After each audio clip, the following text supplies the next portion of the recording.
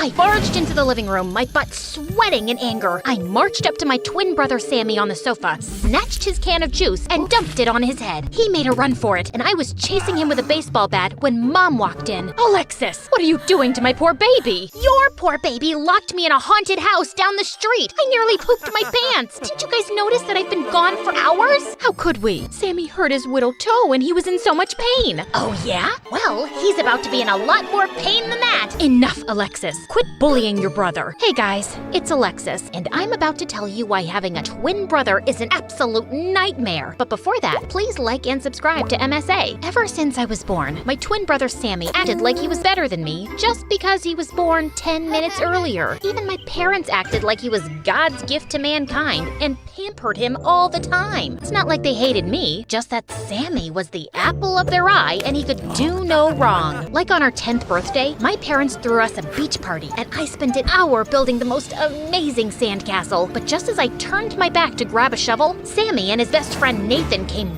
running and smashed it to pieces.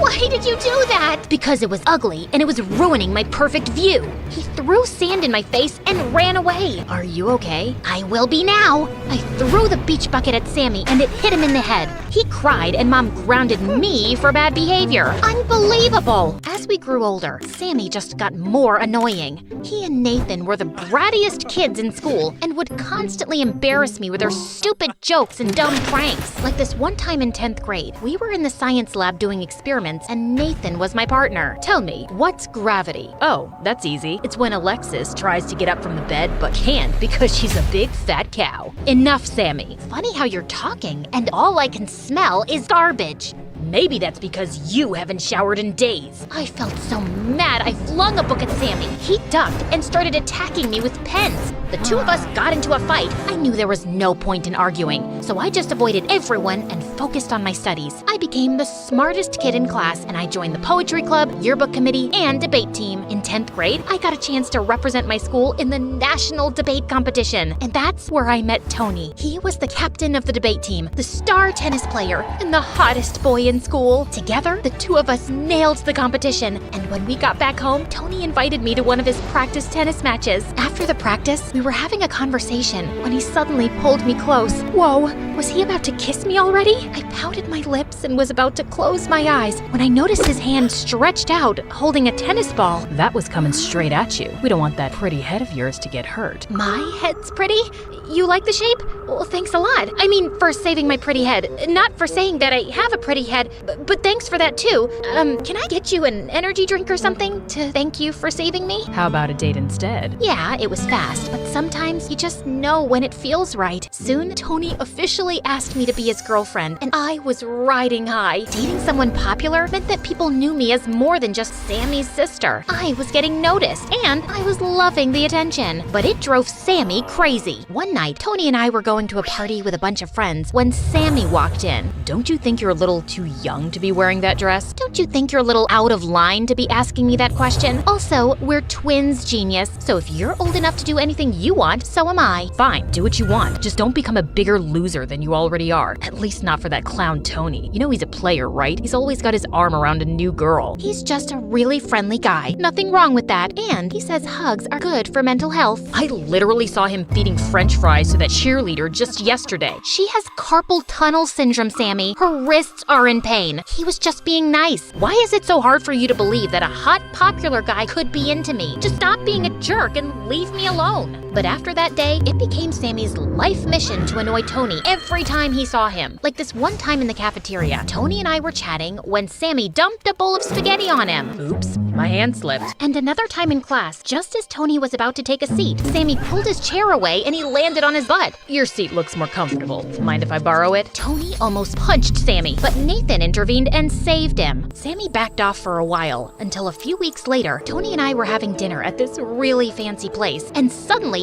he jumped out of his seat screaming. What happened? Please don't tell me there's a rat. I will freak out. The only rat here is you, Alexis. What's this? Tony shoved the phone in my face, and I saw a bunch of pictures with Nathan kissing a girl who looked exactly like me. I was so confused until he played a video where I was confessing my love for Nathan, and I immediately recognized the voice. It was Sammy's. Oh, that's That's not me. I mean, it looks like me, but But what? You've been cheating on me with Nathan? No wonder your brother was annoying me these past few weeks. He wanted me out of the picture so you could be with his best friend. hear me out. That girl in the photos is Sammy with a wig. We're twins, so we look alike. That's all. Please, you have to trust me. Stop making up stories. You're a liar and your brother is crazy. Both of you can go eat dust for all I care, but stay away from me. Tony was out the door before I could stop him. I rushed back home furiously and confronted Sammy, who started laughing like a crazy person. I can't believe he fell for that trick.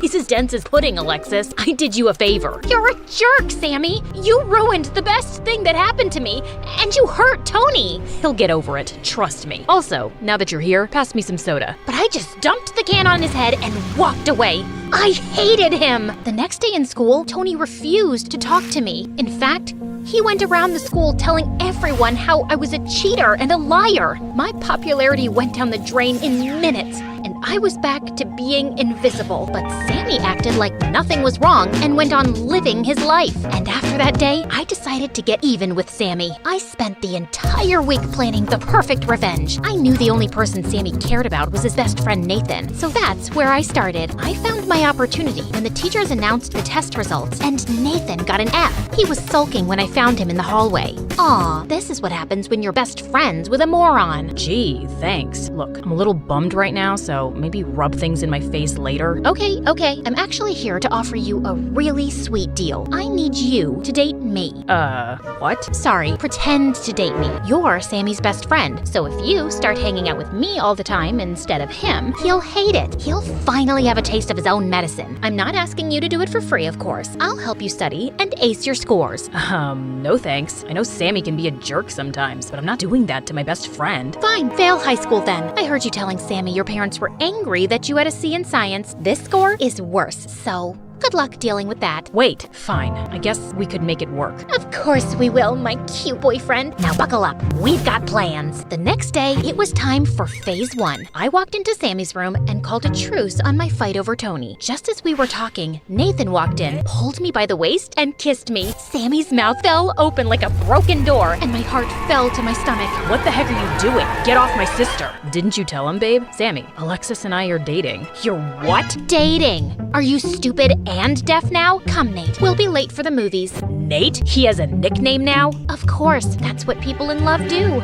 Sammy was totally spinning out over our dates, but to make things worse, I crashed all of Nathan and Sammy's plans too. Video game night, baseball game, bowling alley. I was stuck to them like gum to a shoe. Sammy tried everything to keep Nathan away from me, but we just laughed it off. You know Alexis farts in her sleep? Aw, I'm sure it smells like roses. Alexis eats her boogers and then spits them out so they stick to the wall. She makes graffiti out of them. My baby's an artist. Watching Sammy's frustration was hilarious. But what I liked more was how Nathan was always taking my side. He'd been a brat to me growing up, but now he was caring and sweet. And even though I knew we were playing pretend, I found myself falling for Nathan. One day, I was helping Nathan with his homework in the library when he looked a little sad. When I asked him why, he told me that his mom was moving out. She's always busy and hardly ever around, but I still can't help feeling bad that I might not see my mom that often. I get it. My parents were hardly ever there for me too. I mean, they were around, but they always loved Sammy more. Suddenly, Nathan held my hand and my heart raced with excitement. He came closer, but just then the janitor showed up and we were asked to leave. The next day at school, I couldn't wait to see Nathan again when I felt someone grab my shoulder. Tony! Hey babe, miss me? Listen, I've been thinking about us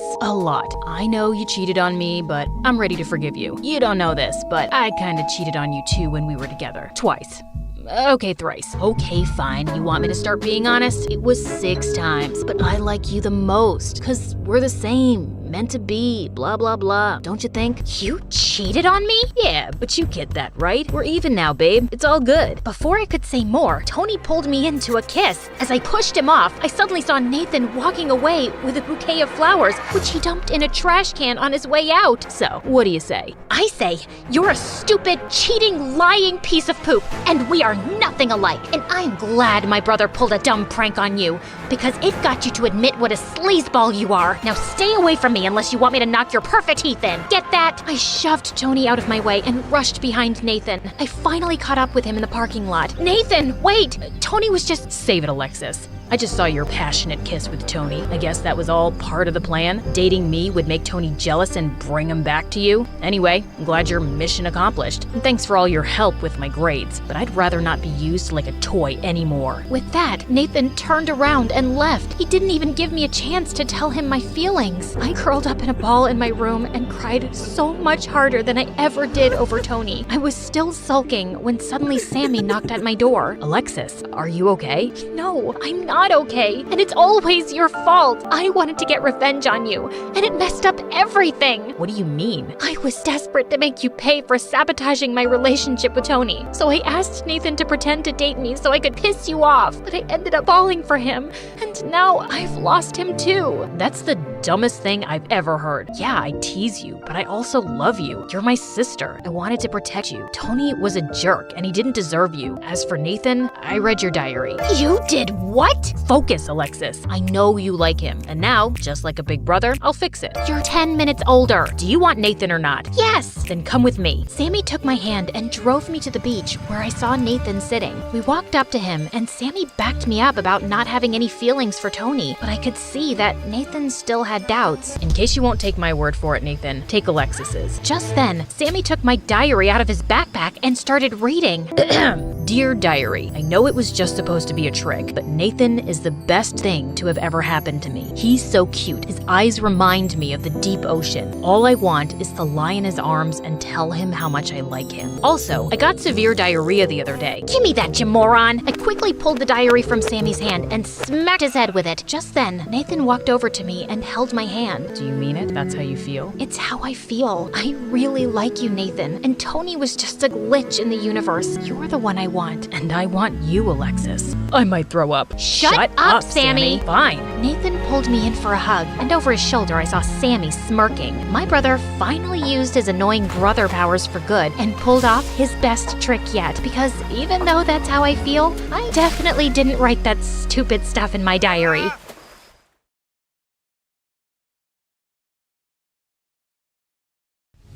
They were everywhere, and we were completely surrounded. It seemed that all hope was lost. But then I remembered the phrase that my grandma had taught me so many years ago. I said it, and then my powers kicked in.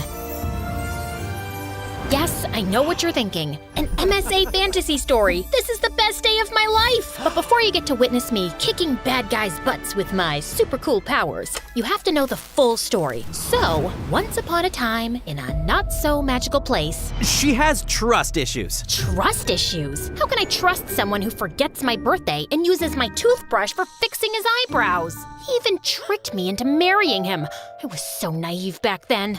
Yeah, naive. I've seen that. Remember the vending machine incident? You knocked it over because your coin got stuck and then blamed me. And what about when you babysat our neighbor's kid? You gave him cough syrup to make him sleep. And don't even get me started on the time you decided to wash the vacuum motor in the sink. Okay, maybe I wasn't thinking clearly with the vending machine. And the kid needed to nap, right? As for the vacuum, it did say washable filter. How was I supposed to know the motor wasn't part of that? I'm just thorough. Okay, time out. Let's take a deep breath and think of 5 reasons why you chose each other in the first place. We didn't. Why don't we start from the beginning? Kiara, you go first. Okay. Hi, my name is Kiara, and I'm from... We already know that. Let her talk. Before I tell you my story, please like and subscribe. Like what? Subscribe where? What are you talking about? Stop interrupting me! Nicholas? Okay, my bad. Please keep going, honey. I had a happy life and grew up in a ginormous family in the countryside of Macedonia. Our house was tiny and packed. Living under one roof were Mom, Dad, my uncle, his wife, their 3 kids, my mom's sister, Dad's stepsister, my sister, and Grandma. Oh, right, and our dog Bruno, 3 cats, 2 iguanas, and even a dragon. My bad. That was just my nephew Marcos. You try having some privacy living with all these people. We were still happy. Okay, chaotic, but happy. We were so poor that everybody had to chip in. While my parents and uncles worked, I joined my grandmother at the town fair. She ran a healing stall, selling herbs and homemade remedies. A dash of this, and your headache will take a head hike. Since I was a kid, I loved learning from my gran. She was so wise, and doing potions with her was so fun. I felt like a real wizard. Still, at first, I was pretty bad at it. It was like watching a monkey or a millionaire trying to make an omelet. only 2 drops of Butcholaki's essence. This is impossible. Be patient. Whenever you feel that there is no hope, just remember these words. Well, to be honest, guys, I don't remember the exact words. My grandmother was always teaching me different words and phrases in her old language, even though I had no clue what those meant. Angelo plenas mea cusevetrilo? What is it? Some kind of mantra or prayer? No, just the new Wi-Fi password. She used to tell me that she learned everything from her great-grandmother, who was the best healer in the region. You are just like me and her. You too have the gift. When I was 12 and going through aggressive puberty, some kid told me that I stank after gym class. I'll show you who stinks. So I created my first potion, which made sweat smell like a bouquet of jasmine. This is the Jasmine Whiff Potion. Because who needs deodorant when you can have a magical garden in your armpits? Side effects may include dizziness, depression, hair loss, body fatigue, extreme hair growth, temporary blindness, and bad odor. Okay, it wasn't perfect, but don't be so harsh. It was my first potion, and my Grammy was really proud of me. That same night, she gave me something really special, her necklace. This family heirloom has been in our family for generations. Now, it's your turn to carry it. Put it on. Do you like it? Not really. It's like ancient and old and too ugly for me. Definitely not my style. Oh, what's wrong with you? Well, that's a big question. I don't know why I blurted it out. It seems like I didn't care about the impact of my words, but I really did. I still love it, Grandma. More coming from you. I love you. Over the years, I didn't get any better at holding my truth vomit. It was like I was a professional snitch. Whenever I saw any wrongdoing, I would report it. Like the time Marcos tried to hide the couch by turning the cushion over. What's that smell? Marcos peed on the couch. Oops. You see, I can't help it. That day, my sister had her first date. Mom covered the smell with talcum powder, but he sat right there. Is your sister ready? It's kinda damp here. Oh, just water. No, that's actually Marcus's pee, and she is almost ready. She's just finishing stuffing her bra. Kiara! I'm gonna kill you! My life was just that of a regular teenage alchemist, you know? But then, when I turned 16, it took a wild turn. A royal envoy visited my village, and my school organized a talent fair in their honor. I know, what an honor to watch a bunch of clumsy teens trying to perform. I'm not talking about him. That was awesome. He's my favorite so far. While most of the girls sang or danced, I did a potion show. I was like a true wizard, creating something absolutely revolutionary. This potion can transform anybody into an amazing dancer. I need a volunteer, one that's a really horrible dancer. Come on, Principal Pandev, drink the potion and feel the music. He drank my potion and then started dancing like he was in a K-pop group. After such a display of magic, I obviously won the contest. However, the prize was more than I had asked for. Turns out, the royal envoys were not just there to admire our talents. On behalf of the royal court, we would like to ask you for your hand in marriage for the Count. It is tradition that the Count marries the most talented girl in all the land. Wait, what? Did I just win a marriage proposal? And if you think this is very Cinderella or another Disney princess, it's because I'm like a Disney princess. Don't you dare say another word. Like I was saying, I was just like a Disney princess. I didn't want to marry some count I didn't even know. What is this, the 10th century? I was more than ready to say no, but we had been poor for so long. My father had been fired recently, and my uncle had an accident. Don't worry, he's fine. He just fell from his hammock when he was sleeping and snoring, and he broke like 4 ribs. My grandmother's stand wasn't doing so well either. Apparently, modern people prefer conventional medicine. I'll give it a B for boring, and boo! I knew that marrying a count would be a game changer for us, like going from, so I did it for my family, under the condition that we wouldn't get married until I was 18. Still, I had to go to the count's castle, known as the Dracon Castle. Well, the place was absolutely huge, like a super mansion. It had rooms on rooms on rooms on rooms, but almost all of them were completely empty. Then I met my mother-in-law. If this were a Disney movie, she would be the wicked stepmother. Let's just say we didn't start with the right foot. I must say, you have a massive place. Imagine losing your remote control here. You would have to call a rescue team to find it. Or you'd need a GPS. By the way, I have a potion for removing wrinkles. I can see that you really need it. Stop talking, Kiara. I beg you. We'll have the engagement party tonight. Get ready. Tonight? But my family isn't here. That's a shame, but this isn't the kind of party for people like your family anyway. I wanted to punch her, but before I knew it, I had already been captured by the maids, who did my hair, makeup, and dressed me. The final result was horrible! I look so horrible! My hair looks like Marie Antoinette's, and this dress is the ugliest one I've ever seen! That's the dress I and my mother and my grandmother got engaged in. Well, I guess not everybody has the class to pull it off. The class? You mean the big hips, right? Oh, I'm so sorry. I meant, I'm just more of a pants girl. Yes, I can tell that. The night came, and it was a giant masquerade ball. Everybody was so uptight that if they were noodles, they'd be straight up spaghetti sticks. I felt so out of place that I took the first opportunity to sneak out of there. While I was trying to get back to my room, I got lost and ended up in their greenhouse. The place was full of weird and exotic herbs and plants. Bingo! I started taking various plants and putting them inside my dress when someone caught me red-handed. Or should I say dirt-handed. Are you stealing plants? Even with the mask on, you could tell the guy was ridiculously good-looking. He also had a really cool dragon tattoo on his neck and chest. I'm not stealing them, I'm just borrowing them. I'll return them later. Right. What are you gonna do with those anyway? Sell them on eBay? No, for your information, I'm a healer, an alchemist. Is that so? Then show me. I was about to tell him that I wasn't some circus monkey ready to perform tricks on command, but he seemed genuinely interested, and again, he was ridiculously good-looking. Hey, don't judge me, guys. Okay, just a small potion. We sneaked into the kitchen, and I started mixing some ingredients, and soon, bubbles of all colors started pouring out and dancing in the air. Wow, that's really impressive. I turned around, and he was right behind me. We stood facing each other, just inches apart. Okay, now you can judge me. It's my engagement party, and I'm about to kiss a random guy. We came back to the ballroom, and right then, cue the creepy thunder, my soon-to-be mother-in-law entered. When she saw us, she smiled.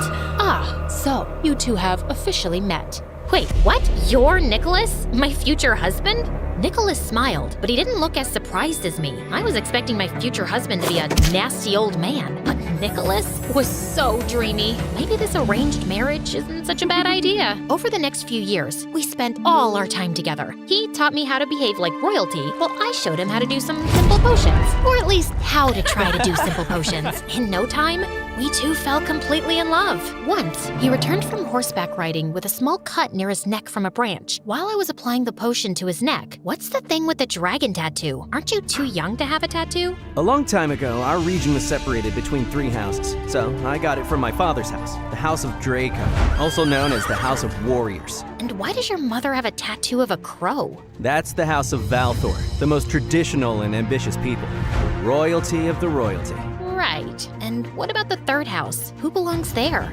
Nobody. That's the House of Zoria. That was the house for people of the darkness. That's why it was portrayed with an owl. But that one disappeared centuries ago. Nobody belongs to the House of Zoria anymore. I didn't say anything back then, but it was clear why his mother's house was represented with a crow, because she was as creepy and mean as one. Really, she was so controlling and overbearing. She separated me from my family after sending them a TV and some monthly tributes. It was like they had bought me. Not only could I not visit them, but I couldn't even speak to them. They favored letters. You know, the traditional way. I just want to tell her that Master Chef is on right now. This will take weeks to reach her. My house, my rules. Your rules make as much sense as your interior decor style. 0. A big fat, flashy 0 with a capital Z. Babe, I know she can be difficult sometimes, but she wasn't always like this. After we lost my dad, she became scared of losing those she loves. That's why she's so controlling. Back then, we only had each other. Now, we have you too. So I really hope our love can endure this. What do you say? How can I say no to that? Of course, babe. What can I say? Love is my only weakness. Oh, and doing potions. Oh, and the truth. Oh, and those videos of dads giving their kids new puppies.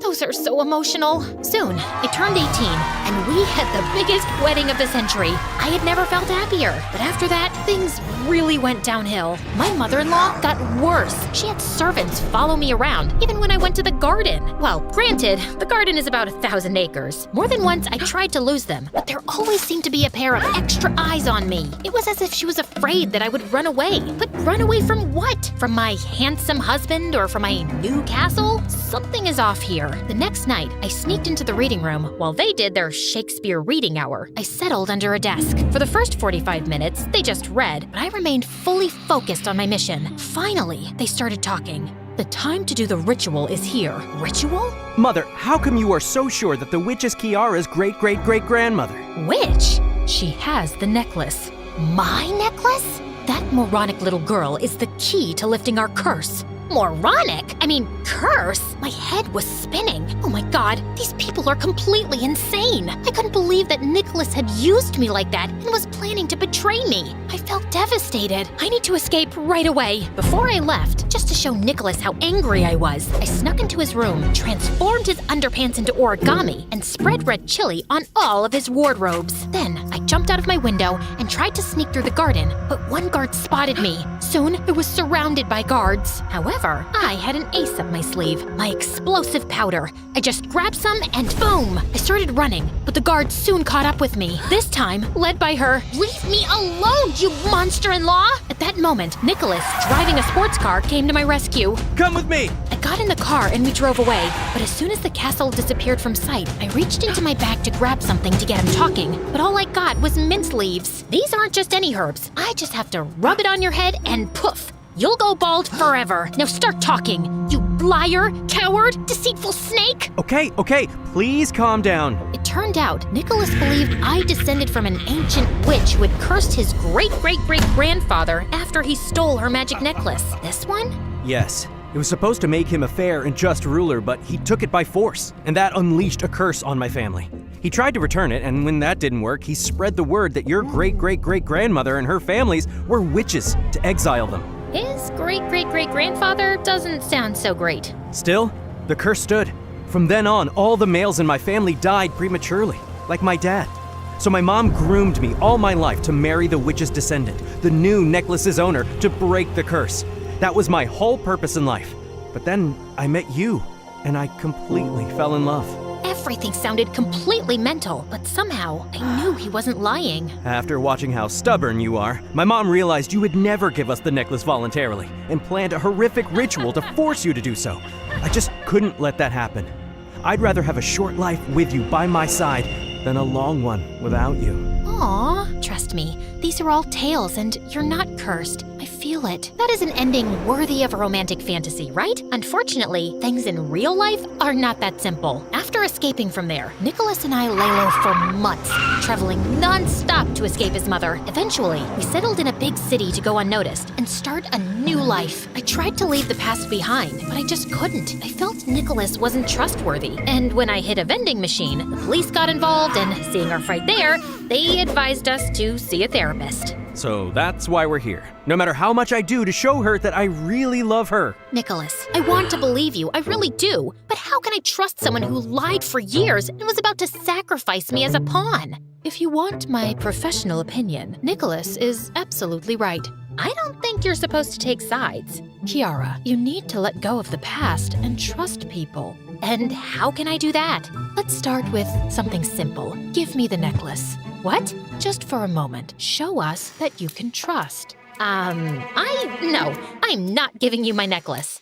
Okay, so we are gonna have to do things the hard way. Mom?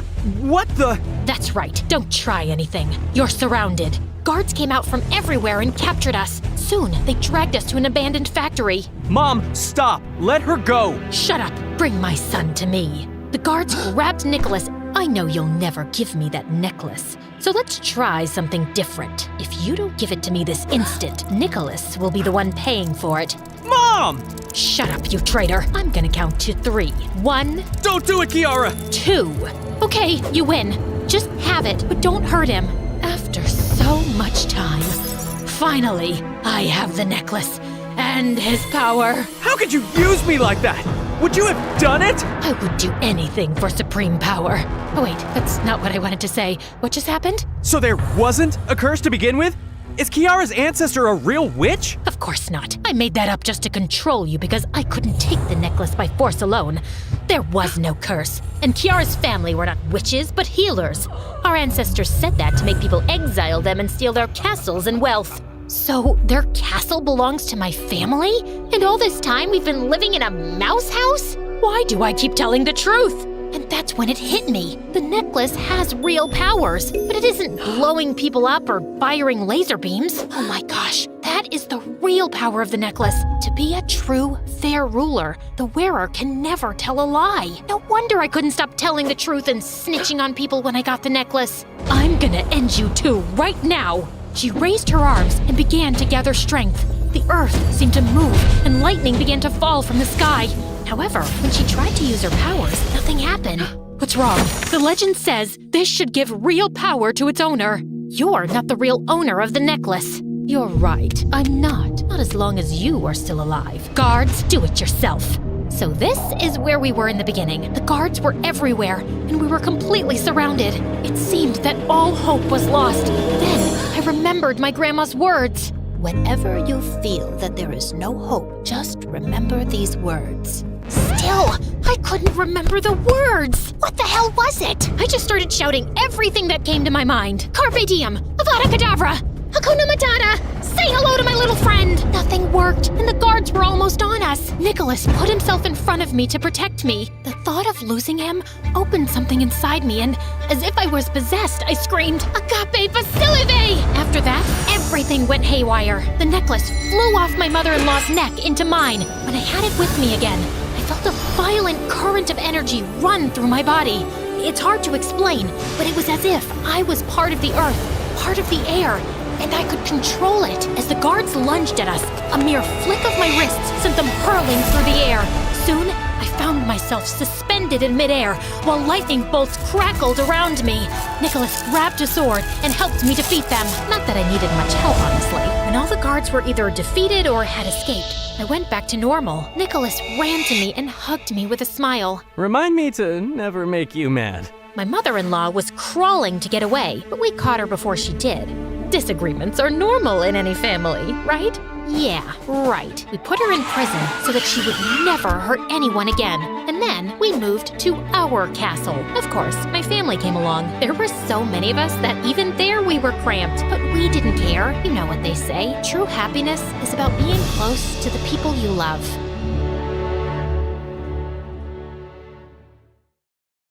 Hi, I'm Alice from Sweden, and my story is really crazy. But before I begin, please like and subscribe to For Eve. I lived in a creepy old house with my parents. It used to belong to my grandma, who was a very odd woman. She studied tribes in Africa and the Amazon forest and brought back crates full of strange masks and knickknacks. And most people around thought our house was haunted. Walk faster, or Ghost Girl will catch you! Just then, I leapt out from behind a bush wearing a scary mask. Ah! I was just trying to be funny, but people thought I was the weird girl who lived in the scary house, and no one wanted to be my friend. And my parents never had much time for me either because they were always working. This old house is a money pit. I need to work 2 jobs to keep it. Please, go to your room, Alice. I'm in a meeting. I wanted to help out, so I started giving ghost tours of the property when my parents were away. I loved telling made-up stories about the freaky things I'd seen around the house. I even made up a murder or 2 and sold Mom's dresses with ketchup stains as souvenirs. I made a killing on Halloween. But when Mom and Dad found out, they were furious. What's wrong with you, Alice? Why can't you be sweet and well-behaved like other kids? They took all my money and I was grounded for a month. I was so lonely and wished I had a sibling to play with. Then one day when I was 12, I got the biggest surprise of my life. I went looking for a snack in the kitchen when I found a thin, pale boy my age instead. Who are you and what are you doing in our pantry? I'm Damien, your brother. Didn't your parents tell you they were adopting me? What the flip? My parents had adopted a whole human and hadn't even bothered to tell me? Typical. I don't believe you. What proof do you have? He waved some official-looking papers in my face. They looked legit. My parents might have adopted you, but you still need to pass a few tests if you want to be my brother. Bring it on. We stood on our heads to see who could do it the longest, ate the hottest chilies for lunch, and for the final task, we caught the fattest, slimiest frogs and balanced them on our heads while we stood on one leg on the fence. Damien was great at it all. Congratulations. You are officially my brother. I was over the moon to finally have someone to play with, but my parents had to ruin that too. You can't play with Damien anymore. Why not? Didn't you adopt him so I'd have company? We've decided it isn't a good idea. You can't play with him and that's that. But why? Because we said so. And we're sending him away. It was so unfair. I felt angrier than I'd ever felt before, and I smashed the toy I was playing with into the wall. But suddenly I felt dizzy, and moments later I blacked out. When I opened my eyes, I was in a hospital bed with a bald doctor and my worried-looking parents next to me. Alice's blood pressure shot up suddenly and she fainted. She's fine for now, but try to keep her as calm as possible. I'd also suggest you homeschool her for now. Mom and Dad took me home. They were being very nice to me, which was suspicious. Now they said I could play with Damien as much as I wanted. But when I ran to his room to tell him the good news, he was glaring at me angrily. What's wrong? Aren't you happy we can be friends again? Friends? I just found out that your parents didn't adopt me because they wanted to love me or give me a nice home. They just brought me here for you, like I'm some kind of toy. And they might just send me away at any time. I hate you, and I'm gonna make your parents hate you too. They'll realize they're better off having me as a kid. Trust me, I'm not going anywhere. Damien, don't be like that. I've always wanted a brother. I'm not your brother. I was both angry and heartbroken by his changed attitude, but I hoped he'd change over time. But it was the complete opposite. Damien kept messing with my parents. He dropped the pearl earrings I borrowed from Mom down the drain, smashed Dad's laptop, and put dye in their body wash. They had shocking pink skin for weeks. And somehow, my parents were always upset with me and thought I was acting out. They never seemed convinced when I said it was all Damien. Was he really turning my parents against me? Stop being a jerk. These things cost money and Mom and Dad work really hard. And stop making them think I'm doing all this. Then just give up and go away yourself. There's only space for one of us here. I'm not going anywhere, pal. But then the most terrible thing happened. A few days after my 13th birthday, we were visited by some people from the museum. They wanted to use Grandma's tribal masks and vases for a display, and they said they'd pay us a lot of money if we allowed them to borrow it for a few weeks. Mom and Dad were over the moon that the dirty junk around the house was worth something. We can buy a new car and replace the laptop Alice trashed. We can pay off the mortgage and finally be debt-free. This could change our lives for the better. But minutes before the people from the museum arrived to collect the things, I heard a huge crash from the basement. I went running to see all the masks and clay pots smashed and broken on the floor, and Damien standing in the middle with a stick. Oops, I'm so sorry. I was just looking at them. This time, he had gone too far. I slapped him hard. You did that on purpose, you jerk! Just then, my parents came running in and looked at the mess in horror. And then they looked at me like I was the crazy one. Why are you looking at me like I did this? He's ruined everything and you're still gonna have him around? Why don't you send him away? You want us to send your brother away? You got so upset before. I was wrong about him, okay? He's not my brother. He's crazy and he's dangerous. Mom and Dad exchanged a weird, long glance and nodded. Fine. We'll send him to a special facility so he can get better. That night, I locked my door, but I could still hear Damien screaming and crying in his room. The next day, he was gone. Mom and Dad looked sad and broken. They tried to be nice to me, but I saw right through them. They were sad because Damien had left, and I could never make them happy. In the fall, the doctor said it would be good for me to restart regular high school. Things were going really well on my first day until... Hey, watch out, it's Ghost Girl. I'm so scared. Dude, grow up. That wasn't all. In my very first class, I met the most bonkers girl. I heard you were the Ghost Girl. What's it to you? I'm Tara. I just moved here from Ireland. Is it true your house is haunted? I'd love to meet a real-life ghost. I've dreamed of it my whole life. Are you nuts? Who has creepy dreams like that? You haven't read Dead Love Doesn't Die? It's the most romantic book ever. Are there handsome ghosts in your house? Are they single? Girl, you need help. No, I need a ghostly boyfriend with ice-cold lips and dreamy eyes who can transport me to his time and give me a million ghostly kisses, and he'll take me away to... Was there something wrong with me? First Damien and now Tara? Was I a weirdo magnet? For the next few weeks, she stuck to me like glue. At first, I acted indifferent because I wasn't sure she'd even stick around for too long. But she did, and I slowly started to enjoy having a friend. Look, there's Ghost Girl and her vampire girlfriend. What in the twilight? Tara hissed and bit the jerk on his arm. You're absolutely crazy. Hey, no one messes with my friend. Yuck, he tasted disgusting. Let's go get candy. How about I make you a sandwich at my place? You mean it? Tara instantly fell in love with the place. This place is fantastic. Can you imagine the paranormal romances that could take place here? I just laughed and went to the kitchen to get the sandwiches, but there was already someone in there.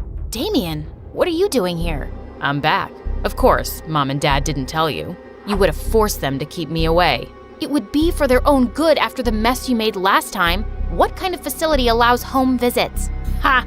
I'm not at a facility. They sent me on vacation to Bali to prove how much they loved me and wanted me in the family. I'm back now, and I'll make sure you end up in the facility soon. I couldn't believe this was happening. I made some excuse and sent Tara home before Damien did something to her. When my parents got home, I confronted them. You lied to me. He's dangerous and out to get me, but you still allowed him in our home? Mom started to cry and Dad glared at me. You're upsetting your mother, Alice. How long will this go on? You don't even care that I'm upset too? You guys are the most selfish parents ever. I'm going to stay at my friend's house because I don't feel safe here. You can't leave. We should call the doctor. I told you we shouldn't have sent her back to school. Dad locked me in my room. I could hear Damien laughing under my door. He was evil. I had to get out of here. I called Tara and told her what was up. Within minutes, she was outside my window. Come on, ghost girl. Let's get you to safety. Tara's house was so normal. It was awesome. She pulled out a mattress for me to sleep in her room, then brushed my hair to calm me down as I told her everything. Wow, your parents sound like a piece of work, and I finally get why you're so weird about being friends. I can't trust anyone. My parents ignored me for so long and thought things would be different for me once Damien came, but he's the worst. And ever since he came, my parents treat me like I'm some lunatic when he's the crazy one. He really scares me, Tara. Don't worry, you're safe here. I'll punch his lights out if he tries to mess with you. Suddenly, I heard a loud tap on the window, and he was standing outside. I screamed and jumped up. It's him! Damien's here! He was holding rocks in his hand and wore the evilest grin. Where? I don't see anything. Damien threw the first rock. It slammed against the window hard, leaving a deep crack. Are you blind? He's right there. Alice? Are you sure you don't, see ghosts or something? Because I can't see anyone. Didn't you hear the rock hit the window? Look, it's left a crack. What are you talking about? What? Why was Tara suddenly lying to me? Suddenly, the door slammed open and my parents were standing there looking worried. How did you find me? Did you tell them I was here, Tara? I thought you were my friend. No, Alice. Tara didn't tell us. We saw you sneaking out of the house and followed you. Let's go home. No, you're just gonna lock me up in my room again. What's going on? Tara says she can't see Damien. Is she lying? Or am I crazy? The saddest look crossed my mom's face, and she broke down crying and hugged me. No, Alice, you're not crazy. That's when they told me how they'd never adopted a boy named Damien. We thought he was just a harmless imaginary friend, but when you started seeing him all the time, we tried to stop it by saying we'd send him away. The doctor said you had created Damien to help with your feelings of being alone and we should play along, so we agreed. But then you started acting out and blaming it on Damien. We were so glad when you finally sent him away yourself. We thought things were gonna be okay now, but then you said you saw him again and we just can't see you like this, sweetie. And it's all our fault. We should have given you more time when you were a kid. I was in utter shock. So, everything Damien did, the earrings, the laptop, the masks? It was all you, but we weren't mad about any of it. We were just worried about you. But if Damien was the friend I made up, why was he suddenly so mean to me? Your doctor said you suffered from low self-esteem. In your mind, no one wants to be friends with you for long. Oh yeah, it took me ages to get her to call me a friend. Are you real? Can you guys see Tara? I could pinch you. Ouch! Okay, you're real. Don't worry, dear. We talked to your doctor and he says we can start therapy sessions now. You'll be fine. And we'll be with you all the way. Me too. They all took me in a big bear hug, and suddenly, I didn't feel alone at all.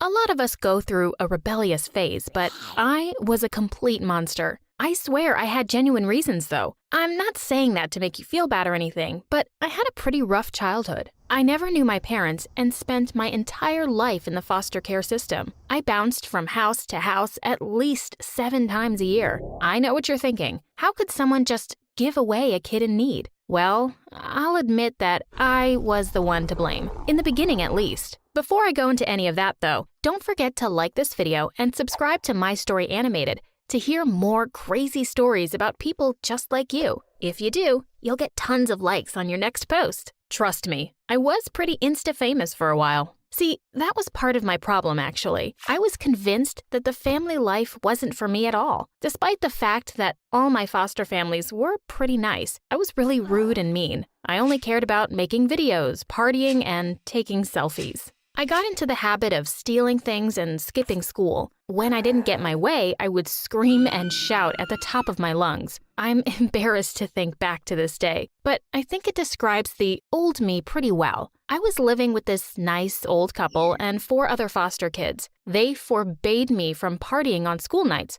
but I went out anyway and stole their car to get there. When I came home, all they did was ground me and take away my cell phone. I got so mad that I screamed and smashed their things. I made the old lady cry. I feel horrible thinking back about it. I just couldn't control myself.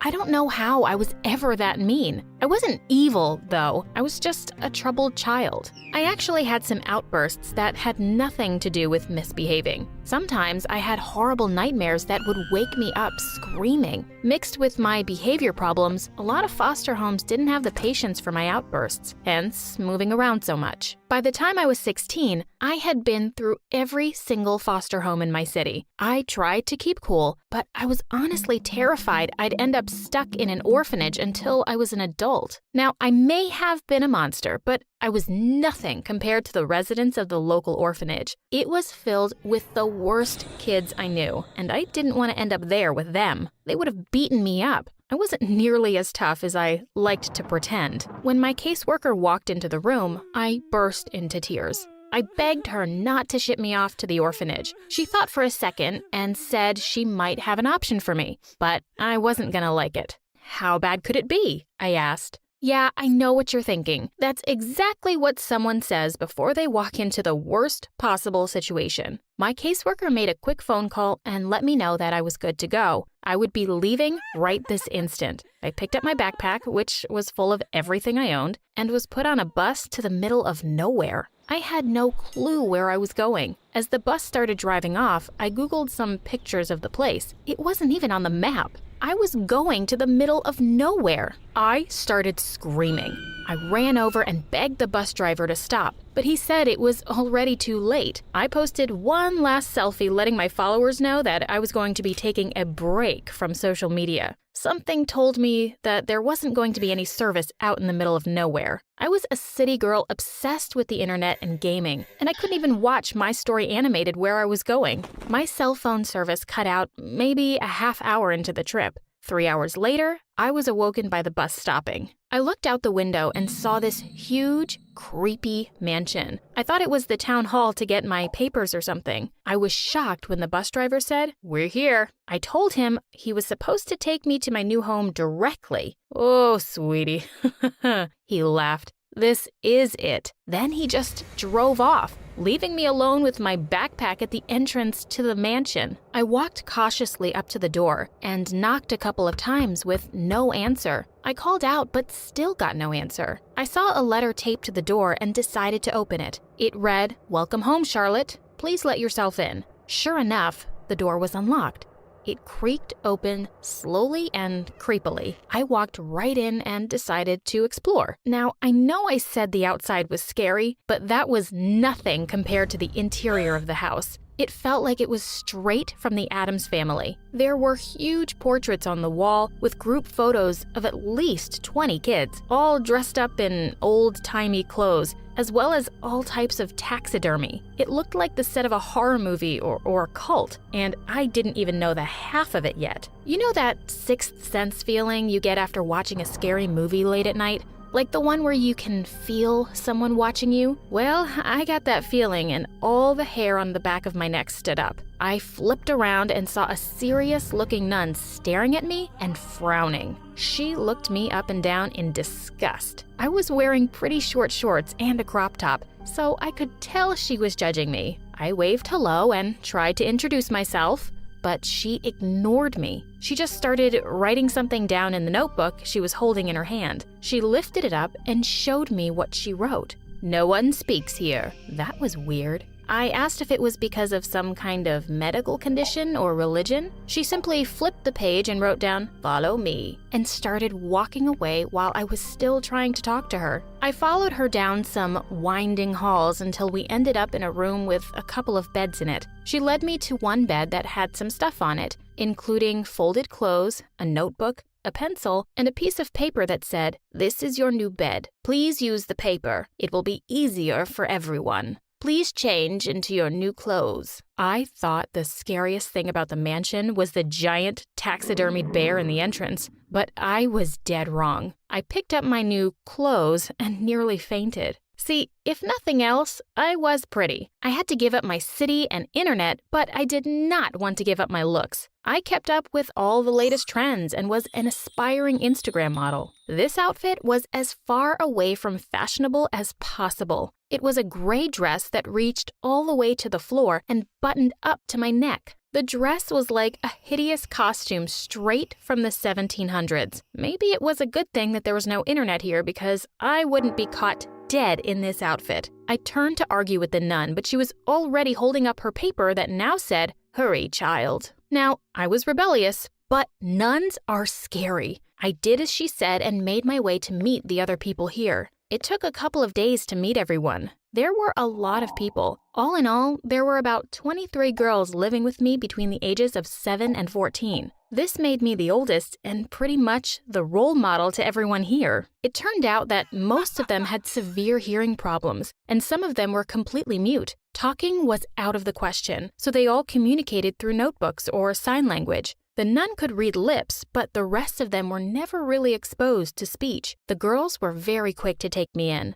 They showed me the fun of country living, and trust me, I was a skeptic. They helped me learn how to braid my hair, and one girl even taught me how to sew a bit so I could personalize my outfit a little more. Sure, it felt like a cult, and that should have been a warning sign, but you have no idea how nice it was to finally feel like I fit in somewhere. It was so weird getting used to the fact that no one could hear me, but it was kind of nice that I didn't need to worry about my screaming nightmares waking anyone up. I liked to think of myself as strong and independent, so I really enjoyed not having to wake up from a nightmare to people fussing over me. I even made my first real friend. She was the second oldest, and her name was Kirsten. She was super awkward, but I really appreciated having someone my age to connect with. She even taught me sign language. I got pretty used to this new lifestyle, waking up at dawn, harvesting all the vegetables, and I hadn't even spoken a single word. I went from an Instagram model who wore hot clothes and got in trouble to a saint.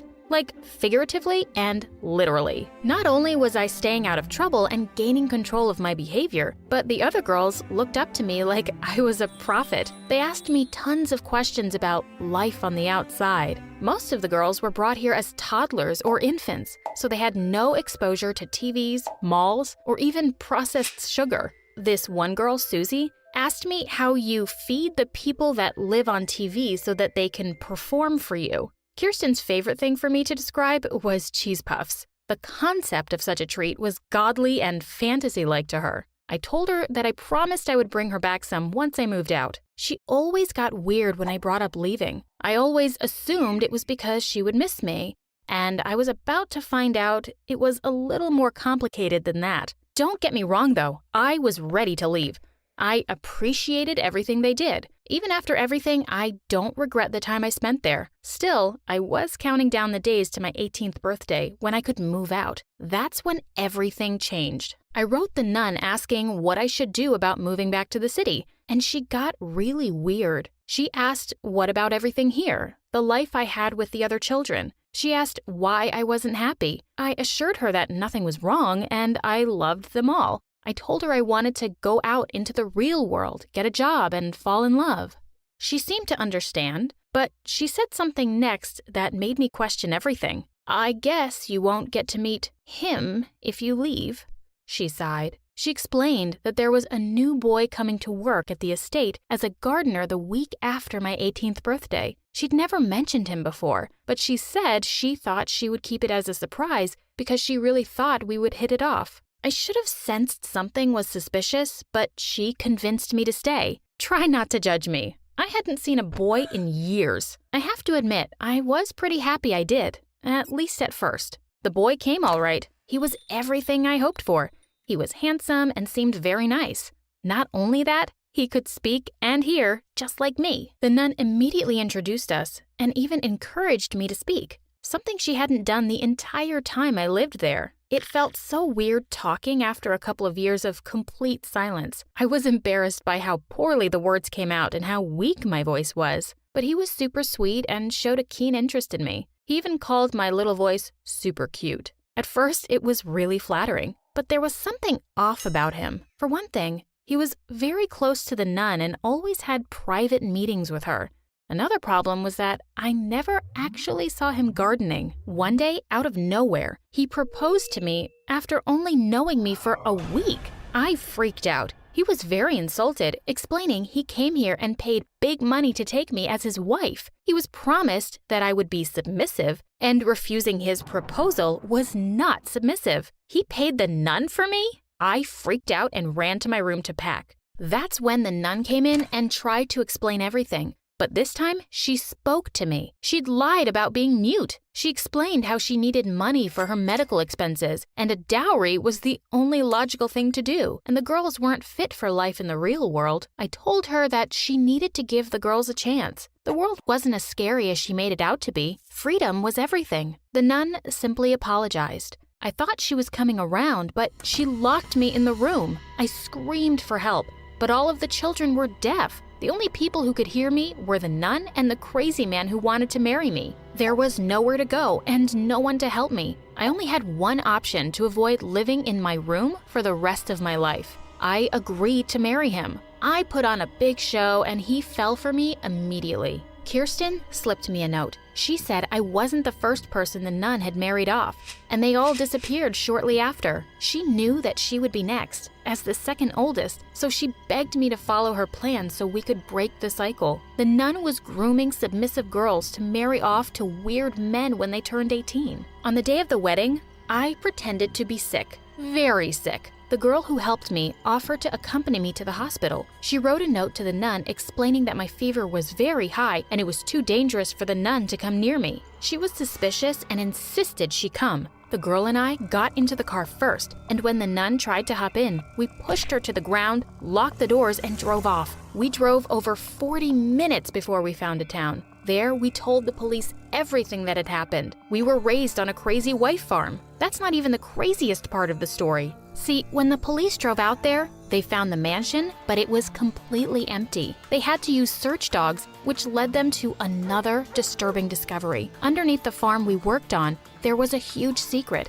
All the money she got from selling brides was used to build a giant underground bunker. She was part of a huge church, which included every family she sold the brides to. The kids were all rescued, but the nun was never found. Kirsten and I still live with each other. We are in the process of opening up our own foster home. We still keep in touch with some of the other girls we lived with. And yes, we have cheese puffs almost every day. Still, I can't help thinking she's out there somewhere, plotting her revenge. Sometimes I find crosses left in random places. The worst thing that happened last night, though, I was looking through my camera for some funny photos I'd taken when I saw pictures of Kirsten and I sleeping. I always thought I could sense someone peering at us in the middle of the night, but I chalked it up to my usual nightmares. I don't know if I should tell Kirsten or not, but I'm running out of excuses for why we need to move to a new apartment every month. Hi, I'm Alicia, and I'm about to tell you how I met the love of my life. But before we get into that, please like and subscribe to MSA. If there's one thing you have to know about me, it's that I wasn't an ordinary little girl. Being raised by a single father who was an ex-army officer does that to you. I had rules, discipline, and responsibility drilled into me since I was very young. And growing up, I found other kids my age really immature. I don't know why he'd break up with me. I wore the clothes he liked, woke up at 5 every morning to do my hair because he liked them curly and pretended to love watching wrestling. Excuse me, but I need to get that muffin. Can't you see that I'm crying? My boyfriend just broke up with me. Aw, I'm so sorry. You know, it reminds me of the time my dad took me for this obstacle course and I twisted my ankle so badly, the doctors told me I'd never be able to walk again. But I didn't lose hope, and here I am. How is that the same thing? It's not, because that was an actual problem. But yours is just a bunch of high school nonsense. Now move your butt, please. Needless to say, I didn't have a lot of friends, and I didn't care either. My life was all sorted out. Graduate school, get into a good college, work, and retire. But then I turned 18 and met Arthur. He was a transfer student from Greece, and boy was he dreamy. The first time I met him was in gym class. We were playing catch, and I was so lost in looking at him. I totally missed the ball, and it hit me right in the face. I fell on my butt, and Arthur came running. Are you okay?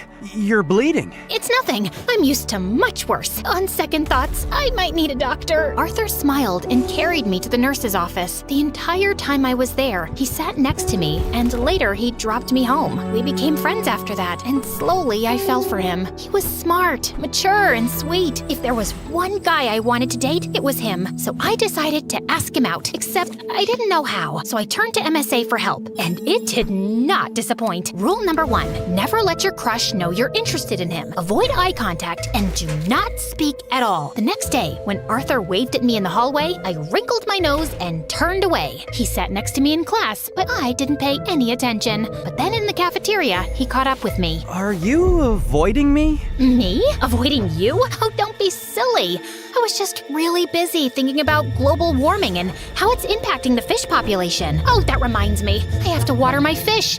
My plants. I'll see you around. And I just ran before I embarrassed myself further. After that epic failure, I turned to step number 2. Dress up nice and behave like a total diva. I went shopping, picked up a bunch of dresses, and the next morning, it took me 2 hours to get ready. I thought I looked great, except the moment I entered, everyone started pointing at me and laughing. Oh my god, why is she dressed like a peacock? What is that on her face? Did someone finally punch her for being a know-it-all? I was so embarrassed. I immediately turned around and ran for the bleachers. I was still sulking when Arthur walked up to me. If you rub your lips anymore, they're gonna fall off. This lipstick won't come off. Ugh, it's so annoying. Let me help you. Also, I'm not saying you don't look good with makeup, but you actually look way prettier without it. Really? Does that mean you'll go out with me? Are you serious? I wanted to ask you out for the longest time, but everyone in school told me you're a cold-hearted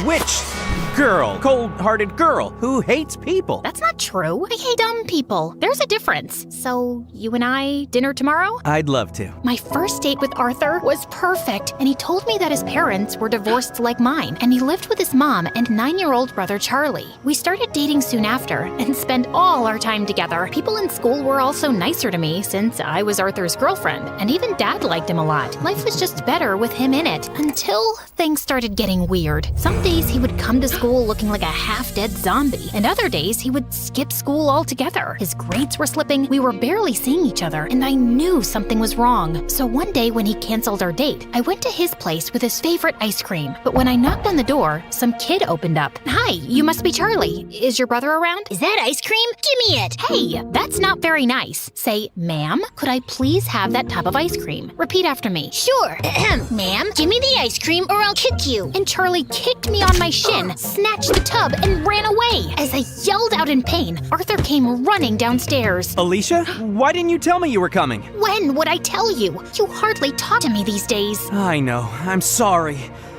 It's just that Mom's getting married again. The guy doesn't want Charlie in his life, and Mom loves her stupid boyfriend so much that she decided to move out, leaving me in charge. Why wouldn't you tell me that before? Because it's embarrassing, and I didn't want to drag you in my mess. I'm already a part of your mess, and we'll get through it together. Okay, I know that was a bit cheesy, but Arthur looked like he was gonna break in a million pieces, and I really wanted to help him. Besides, how bad could a 9-year-old be? Turns out a lot, because Charlie Charlie was a total devil. He would cry over the smallest things, throw tantrums if he didn't get his way, and would constantly butt into my dates with Arthur. We hardly spent any time alone. I was pretty sure he just hated me. Like one time, I was waiting for Arthur in his living room, and Charlie kept giving me death stares.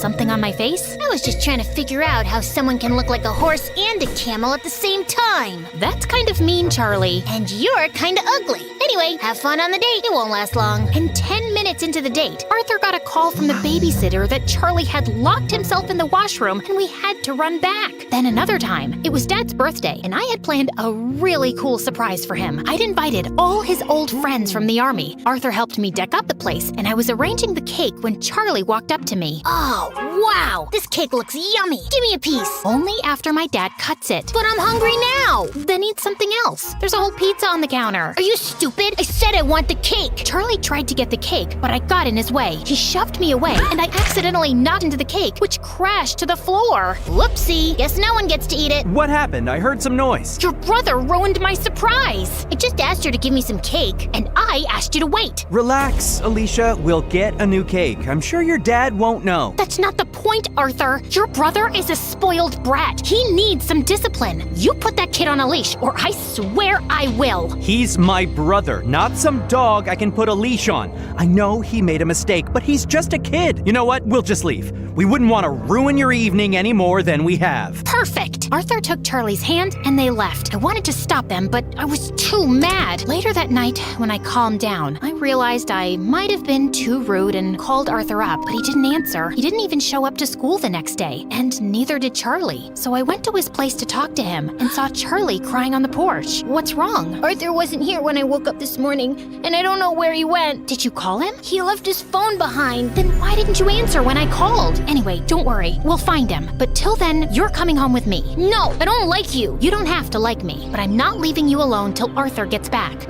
So annoying. We waited the whole day for Arthur to show up or get in touch, but he didn't. By nightfall, I decided to sleep in the lounge and offered Charlie my room. If you need anything. The next morning, Arthur was still a no-show. I couldn't reach his mom either, and then remembered he told me she was out of the country on her honeymoon. Next, I asked his friends and colleagues, but none of them knew where he was. Eventually, I contacted the police, but even a week later, they had no news of him, and I was worried sick. What could have possibly happened to him? Meanwhile, Charlie refused to go to school or shower. He mostly kept himself locked in my room and reacted rudely to any nice gesture I made. I was losing my mind. So I turned to Dad for help, and he promised he'd get a word out to his colleagues in the army to track Arthur down. I still don't know what to do with Charlie. He shuts me down every time I try to talk to him. He's been through a lot, Alicia. What he needs is some distraction to keep his mind off things.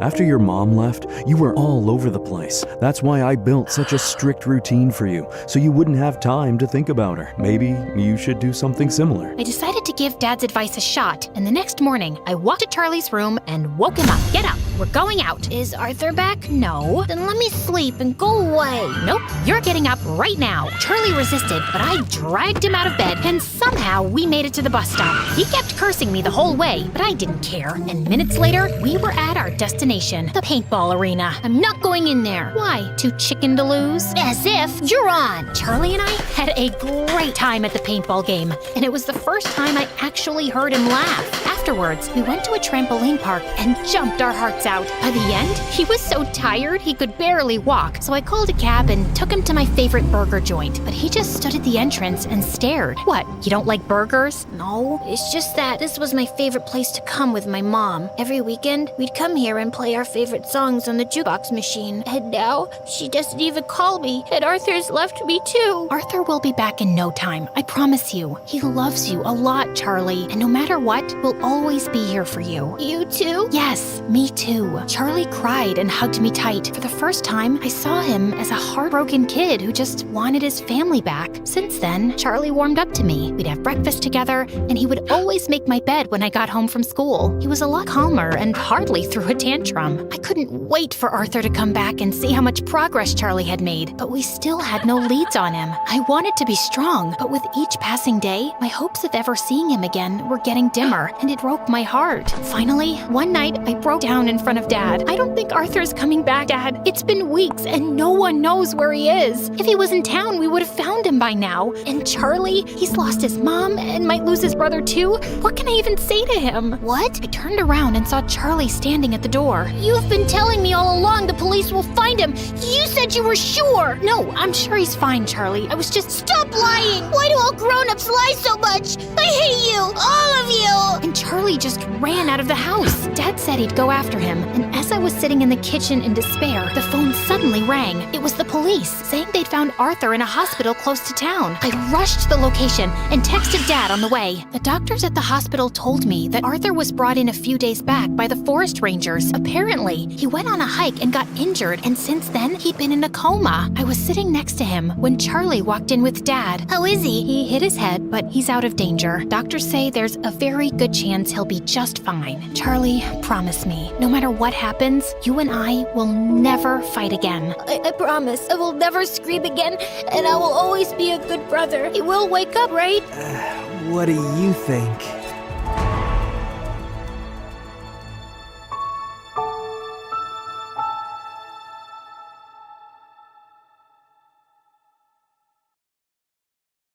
Being a famous tween actor was incredible.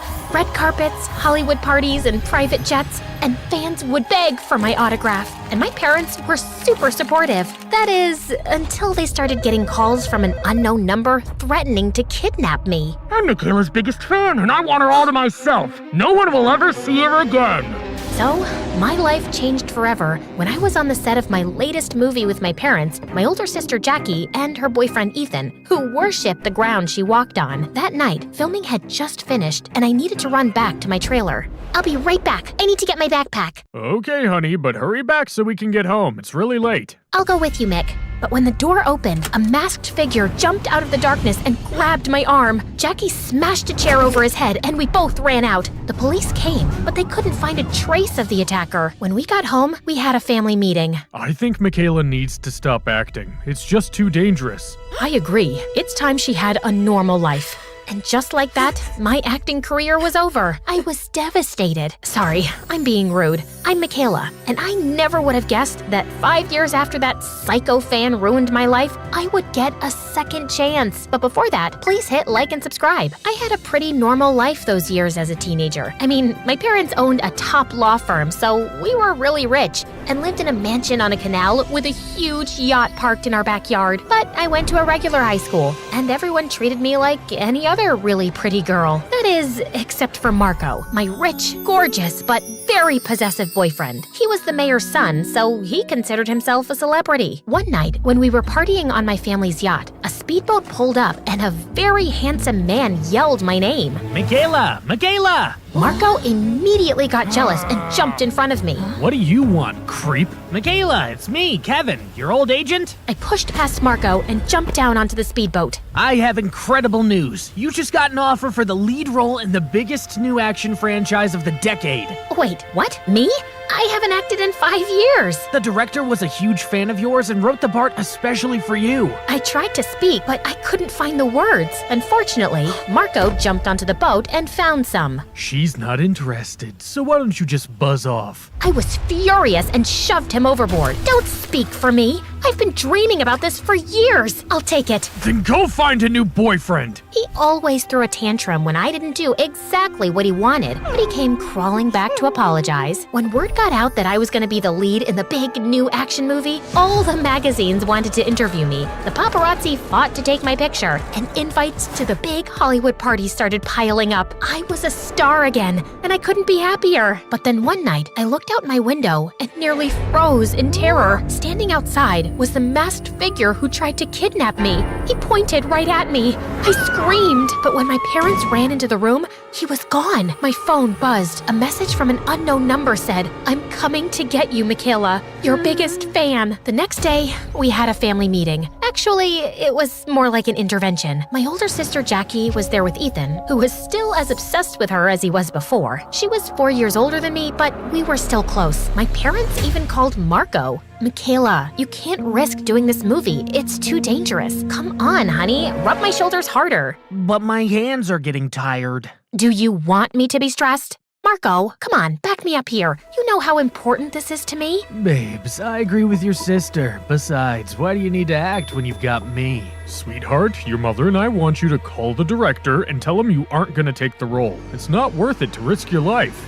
I'm not giving up on my dream again because of one insane fan. I'm 17 now. I can defend myself. But my parents weren't buying it, and I was still a minor, so if they wanted me to quit, I had no choice. I had to do something fast. I hired a bodyguard. What? What?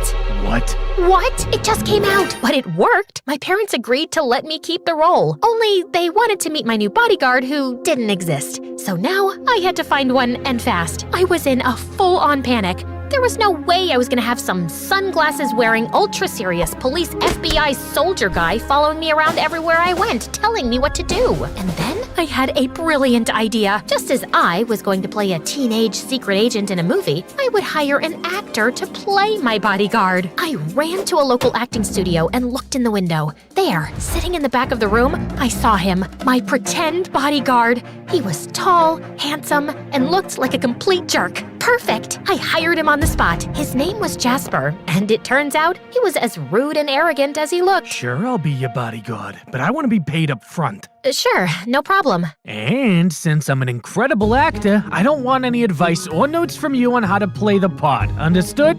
Wow, okay, whatever. But we have to go right now and convince my parents that you're actually a bodyguard and not some out-of-work actor playing one, okay? Easy peasy. I took him to Armani and bought him a suit and sunglasses. When he stepped out of the dressing room, he looked exactly like a bodyguard and also very, very hot. I took him home to meet everyone. I was terrified. If they discovered the truth, my dream was as good as dead. Not to mention the fact that I would be grounded for the next year. Everyone, I want you to meet Jasper, my bodyguard. It's nice to meet you, Jasper. Nice to meet you, ma'am. Okay, he's believable. That's good. Are you confident you can protect our daughter from this kidnapper? Kidnapper? Crap, I forgot to mention that part. That's it. Party's over. Stick a fork in me. I eat kidnappers for breakfast, sir. Wow, impressive rebound. Listen, Mick, even with Jasper protecting you, I think it's still too dangerous. She's in good hands. Nothing will happen to her as long as I'm around. But Marco wasn't happy. I knew he wouldn't be when he saw the specimen that I had just brought home. How come you never told me you hired a bodyguard? I mean, you never even mentioned it. It's like you just met him today. Today? Don't be ridiculous. And then I did what I knew would calm Marco down. I wrapped my arms around him and told him how amazing he was. You're just so protective. I didn't tell you because I didn't want you to be worried. Well, I guess I understand. Just when I thought we made it, I saw a big roach crawl across the floor. Jasper apparently saw it too, because he screamed and jumped on the couch. Everyone just stared at him. I thought fast and copied him. That's what Jasper taught me to do if I saw the kidnapper. It would alert everyone around me. Good job, Michaela, just like I taught you. Everyone seemed to buy it, except for Marco. He just stared at Jasper as if he knew something was off, which there clearly was. Okay, well, Jasper and I need to run. I have meetings with the costume designer, wardrobe, and fighting coach, and he needs to be there to protect me. Jasper and I argued the entire day. While I was getting fitted for my wardrobe, I can't believe you didn't tell me that you were afraid of tiny insects. I can't believe you didn't tell me you were being hunted by an actual kidnapper. While I was doing a camera test in the studio. I'm not getting paid enough for this. For what? Standing around doing nothing? The police will probably catch the guy very soon, and you and I will never have to see each other again. I can't wait for that. Me neither. While I was training with the fighting coach. What happens if the kidnapper shows up? Are you gonna scream and jump on a couch? Maybe you should be training here with me. I'm not a real bodyguard. I'm an actor. If you wanted a person who could actually protect you, you should have hired one. I wasn't paying attention, and my fighting coach accidentally kicked me in the face. As I fell backward, Jasper dove and caught me before my head hit the floor. For a moment, we looked into each other's eyes before he dropped me. That's gonna cost you extra. Over the next couple of weeks at school, Jasper followed me around, flirting with all the girls. I had to pull him aside and remind him that he was on the clock. Can you please act like my bodyguard and not some hormone-overloaded teenager? I told you no acting notes. Well, maybe if you started acting, I wouldn't have to give you notes. How about I quit right now and then you won't have to worry about it? To keep up appearances, I even had him come out on dates with me and Marco, whether it was a picnic in the park, go-kart racing, or solving an escape room. I can't take this anymore, Michaela. He's with us everywhere we go. Yeah, because he's my bodyguard, duh. A bodyguard who's terrified of bugs? I am not terrified of bugs. Oh yeah? How about when you screamed when the bee landed on you on the roller coaster? Or the crazy dance you did when the caterpillar crawled on your leg at the park? Or when you dove into the water when the dragonfly flew by our boat on the lake? Leave him alone, Marco. I hired him to protect me from people, not insects. There's something fishy going on here, and I don't think you're telling me or your family the truth. And then he stormed off. He was right, and I felt terrible. Jasper, I'm a terrible person. Maybe this isn't worth it. I should just give up this stupid role. It's not worth deceiving the people I care about most. All they want is for me to be safe. If you want my opinion, Mako is a jerk. He acts like you're his property and your parents are being selfish. This is your dream. I turned to Jasper and just exploded. No, I don't want your stupid opinion. This job is a piece of cake, and you haven't taken it seriously for 1 second. You call yourself an actor? Ha! You couldn't act your way out of a paper bag. I'm done with this, and I'm done with you. You're fired. Jasper didn't say anything, and he always had a response. He actually looked hurt. He just nodded and walked away. I started feeling guilty, but I knew that he deserved it. I mean, he did, right? How dare he insult my boyfriend and my family? That night, my sister Jackie took me out to dinner. I decided to come clean and tell her the truth. I can't believe Jasper was an actor. He had me fooled. He did? Totally. But now that you mention it, he's too handsome to be a bodyguard. Wowzer. But he's definitely a good actor. I hope he gets his big break someday. Yeah, me too. Just don't tell Mom and Dad about this, okay? I'm supposed to sign the contract for the role tomorrow, but I think I'm gonna tell the director that I'm turning it down. I think that's smart, Michaela. That crazy fan is still out there, and he left you alone after you quit acting the first time. You're right. I'm gonna sleep on it tonight and then make my final decision in the morning. Maybe I'm just not meant to be on the big screen. I hugged her and went home. I was about to give up on my dream for the second time, but I was doing it for the people I loved most. That night, I woke up to the sound of something hitting my window. I looked outside, but nobody was there. I'm not afraid of you! And then a rock hit the window, cracking the glass. All the emotions I was feeling came boiling up, and I flew into a rage. I grabbed my tennis racket, ran down the stairs, and burst outside. You want a piece of me? Come on! I'm right here! I stood there, ready to crush anybody that came at me. Then all of a sudden, the masked figure stepped out of the darkness. I froze in panic. The racket fell out of my hand. Then I turned and saw a second masked figure behind me. Before I could scream, someone sprinted from the darkness and tackled the one in front of me. The hero looked up at me. It was Jasper. The other masked figure tried to run, but Jasper grabbed the tennis racket and threw it. It spun through the air and hit the figure in the head, causing him to run right into a tree and fall backward unconscious. Are you okay? Yes, but how? I fired you and said those horrible things. I know, but I was worried about you, so I've been keeping watch from a distance. And then Jasper pulled the hood off the figure. It was Ethan. I was speechless. Ethan spilled the beans that Jackie was behind the crazy kidnapper fan scheme and the trailer incident. When Jackie and I went to my trailer that day, Ethan snuck away, put on the mask, and went in the back door. Jackie was waiting in her car outside, but came running into the yard when Ethan started yelling her name. Jackie, how could you? Since you were a kid, you got all the attention. Michaela is so amazing. Michaela is so talented. Michaela is so beautiful. Nobody ever paid attention to me. I understand. Wait, you do? That day you came to set, when Ethan pretended to be my crazed fan, that was your 16th birthday. Nobody even remembered. You should have had a big party that day, but instead you were there on my set for my movie with everyone celebrating me. You got robbed of your childhood so I could have mine. I don't blame you for being angry. I would be too. Are you forgiving me after everything I've done to you? Yes, you're still my big sister and I love you.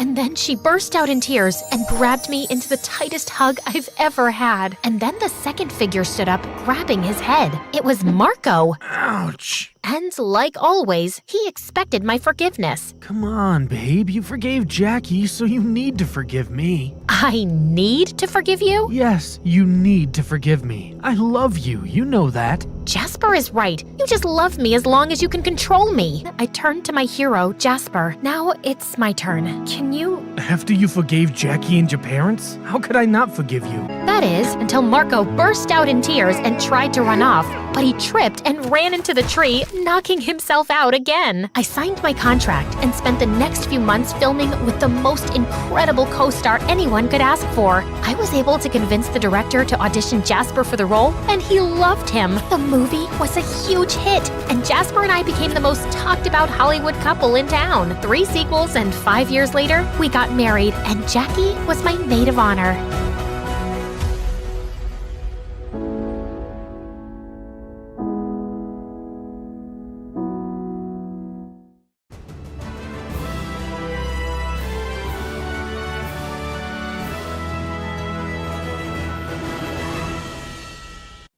Hi, my name is Janie, and I'm the only child. My parents couldn't have any other children after me. They loved me too much and were always worried about me. One day, when I was in the 2nd grade, a masked robber broke into our house and started yelling at us. Mom immediately hugged me. Please, don't hurt our daughter. Where is the money? Where is it? Oh, no, take that gun away. Okay, we will give you everything. Just don't hurt my daughter. And then, while Mom hugged me, Dad started helping the thief pack our stuff. Honey, don't forget about the gold watch that your dad gave you before he passed away. Oh, yes, I almost forgot. Oh, and also your diamond necklace. Where did you keep it? Dad, we can't give him everything. Just call the police. No, be quiet, honey. He's a thief. He knows what he's doing. We can't interfere. We need to keep you safe. Yeah, shut up, kid, and go to your room and get me something precious. Yes, honey, you heard Uncle Thief. Go now. Yeah, of course. Just wait for me, please. I went to my room and took out my phone and called 911. Minutes later, the police came and took the thief, who was having dinner with Dad by then. Yes, well, meet my parents. They were stupidly in love with me and worshipped me. Life went on like that until my 15th birthday. That's when they gave me the deadliest gift on the planet. It was something that changed my life forever. But before I continue, like and subscribe to this video because My Story Animated will give $1,000 to one lucky person who subscribes in the next 7 days. Tell your friends, your sister, brother, and mom to subscribe now. As I got home from school that day, I was surprised to see a strange pair of shoes outside the door. The old sneakers were ratty and had holes in the side. I barged in. Mom, whose shoes are Who was that? Sitting at the kitchen table were my mom and dad and a girl with messy, curly hair. Janie, this is Susie. She's your new sister. We adopted her because we knew you were feeling lonely, and we wanted to make you happier. She's my what? Sister, happy birthday! Who are you? What's going on? Darling, as your mom said, she's your sister. I'm excited to see you guys doing all the crazy things sisters do. Come on, don't be shy. Hug her. I can see you're happy. Happy? How is this supposed to make me happy? Dad threw up his hands in despair. Kids these days. When my dad got me Oliver, I was thrilled. So was he. Dad, Oliver was your lizard. He looked at me with confusion. So? We were very close. We used to share the same toothbrush. I'm human? This is not the same. Oh, Pooh. Just talk to your mother. I don't understand you girls. This is getting complicated. But Mom didn't seem like she would be of any help. She was busy braiding the girl's hair and telling her they'd have pajama parties and sleepovers. I couldn't believe that my parents had adopted a kid without even asking me. They had me. Why would they want another kid? Then Mom told me to take my new sister upstairs. I rolled my eyes and led the girl out. She looked kind of sad, which made me feel a bit guilty. Hey, look, about what I said in there. It's not like I hate you. I just don't want a sister. I hope you understand. She turned her big sad eyes towards me, and for a moment, I thought she'd cry. But instead, she burst into a manic laughter. That's lucky. I don't want a sister either. That's good. So just tell Mom and Dad to take you back, right? Take me back? Why? Aren't I a human like you and deserve a family? I felt guilty immediately and was about to hug her when she said, Yeah, I deserve more than a family. I deserve your life, and I'm going to take it. With that, she plopped onto my bed and went to sleep. What just happened? At dinner, my parents barely said a word to me. They only talked to Susie, asking her questions about her old school, her teachers, and a bunch of other boring stuff. She seemed so happy with all the attention she was getting. So annoying. Suddenly she said, "From now on, I'll celebrate my birthday today, because that's when I started living with you all. Right, sis?" I was so shocked I dropped the bowl of spaghetti I was holding. But Mom and Dad just started clapping and crying and singing happy birthday. This was turning out to be the worst birthday ever. After that, things just went downhill. At breakfast the next morning, Susie came down in my lovely LV top. "Hey, take that off. My boyfriend gave that to me last year. Don't you think you should ask? Besides, you can't wear that top with those horrible stinky sneakers." "Oh, you have one boyfriend? You look like the kind of girl who can have 3 boyfriends. What is that supposed to mean? Just take it off." Immediately, Mom jumped to her defense. "Janie, behave. She looks great. She has our eyes, doesn't she?" "Mom, we have green eyes. Hers are blue. Just go to school, you two." Susie passed me the evilest grin before turning to Mom with the biggest puppy dog eyes on the planet. "It's okay, Mom. I'll just change. After all, I am just a foster kid, not her real sister." With that, she turned and walked out. What just happened? But clearly, her magic was working because Mom started to cry. "Oh, Janie, how could you? To your own sister!" She came back wearing her old hoodie. Then she handed Mom a paper. "Look, Mom, look at what I've been drawing since I got home." It was a painting of Mom and Dad and me with Susie. And on top, in big letters, she'd written, "My happy family." I rolled my eyes. What was she, 5? But Mom totally started to cry and said, "That's beautiful, sweetie.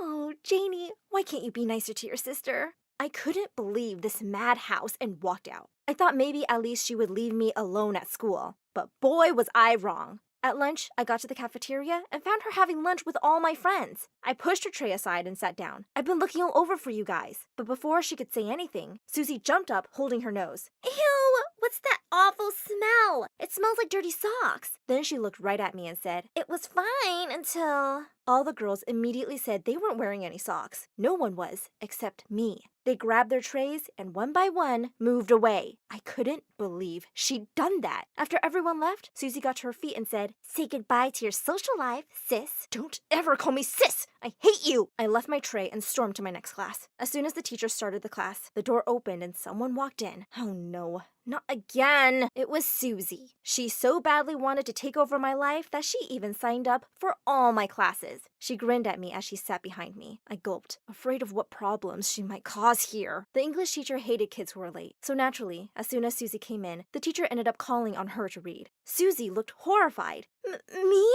But I'm new." "Yeah, but not blind." Susie turned red in the face and everyone snickered. I almost felt bad for her. This teacher could be a real meanie. "Now hurry up. I don't have all day, princess." Slowly, Susie began to read. One of the girls from the back whispered loudly, "She's not blind, just dumb." Was Susie really struggling to read the word black? Or was she just messing with the teacher? But to my surprise, Susie's eyes were full of tears.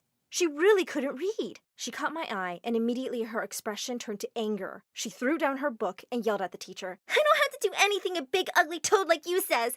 I'm out of here." With that, she ran out of the room. That evening at dinner, Mom and Dad asked Susie how her day was. She immediately looked at me. Maybe she was afraid I would tell them she was dyslexic. "It was fine. Can we talk about something else?" Dad didn't seem to have heard her. "How were your classes? Did you make any new friends?" Suddenly, Susie jumped out of her seat and ran to our room. Mom called after her, but she wouldn't listen. I knew I should have been glad to have found her weakness, but I couldn't forget the image of Susie with big tears in her eyes as she tried to read. I felt sorry for her, so I came up with a plan. "Come on, Suze. I'll teach you how to read." Susie glared at me. Her jaw clenched as she said, "Who asked you for your help? Do you think I want to learn how to read? I'm so beautiful I can make money by being an influencer. It's ugly people like you who need to read." With that, she pushed me off the bed and rolled over to sleep. All night, I tried to think about what I could do to make her feel better. I knew she wasn't good to me, but maybe if I started treating her nicely, things would get better. The next day, I had a brilliant idea. I threw her old dirty sneakers into the trash and put out a fresh new pair from my Louis Vuitton collection. I waited for her to wake up and see them. Sure, she would be really happy, but I was so wrong. She threw a huge fit. "I can't find them! Where are they? My sneakers!" "I threw them. Look, I got you a new pair." But Susie was anything but excited. She burst into tears and said, "Why? Why did you do that to me?" With that, she grabbed her bag and ran out of the house, while Mom and Dad called after her. Then Mom turned to me, and for the first time in my life, she yelled at me. "How could you be so mean, Janie? To hurt the poor child like that? I thought I raised you better." "Me? She's the drama queen. I did something nice for her, and she's acting like that. You go after her right now and bring her back." "And why would I do that? She's just been awful to me since she arrived here. Mom looked at me with sad eyes and said, "You threw away the shoes her real mom gave her." Oh no, I couldn't believe what I'd done. I went running off like a cheetah to the garbage and started looking through it frantically. Thank God the shoes were still there. I quickly cleaned them and used a bit of my shoes to repair the damage. Then I set out to find Susie. I found her at the train station, hugging a picture and crying. As soon as she saw me, she got up to leave, but I rushed to her and said, "I'm sorry, Susie. I didn't know your mom brought them." Then I showed her the shoes I'd fixed. She looked shocked for a moment. "I fixed them for you. I know they're not the best, but you'll find them more comfortable, and they'll last longer. I know you hate me, but I never meant to hurt you. I was just scared you were taking my mom and dad away from me. I'm sorry. Please come home." She still didn't reply. So I got up and started to walk away. I was almost at the exit when suddenly I heard her yell, "Are you going to help me with my bag, sis?" I turned around to see her running towards me. On her feet were the sneakers I just fixed. That's when I knew everything would be all right after all.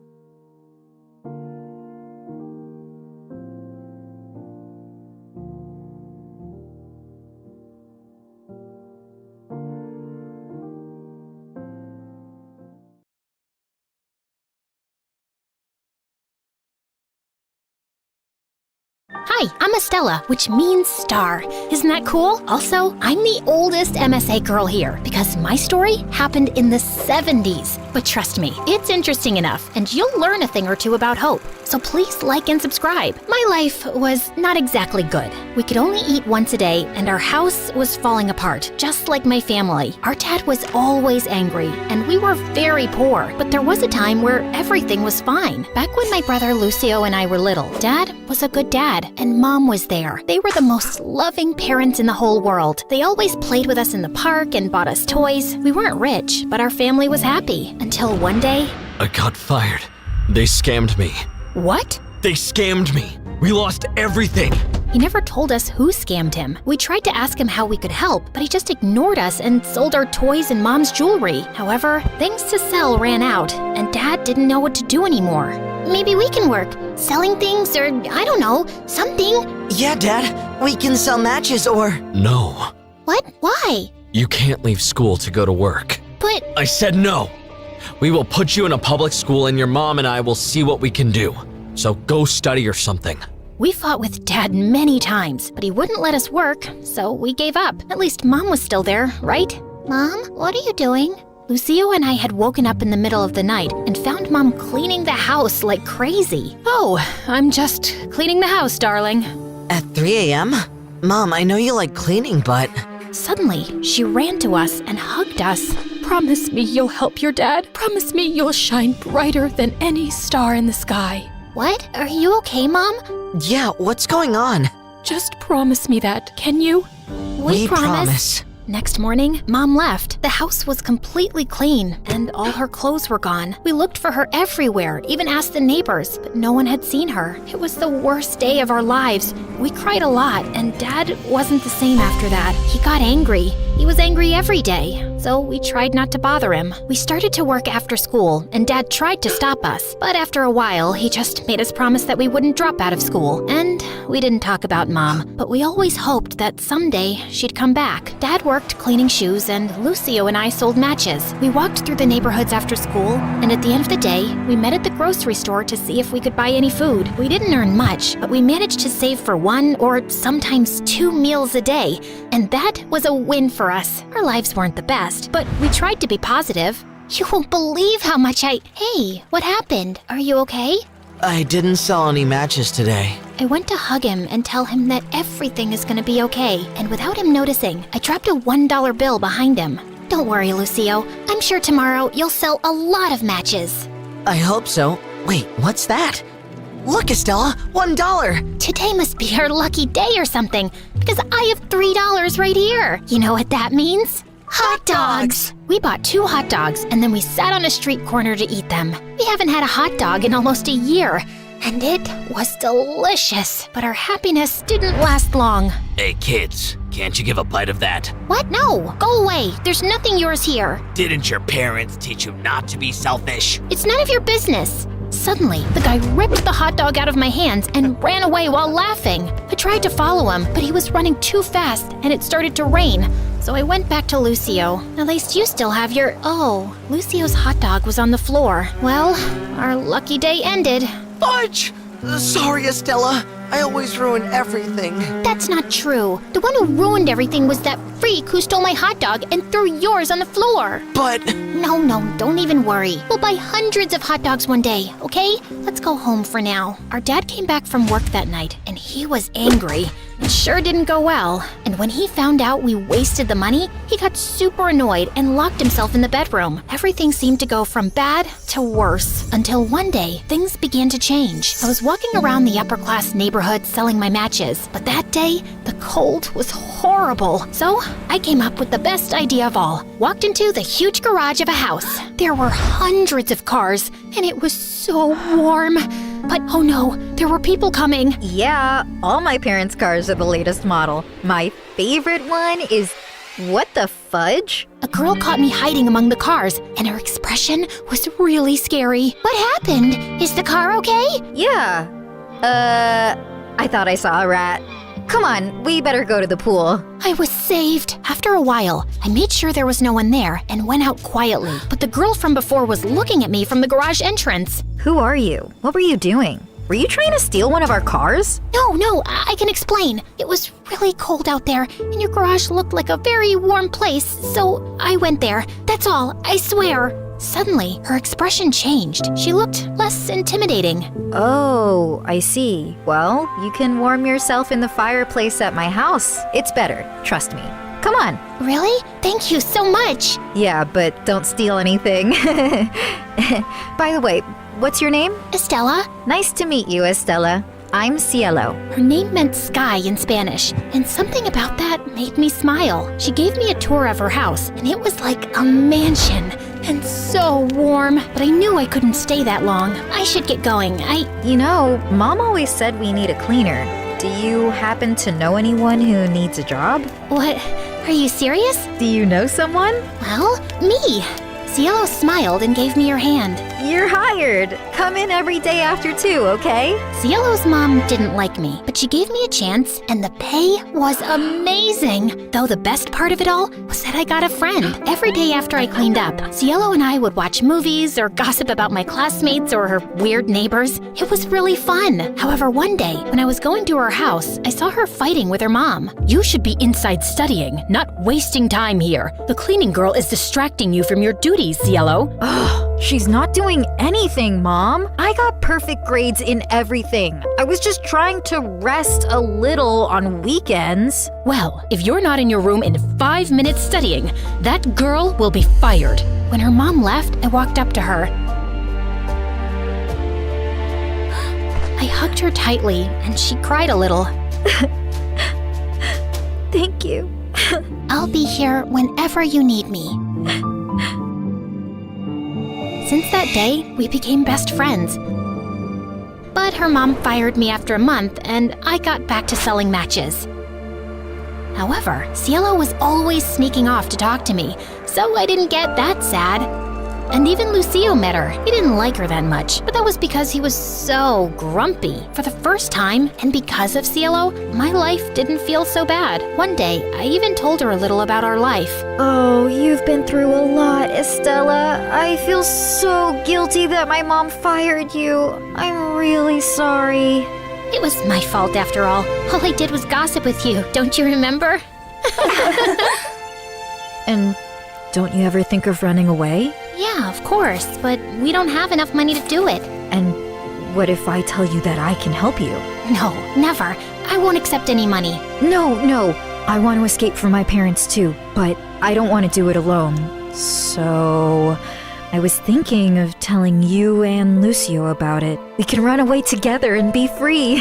What do you think? Are you really sure, Cielo? I've never been so sure of anything in my life. However, when I told Lucio, he wasn't as sure as Cielo. I don't know, Estella. We could get into trouble. Lucio, this is our only chance to do it. If Mom could do it, run away, then we can. We also deserve a good life, away from Dad. Well, we'd have to be extremely careful. After that, our plan started. We raised as much money as we could with Cielo's help. And some weeks later, I went to the train station and bought train tickets to Sweden to leave in 2 days. Sweden? That's where? Yeah, I hope she's still there. Okay, here I feel like a dog at a chess game. What are you talking about? My mom. I told you about her, didn't I? Well, sometimes she sends us postcards from Sweden and... You want to go find her? Yeah, but we don't know if she wants to be found. If she sends you those postcards, it must be for a reason, isn't it? Lucio and I smiled at Cielo. She was a really good friend. The day came, and Lucio and I told Dad we were going to work, while Cielo told her mom that she was going to the mall. We only carried a small backpack with some clothes, so nobody suspected anything. We met at the train station, and Cielo looked at me and gave me a weak smile. When the train was arriving, Lucio grabbed my hand.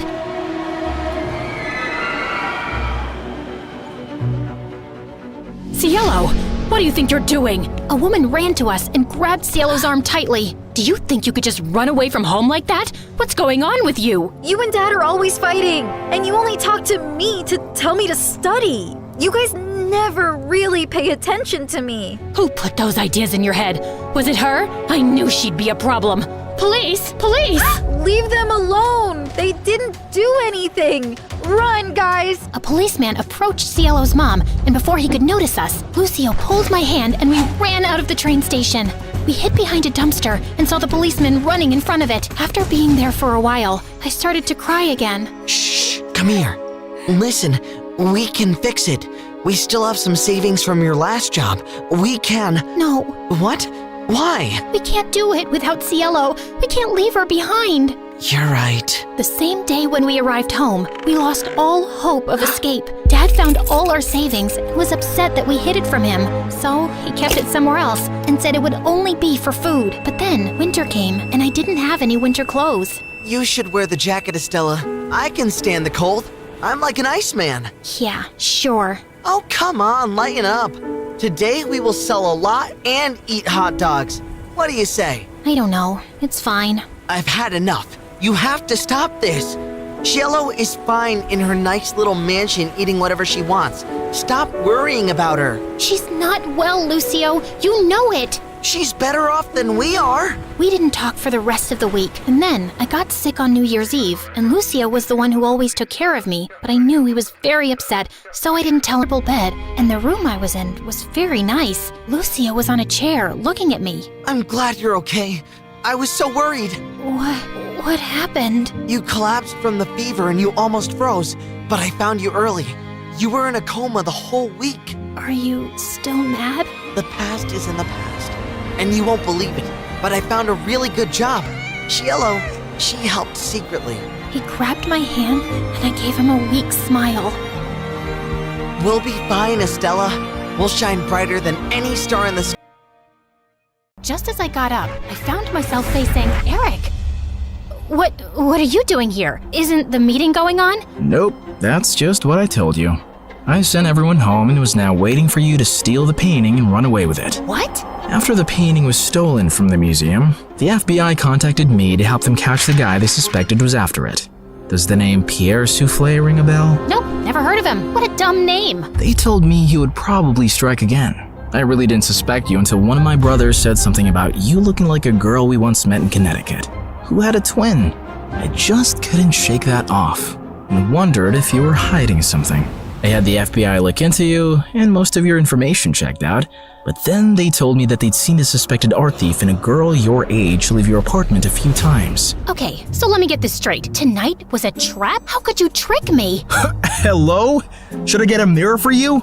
You've been tricking me from the very start. That's different. Only if different means exactly the same. You'd really send me to jail? You'd really walk away with that painting? Eric, I have to do this.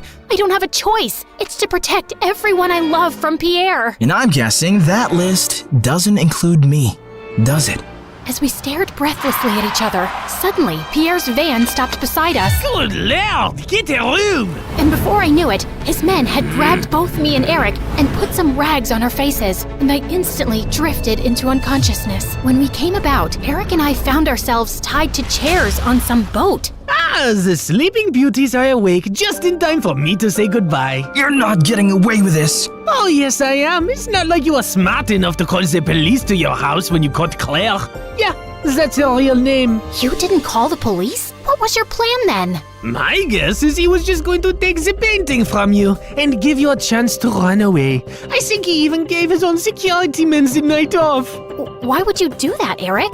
Because he wasn't going to send the girl he loves to prison. Duh. Eric sat there poker-faced as I glanced at him. Pierre, you got what you wanted. Now keep your end of the deal. Pay up and let us go. Your sister double-crossed me first, which landed you in this mess, remember?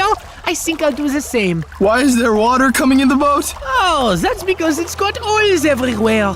It's going to sink soon. You two should make up and forgive each other because life's too short to be angry. I mean, literally, your life is really short. I'd say about another 30 minutes. Adieu. So long. Farewell. And with that, Pierre and his goons left. There has to be some way out. Don't you know how to get out of such situations after all your years as a criminal? I'm a con woman. I don't know how to trick my way out of these ropes. Great! Then I'll just die here with you of all people. Who would you rather die with? Maybe that really pretty, extra smiley waitress at the restaurant you love so much? You know what? Let's just not talk. Fine by me. We sat silently for a few minutes as the water kept seeping in. I've never had boba tea. What? You know, a few years ago when everyone really got into boba tea, and I never had boba tea. I always thought I had time to drink boba tea, and now I'll never drink boba tea. It's nothing special. You didn't miss much. You really mean it? Nah, it's amazing. Who is stopping you from trying boba tea? No one? Oh, you're the worst. Let's go back to not talking. As we sat there in silence again, I slipped my fingers through Eric's. Eric, I'm so sorry for getting you into this. I really wish I'd never crossed your path. He pushed my hand away. For the first time today, I agree with you. Just then, the door burst open, and Meredith came running in. Thank God, Em. I knew you'd come for me. You could have told me too. I would have panicked less. Hi, Eric. Remember me? We kissed once. We'll talk more later. Gotta go now. Meredith cut through our ropes quickly, and we splashed through the water, climbed onto the paddle boat outside, and rowed back to shore. I had a feeling Pierre was up to no good. I followed his van to Eric's house and saw him take you two and bring you here. I had to wait for him to leave before I could rescue you, and that jerk left without giving us a dime. We have to get that painting back. He can't get away with it. What is so special about that stupid painting? Why is it for $10 million? Apparently, it's worth much more. My grandmother bought it at some auction a few years ago, but I don't think she ever knew its real worth. The FBI told me that painting has hidden codes all over it. Sensitive government secrets and coordinates of underground facilities, and Pierre wants to sell those secrets to the highest bidder. Jeez. Trust stupid men to make everything so complicated. Who put codes in a painting? Who wants them now? What is wrong with everybody? All I ever wanted from life was to go to Bora Bora, and now we have no money! If you girls know anything about where he's going, help me catch him. I'll tell the FBI you were helping me all along, and you'll go scot-free. Free but poor? Should I offer you a reward for helping me get back a painting you stole from me? That would be polite, yeah. Meredith, do you have any idea where Pierre's going? Yeah. I've bugged everything that man owns. His phone, his coat, his shoes, that painting. I know where he's going. Oh, by the way, Mom wants us to come home. She says she has something important to tell us. And yeah, her memory is back, and she's very angry we made her marry Arthur. What? More about that later. Eric immediately got in touch with his FBI contacts, who picked us up from our spot and followed Meredith's trackers on Pierre. He was headed for a train at the Grand Central Station, and seconds before he was about to get onto his ride, he was surrounded by officers. Don't manhandle me, you orangutans! My outfit costs more than your yearly salary! I lose the day I ever laid eyes on you two! I'll make sure I take you down with me! I'm taking all your coats, Pierre. They fit me perfectly, you tiny mafia boss.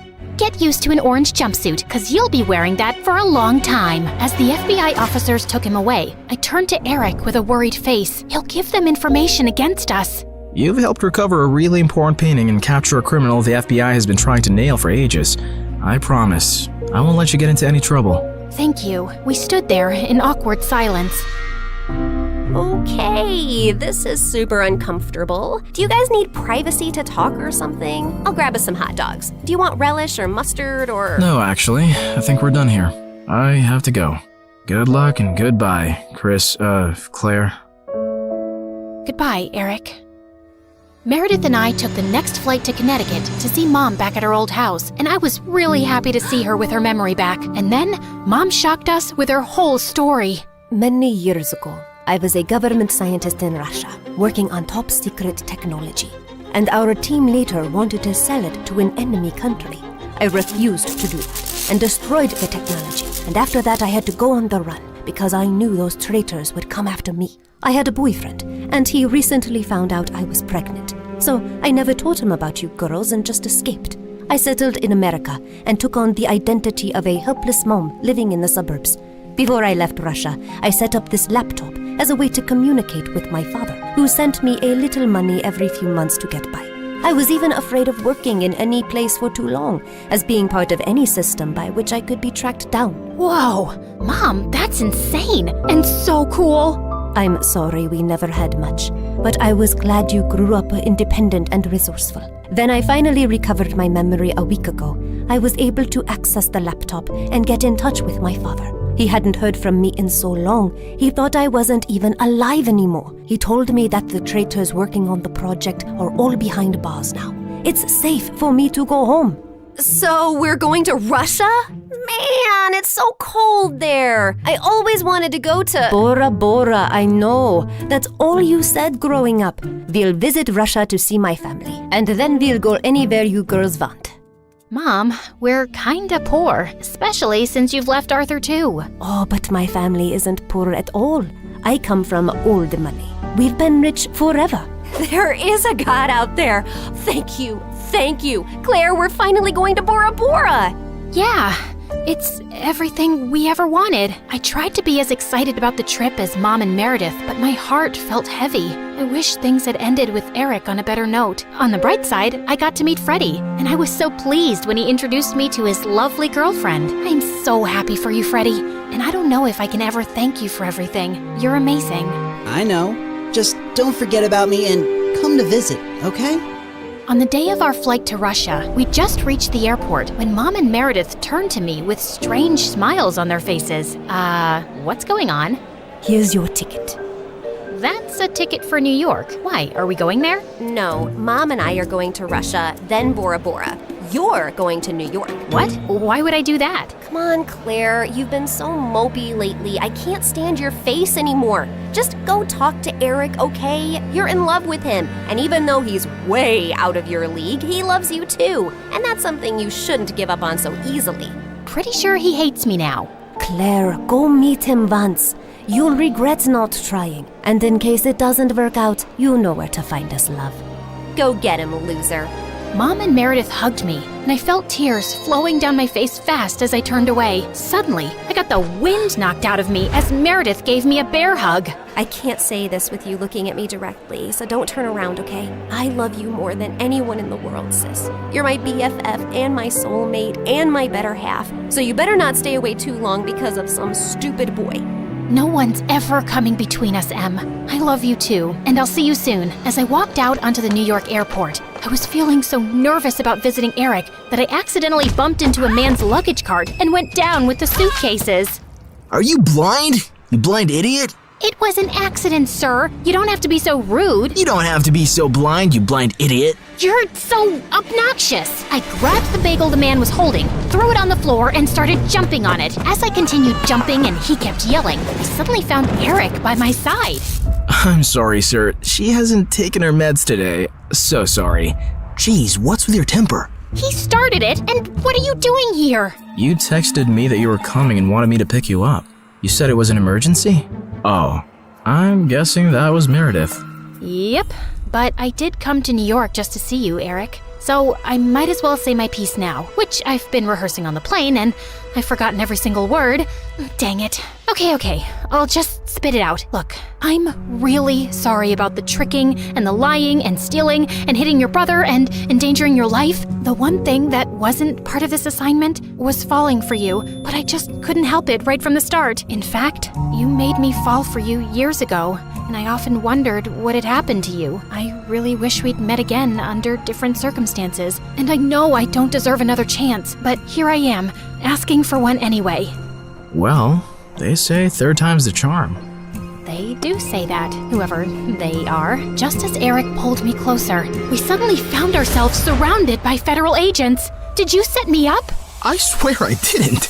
Ma'am, there's no need to panic. We got notified about your arrival in New York when you checked in for your flight. We've also apprehended your sister before she could leave for Russia. We've been looking for you girls for a long time, actually, but you always managed to get away. Now we have a deal for you. Come work for us and help us nail some con artists, and you'll have a clean slate. Are you offering me a job? Yes, and a really well-paying one. The only catch is that you two will have to serve 6 months jail time first. We have to do that as a formality. No, officer, there has to be another way. Eric, wait, it's okay. I think I need to do this actually. Maybe we got away for too long without any consequences. If this gives me a chance to start over fresh, I'm willing to do it. What about Meredith? Oh, she's gonna be pissed, but she'll do it for me. So, will you come see me in prison? It's a date.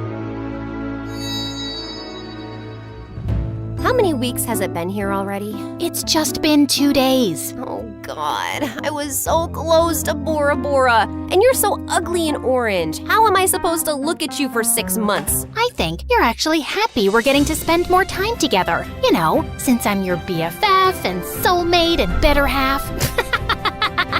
That was so cheesy. Ow!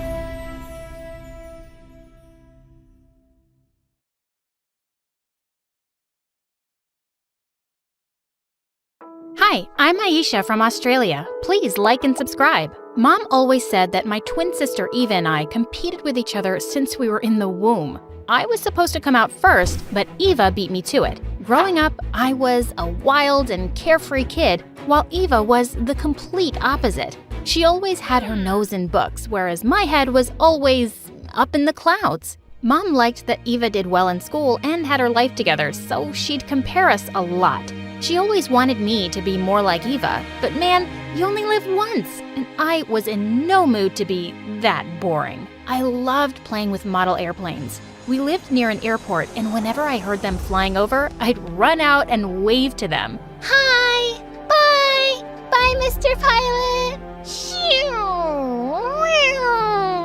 I knew that when I'd grow up, I'd be a pilot, and I'd fly away anywhere I wanted. I could never sit still for long, and I'd always get in trouble for being too wild. Once when I was 7, a mosquito kept me up half the night, so I decided to use my water gun to get revenge. But when I accidentally knocked over Mom's favorite flower vase, she was so mad. Aisha, that was so expensive. Why can't you be more like your sister? Here, Mom, take my shoe. She deserves a good beating for this. It was an accident. I just wanted to get that stupid bug. Mom never raised a hand to me, but I think I pushed her buttons a lot. At school, I was super popular and I had a best friend, Ryan. We'd play together every day, and he always picked me up on his bicycle and we'd go for fun rides. I think Eva liked him though.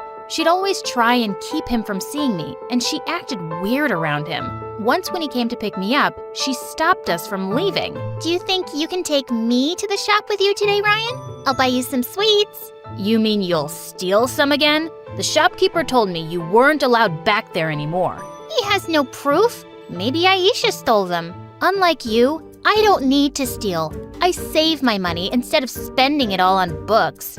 At least I know how to read, unlike you two dummies. As we cycled away, Eva angrily picked up a pebble and threw it straight at us. Ryan dodged it, but he lost his balance, and we both fell off his bicycle. We laughed at her silly tantrum and rode off while she cried to Mom. When we reached middle school, I realized that Eva was right about one thing. I would have to study harder if I wanted to be a pilot one day. I'd never admit that to her though, but I started working much harder. And by the time I was in 8th grade, I won the best scholar over her. She was so jealous. To celebrate, Mom took us out for a picnic, and Eva pouted the entire time. That is, until a boy on a bike passed us and splashed me with dirty water. Now that is something worth celebrating. You stop right now and apologize. To my surprise, he actually stopped and took off his helmet. Oh, my, did I do that? I'm sorry, I was in a hurry.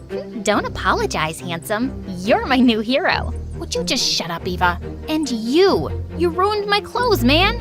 Wait, I have an idea that'll help. Suddenly, the boy picked up a garden hose and sprayed me down from head to toe. I screamed and covered my face, and the jerk ran to his bike and rode off. Eva laughed all the way home, and I wanted to kill them both. Luckily for me, I got revenge when I beat Eva for head prefect of the 9th grade. She was so upset by the news that she tried to have a revote, but the senior class president said I had won by a landslide. Try not to be a sore loser, Eva. I won fair and square. If she didn't hate me already, she sure did now. One day at school, I noticed a boy sliding down the railing of the stairs, and I realized it was that jerk who'd ruined my dress. As soon as he saw me, he started running, and I followed. But he was too fast for me, and I lost track of him in the garden outside. As I turned around to go back inside, he suddenly appeared in front of me, holding a bunch of roses. Oh God, those were from the principal's precious garden. Pretty roses for a pretty girl. I thought you should have them after I was so rude. You're in so much trouble. Those are the principal's roses, and she's gonna… Shh. You always look so angry. Why don't you give those beautiful lips a rest? I'm Eric, by the way. He then took my hand and kissed it. You're an odd duck. When he suddenly quacked like one, I couldn't help but laugh. It turned out he was a new student, and literally every girl was going crazy over him, including Eva. She did everything she could to get his attention. One day at lunch, she accidentally bumped into him, and her scarf got caught on his watch. When she giggled and said fate was trying to bind them together, I almost threw up. But Eric just took off his watch and set it down on the table. There, now fate is binding you to the table. The look on her face as he walked away was priceless. And I had to admit, I liked his style. We began to spend a lot of time together, and I really enjoyed his company. And I was kind of falling for him too. But I was spending less time with Ryan now, and he seemed very upset by that. I told him he'd be my best friend no matter what, but he almost seemed jealous. Eric didn't like me spending time with Ryan either. One day while we were studying together in the library, Eric saw us and he freaked. Are you trying to steal my girlfriend? Why are you always around her? He grabbed Ryan by the collar and shoved him away from me. Eric, what are you doing? He's my best friend. He wants to be more, and he won't admit it. That was the first time I noticed Eric's possessiveness, and I was so mad at him, but he begged me to forgive him. I'm so sorry. I'll never do it again. Please, forgive me. I couldn't help but forgive him. Maybe he just didn't know how close Ryan and I were. The next day, Ryan came over, and he was so upset. Trust me, that guy is bad news, Aisha. You just don't know him like I do.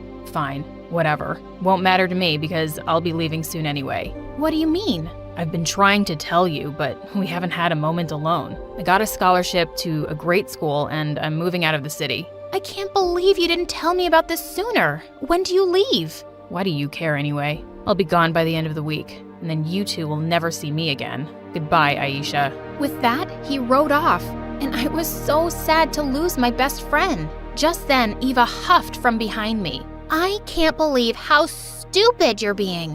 What are you going on about? Ryan is totally in love with you, you idiot. He has been since we were kids, and you're wrecking it all for that jerk Eric. What?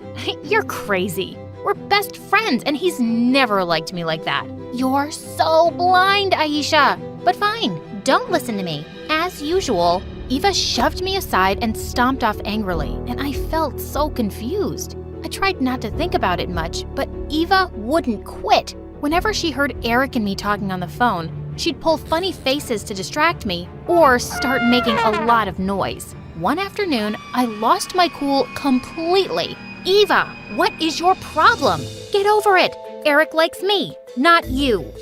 I don't want him. That guy's a jerk, and you're being foolish. He is no good. Yeah, nobody's good enough for me, but they're perfectly fine for you. You'd take him in a second if you wanted you. Maybe she finally got the message because she stopped nagging me about him. After graduation, Eric and I got accepted into the same university.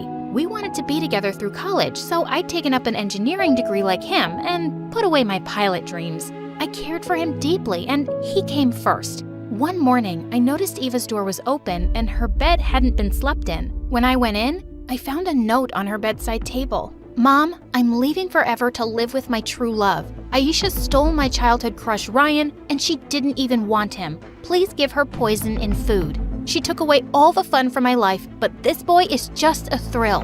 What? I didn't even know she was dating anyone. After this news, Mom had a total breakdown, and I had to take over doing everything in the house. She slept the whole day and was never interested in anything anymore.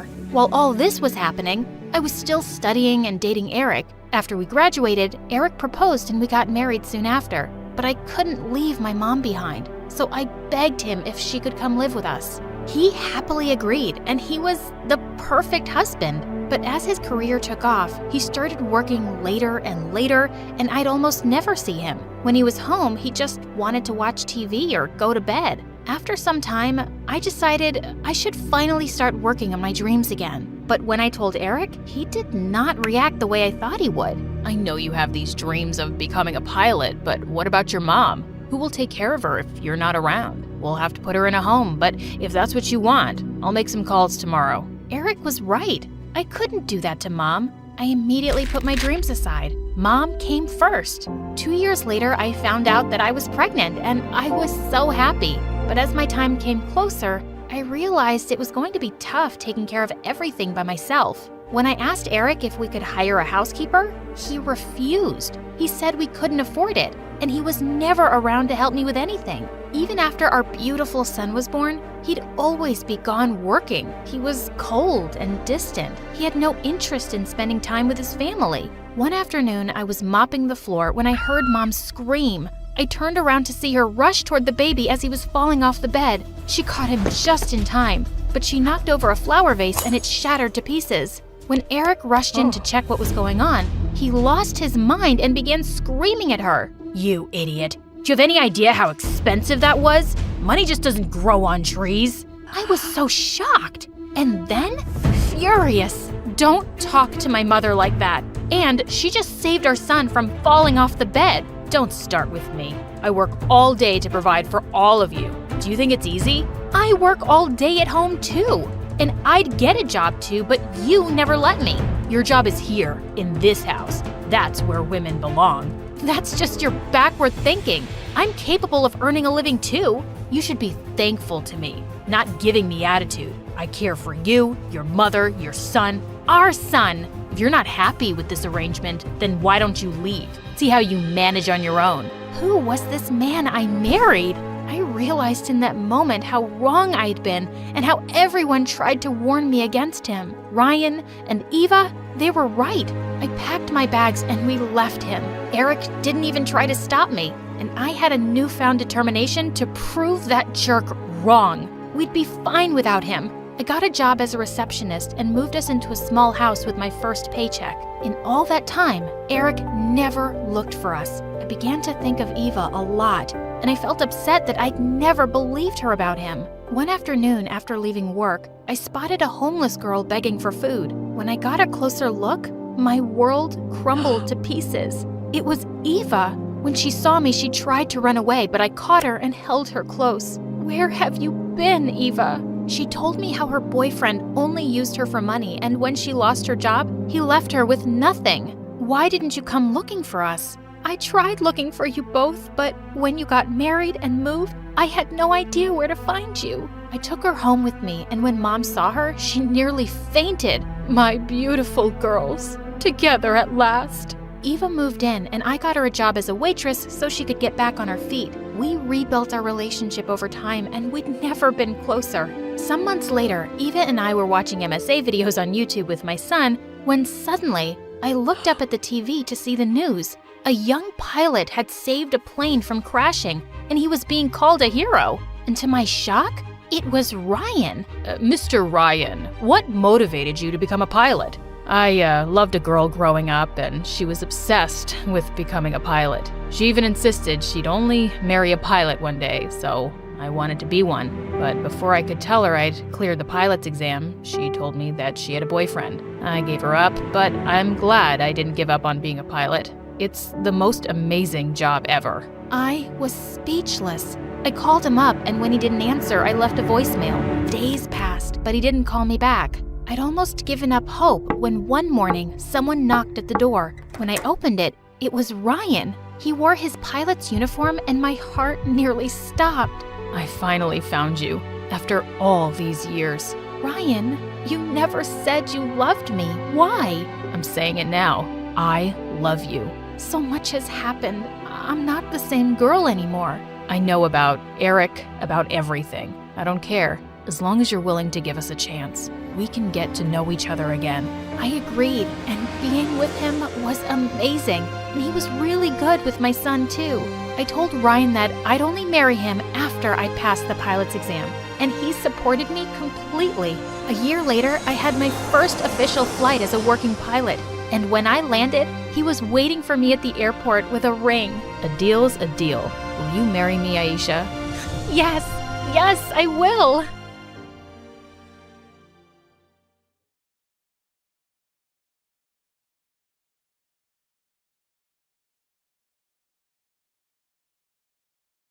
My heart was pounding as I landed on the other side of the wall, and I didn't look back once at the mansion as I ran away.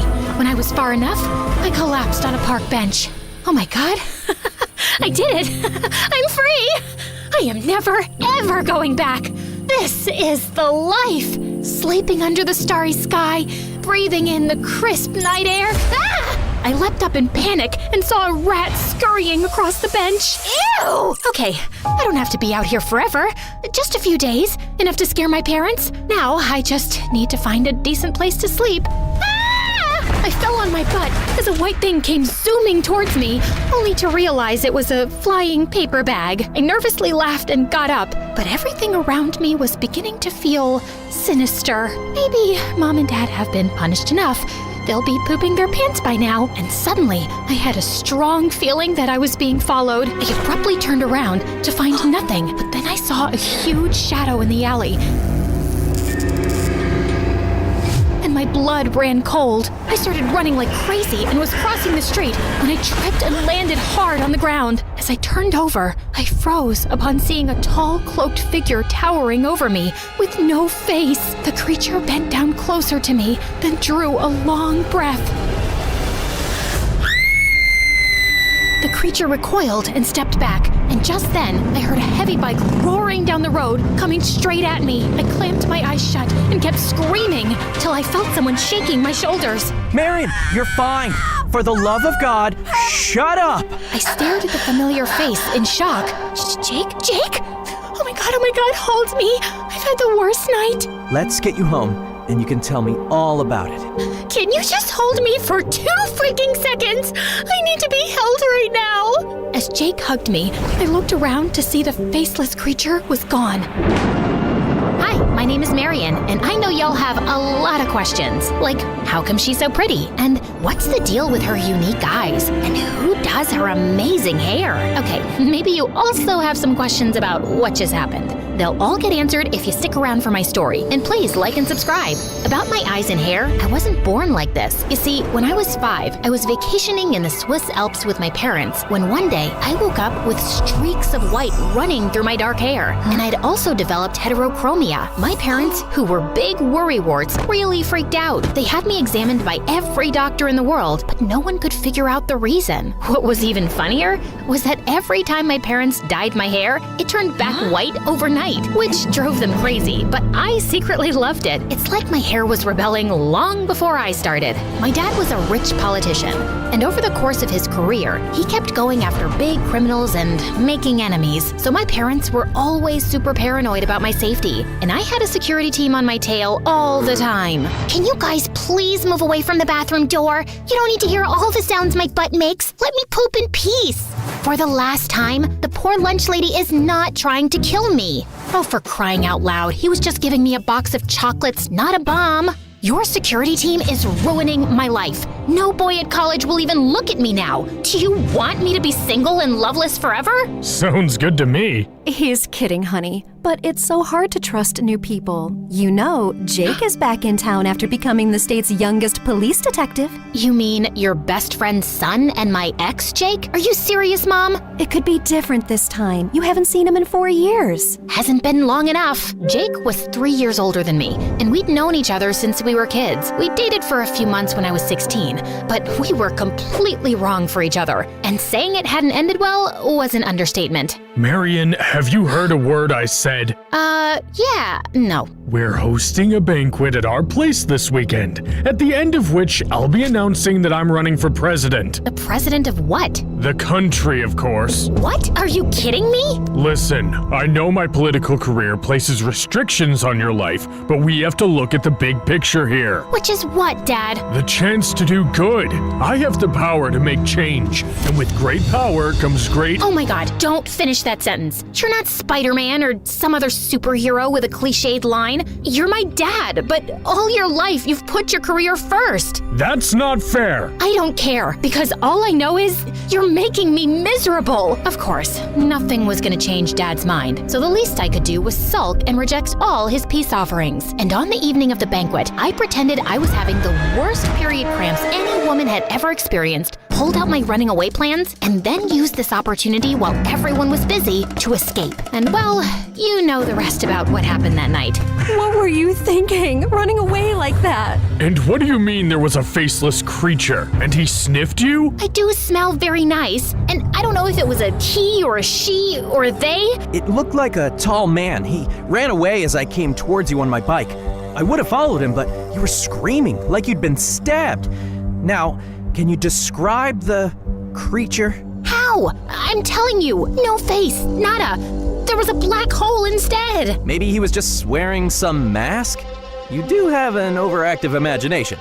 Weren't you always writing some dumb horror novel? I'm not making this up. Oh God, he could be someone from one of the mafia gangs I busted recently. Maybe he's been stalking you and followed you from the mansion when you ran away. We'll just have to amp up security. You mean besides the 8 morons who follow me around all day already? With all due respect, sir, I think we need a more qualified personal bodyguard.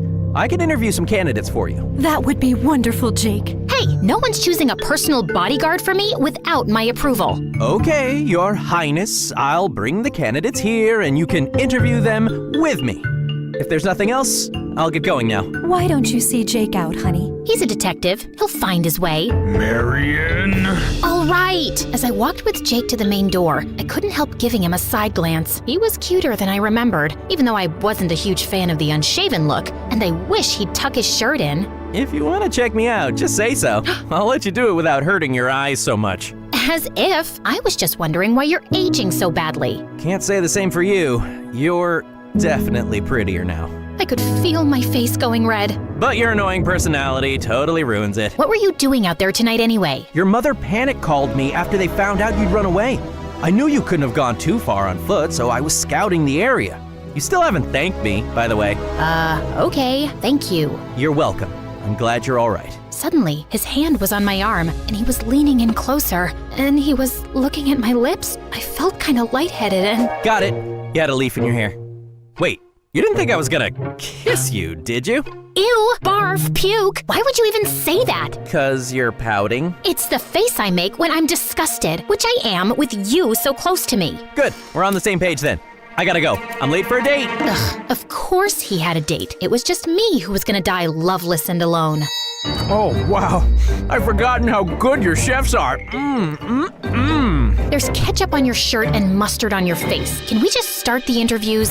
Nope, too old. His reaction time is probably slower than mine. Nope, too chatty. He'll chew my ear off all day. Did you see his long nose hair? Ew, Jake, ew. What kind of self-respecting bodyguard wears bright pink socks? His tie was crooked, and so were his teeth. You're just finding stupid reasons to reject everyone. My team took 3 days to compile this list. Look, this person has to spend every waking moment with me, and it has to be someone I'm comfortable with. Next! As the door opened and I looked up, my jaw dropped to the floor. The guy who'd walked in was tall, dark, handsome, and then some. He had skin like marble, cheekbones you could grate cheese on, and intense blue eyes that pierced my soul. He was immaculately dressed, and you could tell through his clothes that he was ripped.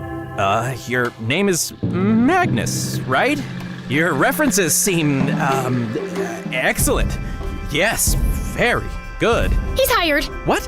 The interview isn't over. It's not even started. Excellent references, right? That's all I need to know. You're hired, Magnet. His name is Magnus. I know. I'm not stupid. So you can start tomorrow, yes? I certainly can, Miss Marion. Oh my God, that voice. I was melting like butter on warm toast. Welcome to our home. After I've run a background check and consulted with Miss Marion's parents, Magnus, we'll be in touch. As Magnus nodded and turned to leave, Jake suddenly grabbed an apple from the table and shot it straight at him. Seconds before it was about to hit the back of his head, Magnus turned around and caught it with one hand. What was that? Just checking his reflexes.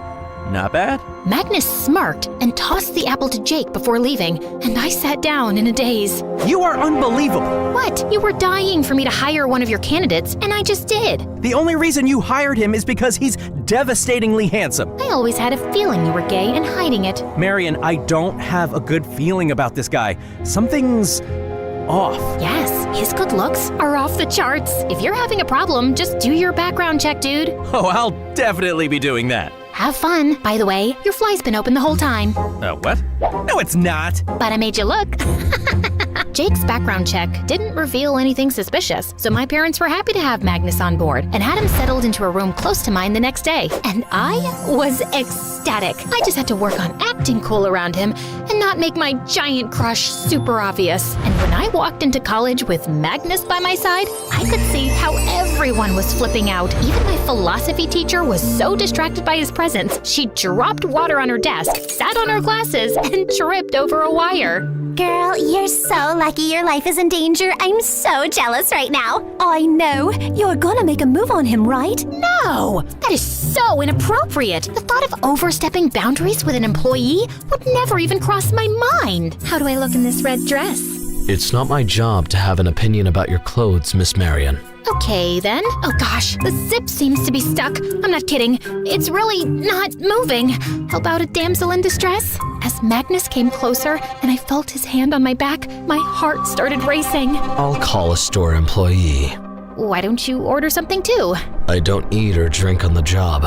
But you're on the job all the time. By the way, does it bother your girlfriend that your work involves taking care of a pretty girl? I don't have a girlfriend. Oh, thank God. I mean, I'm glad because I have a knack for setting up people. No one specific in mind for you right now, but I could look into it. So, what kind of girls do you like? The non-existent kind. The car's here, ma'am. Let's go.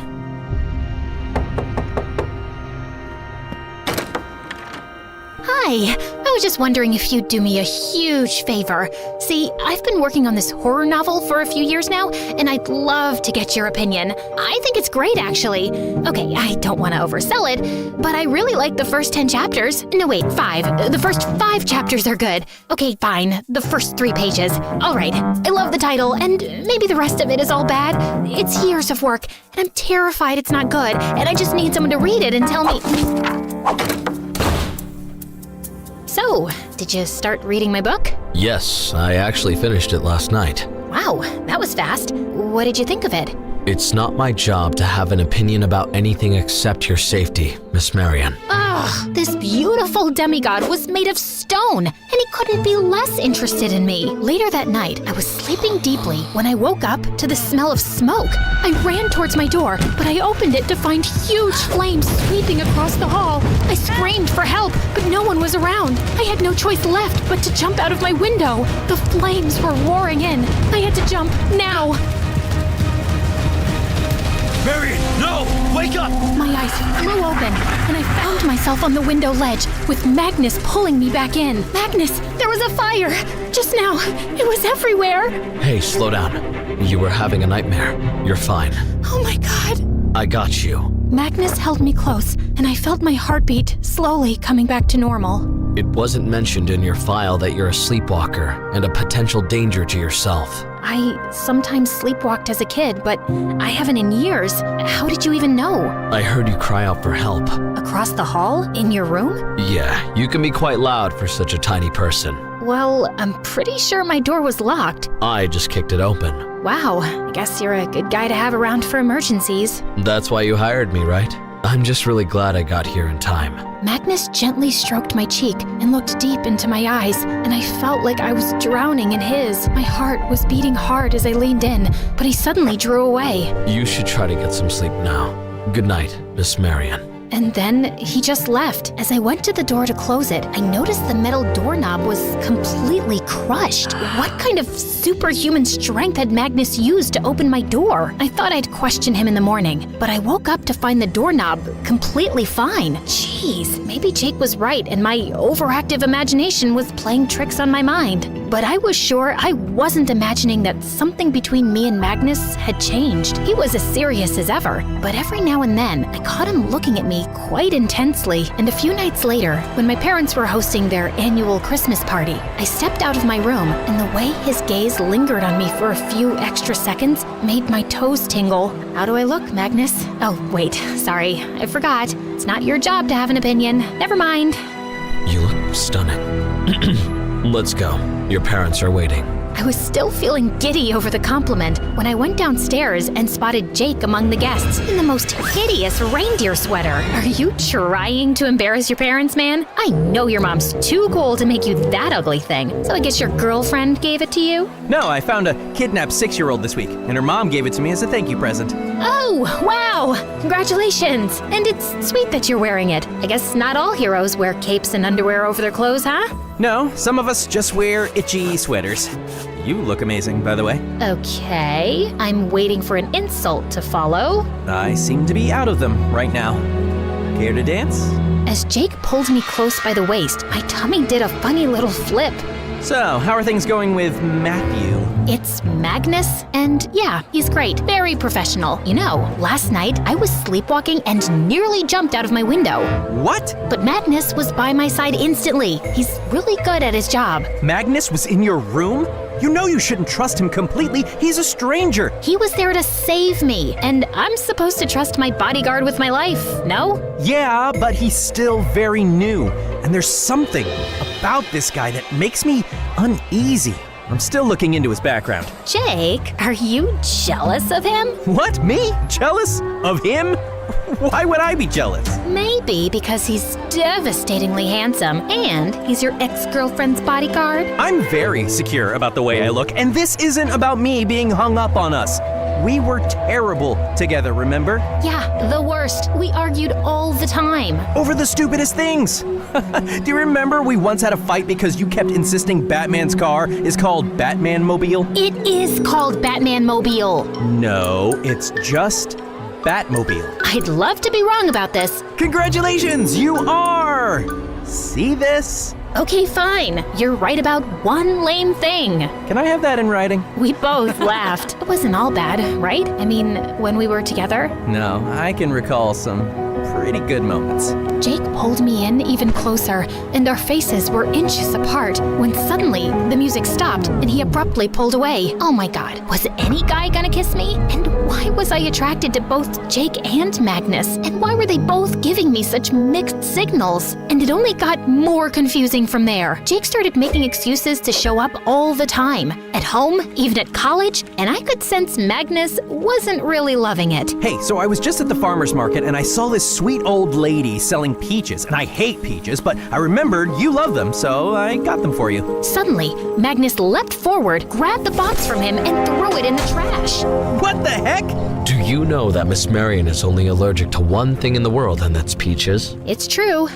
Oh, I knew there was some connection between you and Peaches. I just forgot what. Maybe you should read her file properly. Maybe you should just mind your business, dude. This is literally my business, sir.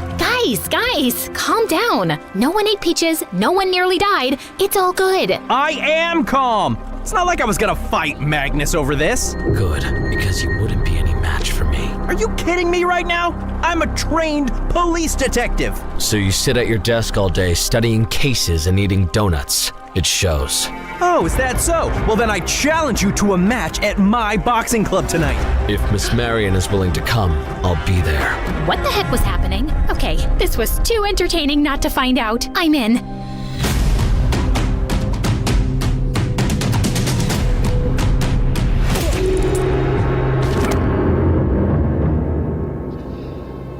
Ow, ow, ow. Why did you challenge Magnus to a fight, dummy? Because he gets under my skin. Well, it was stupid, 'cause he's ripped, and you're not as ripped, but you still look good. What's his workout routine anyway? I don't know. I've never seen him work out. Maybe he's just naturally blessed. Maybe you should just leave. I really had no idea when Magnus did anything. But late one night, as I was writing at my desk, I looked out the window to see Magnus walking across the backyard, and I decided to follow him. And I found him in a school football field, lifting a massive boulder for weight training like it was nothing. What on freaking earth? And then he started running laps around the field at a speed that made my head spin. He was going so fast, he was becoming a blur. I let out a gasp, and suddenly he stopped. He looked here and there for a few seconds, and then quickly left. My heart was pounding as my thoughts raced. I ran back home to confront him, and when I knocked on his door, he opened it sleepily. Is everything okay, Miss Marion? No, everything is not okay. Don't even act like you were sleeping right now. I saw you. What are you talking about? I saw you on the football field, lifting a giant rock and running at supersonic speed. Have you been sleepwalking again? This is very dangerous. Don't change the subject. It was you, Magnus, and I want to know who you really are. Are you even human? Are you giving me a compliment or interrogating me? Look, I've been asleep for hours, and I don't know what you saw, but it wasn't me. It's your overactive imagination. I hate it when people say that. I know what I saw, and I think you have superpowers. Well, I'll admit, I do have one superpower. I can read minds. Suddenly, Magnus was leaning in really close. Can you? Yeah, you're thinking that I look exceptionally good right now, and you know it's inappropriate, but you're wondering what it would be like if I kissed you. You've never been more wrong about anything in your life. Okay, so which one is it then? Do I have superpowers or not? I guess not. I walked off to my room, feeling like I was losing my mind. It was definitely Magnus I'd seen in the field. A theory was forming in my head, and I needed to find out more to confirm it. I had midterm exams the following week, so I mostly kept to my room, avoided Magnus as much as possible, and didn't entertain Jake either. But on the weekend, there was a big college party at a dance club, and I was determined to go. Your father isn't too enthusiastic about this. He's been cracking down on more criminal gangs lately, and he'd like you to stay out of the public eye as much as possible. Well, can't you tell him that I'm going because I deserve some fun, and you'll protect me? That's why I have you around, right? The dance club was completely buzzing, and I was having a great time when suddenly someone pulled me away from my partner. It was Jake. What are you doing here? Why haven't you been answering my calls? I told you, I was busy studying. Sure, looks like it. Look, I need to talk to you about Magnus. What now? Something is giving you an uneasy feeling in your stomach again? Well, yeah. Then either you have a crush on him or you're eating expired food. Either way, I've lost interest in this little game you're playing. What game? Jake, you haven't contacted me in 4 years, and I know you don't really like me, so the only explanation for you turning up all the time now is that you've got some silly ego competition going on with Magnus. It's not like that. Okay, so if Magnus is out of the picture, you'll still come around? Maybe ask me out? Maybe. I might. But I really have something more important to talk about right now. No, I just want to have fun. I was walking off when Jake grabbed my hand and then pulled me into a kiss that left me breathless. Do I have your attention now? But just then, Magnus was by my side, pushing Jake away. What do you think you're doing? It's clear that you're forcing yourself on Miss Marion, and I want you to leave. Wait, no, that's not... Don't tell me what to do. She's safe with me. Aren't you a detective? It's always the ex-boyfriend who's trouble. I don't trust you. The feeling is mutual. Jake punched Magnus, and before I knew it, the two had broken out into a crazy fight. As a crowd gathered around them, I suddenly felt a hand clamped over my mouth, and some hooded man was dragging me away through a back entrance, and no one was even looking at me in the chaos. I tried to kick and scream, but the man's grip was too strong as he led me out into a dark alley. I felt panic rising in my chest when suddenly Magnus appeared and attacked the kidnapper. The man pushed Magnus off with a great force, sending him flying into a wall as he ran away. Magnus! I'm fine. Are you okay? Yeah, I think so. I just got really scared. I'm so sorry, Marion. Hey, You're bleeding. Just then, I noticed my leg was grazed and some blood was trickling down. Magnus drew a sharp breath and his face looked paler than usual. What is it? Nothing. Sometimes blood makes me a bit sick. I'm calling the car. We need to get you home. Where's Jake? Punched him into a coma, hopefully. Magnus? He's fine. I want to know exactly what happened tonight. How is it that a police detective and a bodyguard I pay a lot of money to were both there at the nightclub and my daughter nearly got kidnapped? Jake is interfering with my job, and his actions tonight put Miss Marion in great danger. You need to fire him, sir. I've been meeting with the people who previously hired him, and what they said about him is very suspicious. Which is what? They all said the same thing about how great he is at his job, but it sounded fake, like they'd been hypnotized or something. We were all looking at Jake like he was crazy. And that's not all. A few days ago, I saw a tattoo on his wrist, which I traced back to a dangerous criminal group that escaped prison a few years ago. Show us your left wrist, Magnus. Magnus looked at Jake silently and pulled up both sleeves, and neither had any tattoo. What? No, I saw it. I'm certain of it. Jake, I don't know what's going on with you, but you need to stay away from Marion. I won't have your wild theories put my daughter's life in danger. Let the bodyguard do his job. But I'm doing my job too, and I know I'm right. I don't remember hiring you for one. I'm getting a restraining order against you, Jake. Stay away. Jake gave me a long look, then left angrily. Later that night, I just couldn't sleep and went up to the rooftop, only to find Magnus behind me minutes later.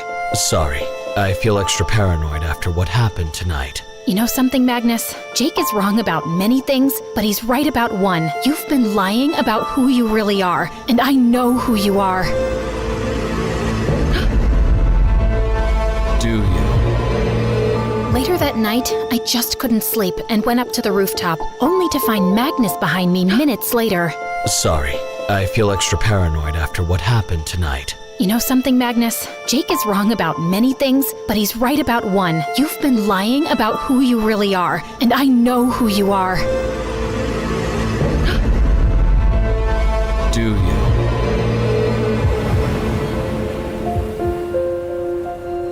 Yes, you're a vampire. Magnus looked at me for a few seconds, then started laughing. Don't mock me. I know you have superhuman strength. You crushed my metal doorknob, which I'm guessing you replaced before I woke up. I saw you lifting a boulder like it was a cat and running at supersonic speeds. You have a heightened sense of hearing. That's why you heard me talking in my sleep. And that ring you wear, it's an amethyst, and it protects you from the sun, right? Also, I noticed your face when you saw my blood. I don't think blood makes you sick. There's another term for it. It's called bloodlust. Magnus's face was as expressionless as a rock. You're wrong. Suddenly, I felt furious, and I stepped onto the ledge. What do you think you're doing? Vampires can fly too, right? According to all my research, they can. So I'm gonna jump off the roof, and if you're a vampire, you'll save me. And if you're not... Are you insane? Get off the ledge! Admit that you're a vampire! I'm not a vampire! Stop lying to me! Just get off and we'll talk, okay? I promise. I was about to climb down when suddenly my foot slipped and I fell off the roof. Ah! The scream had barely left my throat when I felt Magnus scoop me up in his arms and fly up to the sky. Oh my god, we're freaking flying! Marion, are you out of your mind? What if I wasn't a vampire? I wasn't actually gonna jump. That was an accident. But thank God you're a vampire. And I can't believe I'm flying. Woohoo! We flew over the city lights and ended up on top of a tall building, looking down at the amazing view. Are you gonna tell me the truth now? Why would a vampire need a job as a bodyguard? Aren't you guys supposed to be loaded? What are you actually doing here? And who tried kidnapping me tonight? If someone could send you flying like that, it wasn't human. You're pretty smart, aren't you? I didn't think so after reading that novel of yours. Aha! So you hated it. Okay, we'll talk about that later. Since you've done your research, I'm sure you know that vampires are almost extinct by now. Humans over the centuries have tried everything to eliminate us, but the most successful campaign against us has been to poison every water body in this earth. It's silver. It does nothing to humans, but once it's in the bloodstream of vampires, it slowly kills them, like cancer. There are only a few hundred of us left now, and we'll all die. How long have you been alive? About 3 centuries. Whoa, and now, how much time do you have left? Maybe another 50, 60 years. To be honest, I'm okay with that. People wish they could live forever, but when you live that long, you witness a lot of terrible things, and I've seen enough. However, most vampires don't share my view, and some of them are very sick, so they'll die soon. That's kind of where you come in. Me? What do I have to do with this? Do you have any idea why your hair turned white and your eyes changed color?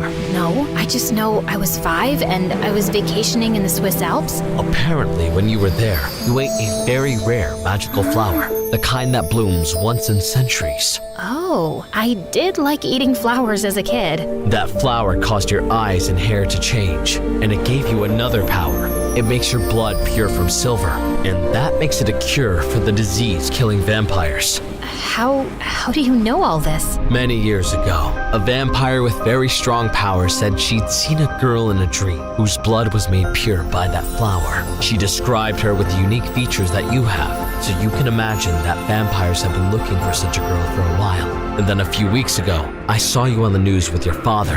I wanted to get closer to find out if you're the one, so I'd been keeping an eye on you. The creature you met when you ran from home, that was me.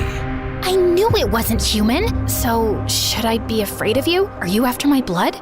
No, I told you I don't want a longer life. But I did fake my references and signed up to be your bodyguard to get closer to you, find out if you really are the one, and then protect you from the other vampires who will inevitably find you. I think one of them just did. And you're sure it's me? I wasn't, till I smelt your blood tonight. It definitely is you. Okay. This is a lot to process. You know, I can donate a little blood if it'll save you guys. A little won't do. They'll take enough to kill you. His words sent a shiver down my spine. So, what do I do now? I'll never be safe. I'll be hunted all my life. The only thing I can think of right now is to get you to a safe place. And then I have to somehow convince the other vampires that you're not the one.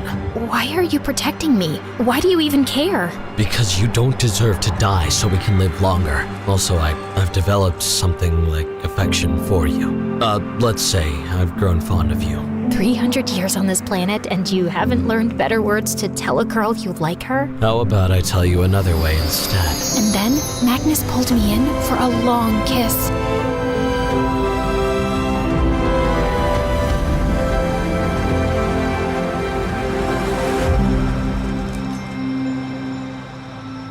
We didn't want to send my parents into panic mode, so I acted like I was really shaken up by the recent kidnapping attempt and needed to get away from the city for a while. Magnus said he could take me to a safe house, and my parents agreed. I'm surprised my paranoid parents trust you so much. I may have used my hypnotic convincing powers on them. I am both fascinated and terrified by you. I would never hurt you. Just trust me on that. Magnus drove for hours deep into the countryside, and the safe house we arrived at was a giant-sized mansion, more luxurious than any place I'd ever seen. He settled me into a huge suite and then placed a locket around my neck. I have to go right now, but my servants here are completely trustworthy and will look after you. If you need me, just press on the locket and I'll be here in a heartbeat. Will you be all right? Yeah, of course. Magnus kissed me gently and left, but I just couldn't sleep that night. I couldn't get rid of a nagging feeling in my heart. I looked over at my phone, wanting to call Jake, but I had no signal. Finally, I jumped out of bed and left my room to explore the mansion. I just reached the main hall and was looking at a painting when suddenly, loud alarms started blaring all over the place. I stood frozen in panic, then started pressing the locket like crazy. And within seconds, Magnus was by my side. There's a security breach. We need to leave. Now!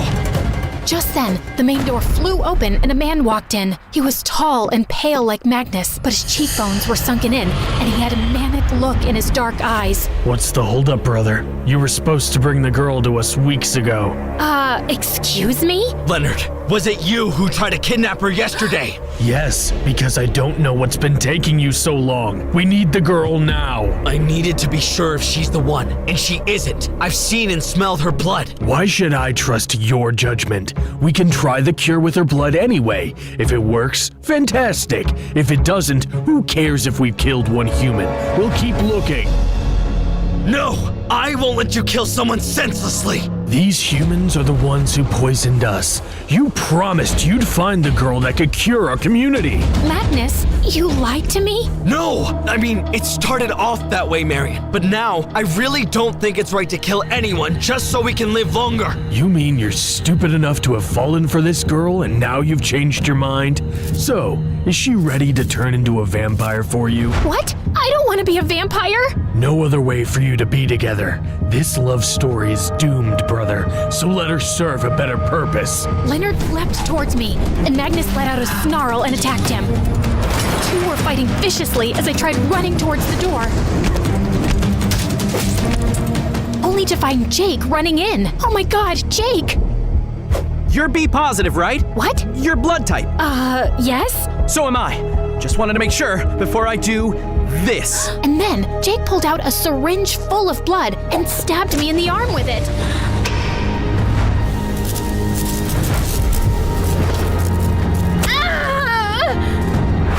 My scream made both the vampires turn towards me, and I felt a weakness that made me drop to my knees. Your hair and your eyes, they've gone back to normal. What's going on? Her blood isn't special anymore. It's contaminated. Leonard, it's over. She's of no use to us anymore. Leonard stared at me with a manic face, then let out a furious scream and attacked Jake, who immediately fell to the floor while Leonard escaped.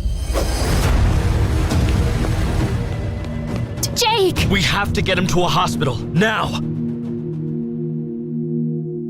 He's gonna be okay, right? Yes, he just has a concussion. He'll be fine. He better be, or I swear to God, I'll kill you! I started punching Magnus angrily, and he grabbed my wrists. He will be, and I'm sorry about everything. You lied. You didn't become my bodyguard to protect me. You wanted my blood. Yes, I lied, but I didn't want it for myself. There are so many vampires who are really sick by now and don't want to die. I wanted to help them, but I swear, a day after I met you, I already knew I'd never be able to go through with it. I don't want to kill any human, least of all you. And I never meant for Jake to get hurt either. How did he even find me? And how did he know the whole blood thing? He's a smart detective. I did have a tattoo on my wrist, which is my family crest, and I had a feeling Jake had seen it and would dig into it, so I removed it. Also, I found some microbugs on myself today, and there's probably some on you too. He's been hearing everything and tracking us. And he just decided to come and deal with vampires and save me without any backup? That's crazy. People do crazy things for people they love. By the way, I'm resigning as your bodyguard. You were fired anyway. Magnus smiled, then took my hands. There's no chance you would go out with me, right? Not if I have to turn into a vampire. What did your brother mean by that? I am, after all, a creature that thirsts for human blood. If I was around you long enough, I wouldn't be able to resist the temptation, and I'd eventually end up turning you into a vampire too. It wouldn't be the worst life. You know, you'd get superpowers. I'm really rich. We could fly around the world. It sounds tempting and hella scary. Magnus, you're lovely, but I don't see a future here. I don't like you enough to even think about giving up my life as a human. And you shouldn't. You're a pretty special human. And between the two of us, Jake's the better guy anyway. He's got a really good heart, and I do see you two having a future together. So, I guess this is goodbye then, Marion. Goodbye, Magnus. He kissed me on the cheek and then left. And a few hours later, I was so relieved when Jake woke up.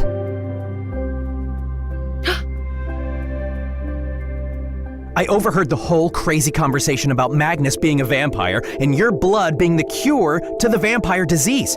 It was so absurd, it sounded like those stupid stories you write. Can you stay on track and not insult me? But it all added up, and you figuring out that he was a vampire was actually pretty cool. You seemed convinced that he was going to protect you, but I couldn't trust him. So I followed you to his mansion, waiting for a chance to get in. I figured if your blood is special and that's why vampires are after you, I had to do something to make you just like the rest of us. I didn't know if it would even work. It was just a hunch. I guess your gut instincts make you a good detective. You knew from the start something was off about Magnus. Yeah, but that might have more to do with jealousy. I mean, come on, I'm straight as an arrow, but sometimes even I just wanted to stare at his face and touch his hair. I don't blame you for crushing hard on him. Yeah, but maybe that's all it was. A crush. He left anyway. He said you're the better guy. What? He did? Why? Beats me. I mean, given his superior looks, his amazing voice, his superpowers. I'm sorry I asked. But you're definitely the better kisser. Believe me, even I was surprised. His kiss kinda gave me a brain freeze. Wow, I kiss better than a hot vampire? Can I have this in writing? You'll have to kiss me again, so I can be sure.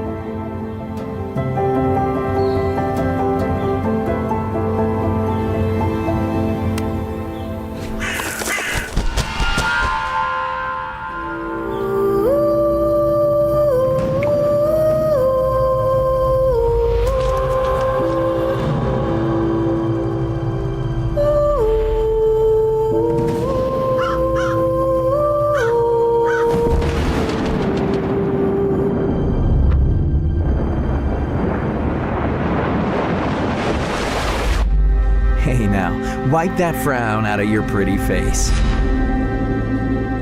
Listen to me, Marion. I won't hesitate to take that supernatural blow many times over just to save you. Bleeding will stop, bruises will heal, and broken bones will mend back together eventually.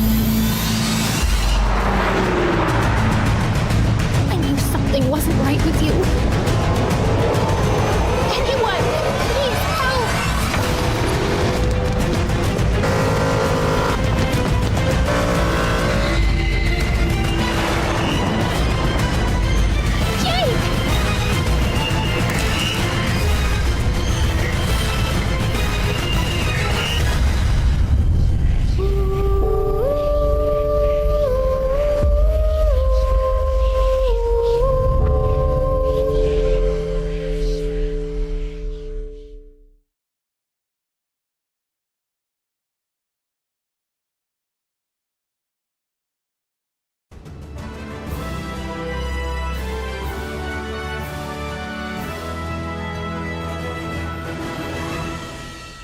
Hi, my name is Kristen. I'm a writer on Wattpad. My mom is a total Karen. I even write stories about her on my Wattpad. This is until my stories got discovered and all hell broke loose. One day, I was in the cafe and I looked at the cute guy who was walking over to me with my milkshake. As he handed me my drink, he said, here you go, gorgeous. I could not believe my ears. Did Tyler, my crush since kindergarten, just call me gorgeous? But before he could say another word, a shrill voice echoed in the cafe. Where is your manager? This coffee is too hot! I want to speak to your manager! I sunk back in my chair while the raging Karen unleashed her fury on poor Tyler. I'd seen this too many times. She really was as crazy as I made her in my stories. I told Mom to back off. She turned to me with blazing eyes. No daughter of mine will talk back to me like that because of some loser waiter. Oh no! I looked at Tyler in horror. I thought the worst of that night was watching my crush stare at me like I was a monster. But boy, was I wrong. When I got to school the next day, everyone was looking at me weirdly and some kids were pointing at me. Suddenly my phone pinged and I nearly dropped it when I saw the message. Someone had recorded Mom that night, and the video had gone viral. When I finally saw Susie, my best friend, in the cafeteria, she ran to me and hugged me. Kristen, I'm so sorry. It'll blow over soon. But it didn't. When I got home that afternoon, ready to go off on Mom, she looked furious and pushed a pile of papers into my hand. As I read them, I almost passed out. They were printouts of my stories. I can explain. It's not you. It's... Suddenly, she pulled me into a hug and yelled, We're famous, Kersey! You genius! What do you mean? A famous producer watched the video and saw how people loved to hate me and thought Tyler and you looked cute. Then he found your stories and now they want us to do a reality show based on your stories. I could not believe my ears. I'd be the star of my own stories? And if Tyler agreed to be in it, maybe I'd have another chance with him. I rushed over to the place he was working at. Tyler, we need to talk. But just then, he dropped to his knee. I want to be your boyfriend. I could not believe my ears. Yes, of course, Tyler. I'd like nothing more. He laughed and jumped to his feet and hugged me. This was perfect. This was... Cut! Immediately, Tyler let go of me. Wasn't I just brilliant, babe? What do you mean? a funny little man and a camera crew rushed out yelling, "You're a natural! I love that you don't even need the script!" Just then, I saw the camera crew, and suddenly everything made sense. Clearly, the director had already approached Tyler. Tyler turned to me and grinned. "Not that difficult to pretend to be in love with you, beautiful." My heart raced at that. Did he actually like me? The next few weeks were whack. I had a camera crew follow me everywhere, and they chose everything and everyone around me. When we walked into math class, the director looked up and down at the teacher. He just picked up his phone and said, "No, this won't do." And seconds later, a super hot guy, introduced as our new teacher, came in and started playing with a calculator. I was so relieved when the class ended and I finally met up with Susie. But when I hugged her, she pushed me away. "Is this all your life is about now? The fame and fake people?" Gosh, was my best friend jealous of me? But before I could reply, my phone pinged. Tyler had texted. "They're ready for the take." I jumped to my feet and grabbed my stuff. "We'll talk about this later, okay?" To be honest, I was having the time of my life. Not only did I have the best boyfriend ever, but also everyone wanted to be friends with me. The only thing I really wanted was for Susie to be on the show too. But the director refused because he said she wasn't pretty enough, so they had a model replace her. After that, things just went downhill. One day, I was at the cafeteria when Susie plopped next to me. I was thrilled to see her. "I miss you, Chris. You never have time for me now." Before I could reply, the model who was playing my best friend got up and splashed cold water all over Susie. "Oops, sorry. Chris, you should probably get away from her. She'll mess up that gorgeous outfit." I jumped to my feet. "Hey!" But suddenly, the director grabbed my arm and dragged me away. I turned back to see Susie sitting there looking heartbroken. I was the worst best friend ever. "Just send her chocolates or something. We don't have time for her moping." Just then, someone yelled, "There's another Karen attack!" I rushed outside with everyone else to see Mom was yelling at a teacher. "You made a spelling mistake of my little girl's name. I demand to see the principal." What was happening? I ran over to her and pulled her away from the poor teacher. "Mom, what are you doing?" She quickly whispered into my ear, "I'm improvising." I took a look around and sure enough, the cameras were rolling and everyone was laughing. I felt humiliated. I began to yell, "Just stop it! I quit!" And then I turned around and ran. I just had to get away from this all. Suddenly, I heard Tyler calling my name. "Leave me alone, Tyler. I don't want to be a laughing stock." He caught up with me and pulled me into a hug. I looked around suspiciously. "Don't worry, there are no cameras." After a minute, he asked, Are you really quitting?" I nodded my head while sobbing. He said, You can't quit." He shifted uneasily before bursting into tears. "Babe, I need to be in the show for a reason." "Yes, to become rich and famous." "No, I need the money. I need it for my mom. She is really ill." Oh my God, Tyler! You guys and all your lies! Yes, girls are emotional, but not dumb! Oh God, that hurts. I didn't know you were so heartless. Here, look at this. Does she look fine to you? Oh my God, I'm really sorry. Yeah, I feel terrible now. You should. Okay, I'm in. I'm not leaving the show. Please don't hate me. I'll try. And before I knew it, he kissed me. Fireworks erupted in my head as I kissed him back. Suddenly, we heard loud applause, and the director jumped out from behind the bushes. "Brilliant! We just got the kiss, but it was brilliant! Good job bringing this Karen around, Tyler!" What? Again? I messaged Susie asking her to meet me at a cafe the next day. I'd been feeling terrible, and I needed to make it up to her. But the next day, by the time I got free, I was already late because of the shoot. When I got there, she seemed furious and was just getting up to leave. I tried explaining it was an emergency. She simply showed me her phone screen with all the posts from the shoot. I never thought I'd say this, but you're a horrible friend, Chris. I'm a what? I just skipped a great after party for you. You're the one who's being so freaking jealous of me. Can you even pretend to be happy for me? As I realized what I'd said, I snapped shut. What was I doing? How could I say something so mean? Sue, it's great to know what you really think of your best friend. Before I could stop her and apologize, she rushed out. When I got home, my phone was blowing up with messages from Tyler. Chris, look up daughter of Karen becomes Karen. I did, and what I saw made me drop my phone in horror. It was a video of me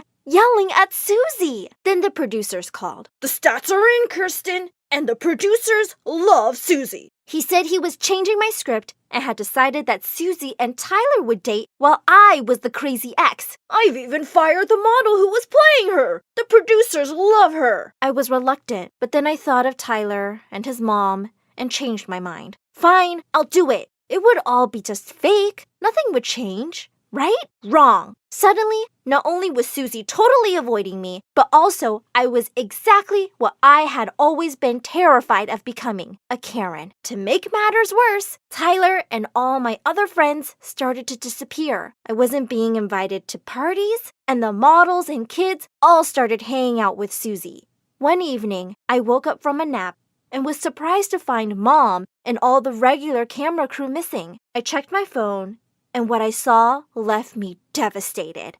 Everyone's stories were full of pictures and videos from a party. Just then I remembered it was Susie's birthday. Was she really not inviting me? I felt devastated. I grabbed all the things she'd ever given me and rushed over to her house. The security guy stopped me and said I couldn't go in. That's when I really lost it. I started to throw everything I'd brought into her yard. "Take this, you good-for-nothing friend! And this! I hate you!" Just then, the gate flew open, and Mom walked out. She dragged me inside the house and glared at me. "Just what are you doing? Me?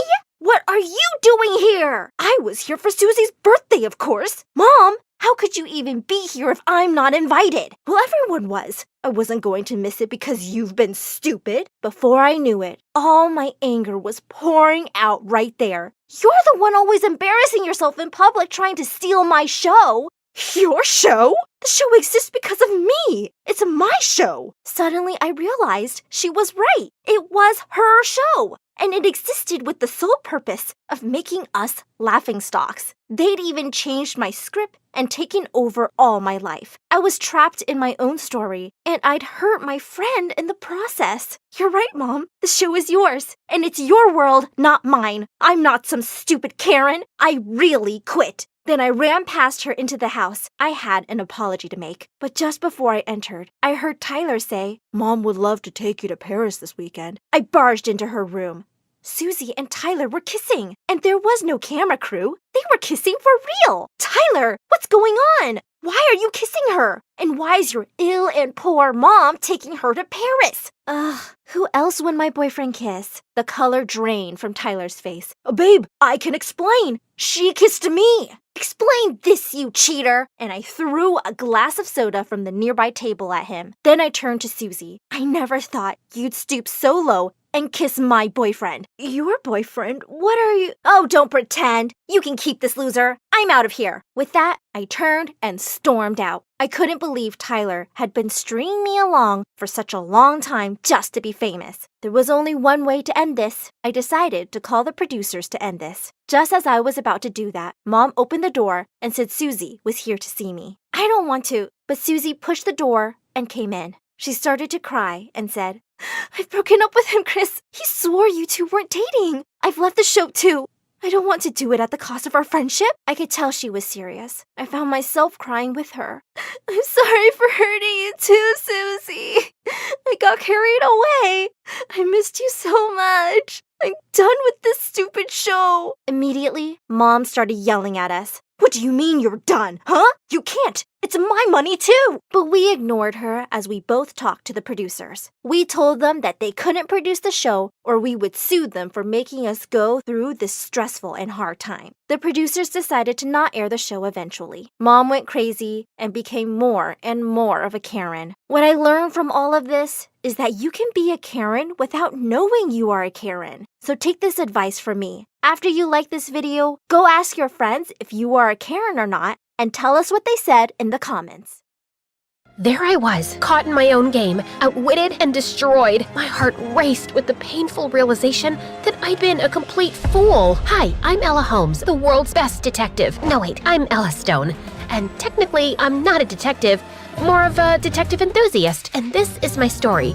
Don't forget to like and subscribe. Ever since I was little, I was fascinated by mysteries. I'd read detective stories under the blanket with a flashlight on. When I was 7, I was convinced that my teacher was a criminal. She had these beady eyes and this creepy old face, so I followed her and caught her stealing money from the school bake sale. The principal gave me an award and everyone cheered. I was on top of the world, but of course, I couldn't stop there. I sought out more mysteries to solve, like who wrote bad words on the bathroom stalls, left their stinky gym socks on the floor, had a secret crush, or farted in the library. To me, everyone at school was a suspect and had something to hide. I know you did it. Don't you lie to me. But I'm innocent. Wait, what are we even talking about? Eventually, things got out of hand. Kids ran away when they saw me. I didn't do whatever you think I did. Leave me alone. They got really mad when they caught me searching through their stuff for evidence, so I didn't have many friends. But that was okay, because I had Jenny. Jenny was my neighbor, and we'd been best friends since I saw her playing in her front yard, and this mean girl walked up and pulled her hair. Ouch, that hurts. Oh, look at the big baby.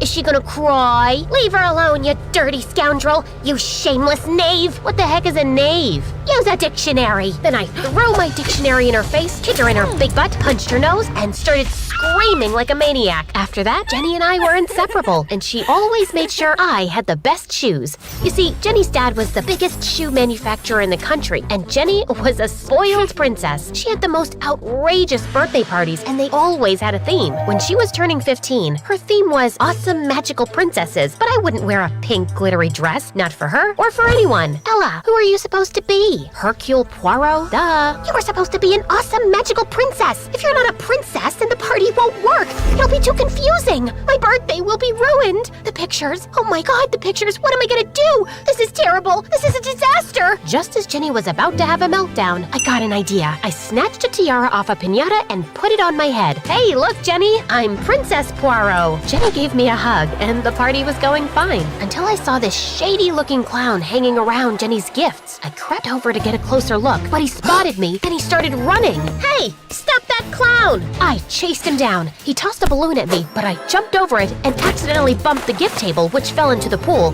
Then I tackled the clown, and we smashed into the cake. Ella? I looked up to see Jenny crying, and all the guests glaring at me. Come to find out, the clown was Jenny's harmless grandpa. After that, I was kicked out of the party, and Jenny stopped talking to me completely. But things changed a couple years later when I heard Jenny sobbing in her backyard one day. Hey, are you okay? Do I look like I'm okay? My heart is shattered. I'll always be alone. I'll never find love again. Want to talk about it? To my surprise, Jenny spilled the beans. She told me she met a boy, but she lost his number. Okay, what's his name? Alex? Jenny shook her head in despair. She only knew his first name. Don't worry, I'll find him for you. I kept my promise to Jenny. We spent the whole night combing the internet, and we finally found Jenny's crush. We sent him a message, and he asked Jenny out on a date. Jenny was over the moon. You're the most awesome friend in the entire world, and the best detective I know. It felt good to have my BFF back. A couple weeks later, Jenny threw one of her famous slumber parties. She invited me and the most popular girls in school. We were having fun playing games and asking Ask Brain 2 to tell us our future when nature called. Jenny's bathroom was already taken, so I had to go to the one in the hallway. I went past Jenny's dad's office. The door was open, and there was enough light for me to see his huge library with wall-to-wall bookshelves. I couldn't help myself. I had to look around. Then I noticed a slightly crooked book.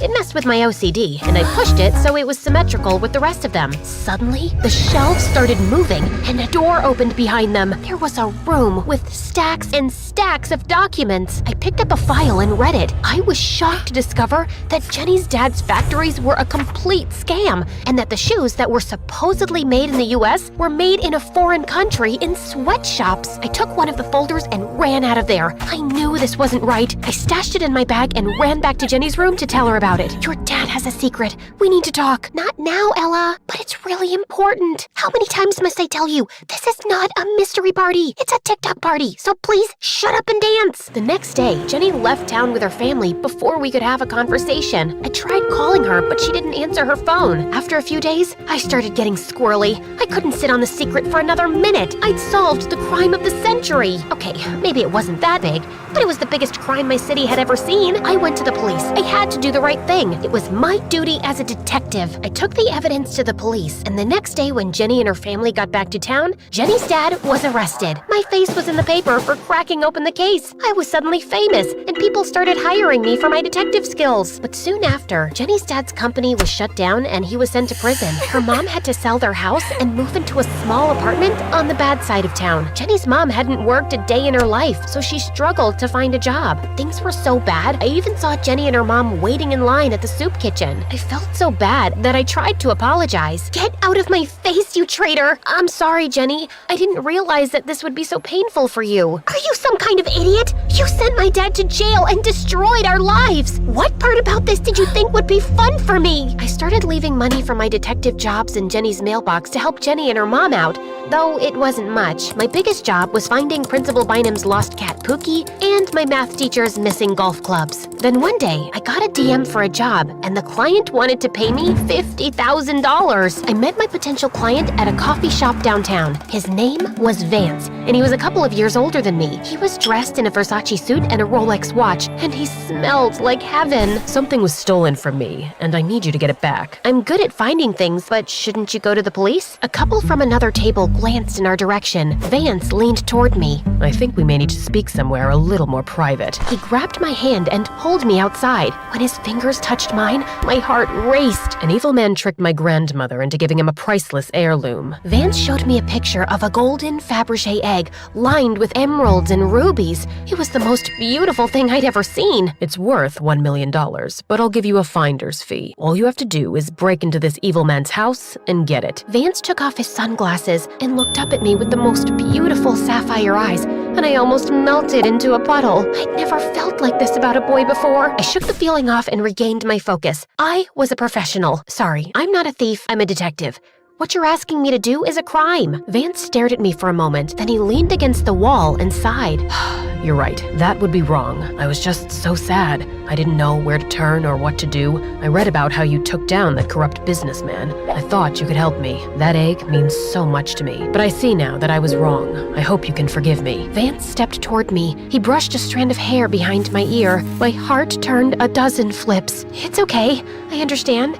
We all make mistakes. Thank you, Ella. My granny would have liked you. Vance kissed me on the cheek, then walked away. I could barely sleep that night because I kept dreaming of Vance and his pretty eyes. A couple days later, the strangest thing happened. I went to Jenny's house to drop off some money in the mailbox, and I heard Jenny screaming like a banshee. I ran inside and saw Jenny's house in shambles. Furniture was knocked over, and glass was shattered everywhere, like there had been some kind of struggle. My mom's been kidnapped! I started to call the police, but Jenny snatched my phone and threw it out the window. What did you do that for? The kidnappers left a note. They said they'd hurt her if I called the police. The detective in me leapt into action. I snatched the note out of Jenny's hand and read it. The kidnappers said they'd trade Jenny's mom for $100,000 in the next 24 hours. What if we called the police? We could kiss Jenny's mom goodbye. I don't know what to do. I couldn't let Jenny lose both her parents because of me. We'll have to give them the cash. Are you delusional? I don't have that kind of money. My mom and I are flat broke thanks to you, remember? Then something inside me clicked. I think I can get the money. How? Don't worry about it. Just sit tight. I'll be back soon. I raced out of Jenny's house and called Vance. Is your job still on the table? Yes, but I thought you weren't interested. Make it $100,000 in cash and I'm in. Deal. Vance gave me the evil man's address and told me where to find the Fabergé egg. I rode my bike to the evil man's house. I saw an open window on the first floor. There were a few cameras outside the house, so I put a mask on, then climbed through the window. I tiptoed through the house. I found the egg and put it in my backpack, and just as I was about to leave, I tripped over Pookie, the principal's cat. Pookie jumped up and thrust her claws into my chest. I screamed, and then all the lights in the house turned on. Principal Bynum ran down the stairs in his nightgown and a bat. Thief! Let go of my sweet cat! Principal Bynum chased me around the room, and Pookie got so scared she started scratching me. I finally pulled Pookie off me, set her on the floor, and rushed out the door. I climbed on my bike and raced home as fast as I could. As soon as I walked through the door, I got a call from Jenny. The kidnappers want their money now. I thought we had 24 hours. They changed the timeline. I hung up with Jenny and called Vance. We met at a park near my house. Do you have the egg? Yes, it's here. I gave Vance the egg. What about the money? Vance gave me a duffel bag. It's all there. I must get going now. I have a flight to catch. Vance kissed me on the cheek and then got into his fancy car and drove off. I hopped onto my bike and headed straight to Jenny's, but as I was riding down the road, the cops appeared out of nowhere. They'd received an anonymous tip that I'd stolen the egg. The police hauled me off to jail. Principal Bynum and my parents were so disappointed. Mom, Dad, the principal's evil. He stole that egg from someone, and I had to steal it back because I had to pay off the kidnappers because Jenny's mom's life was in danger.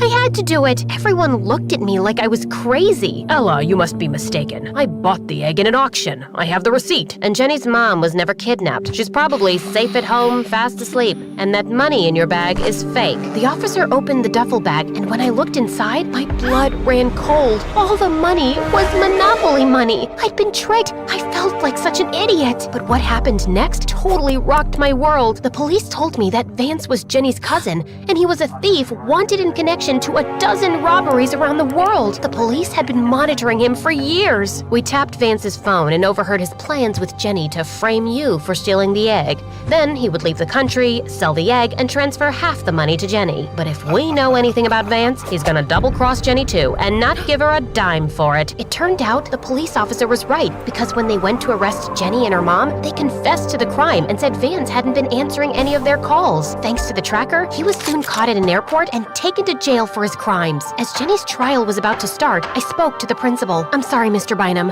What I did was wrong, but please don't be so hard on Jenny and her family. It's my fault she did what she did. I set out to find the truth, but I hurt her more than I could ever know. Because of me, her dad is in jail, and she's lost the life she knew. On the day the judge was set to sentence Jenny, Principal Bynum asked him for leniency. Instead of going to juvenile hall, she had to do community service, picking up trash on the road for 6 months. And one day, I joined her. I heard what you said to Principal Bynum. Why would you want to help me after I framed you? You're my friend, and I regret what I did to you, even if what I did was right. I'm sorry for what I did, and I think we're way past even now. Maybe we could start with a clean slate? Really? I miss my best friend. Me too.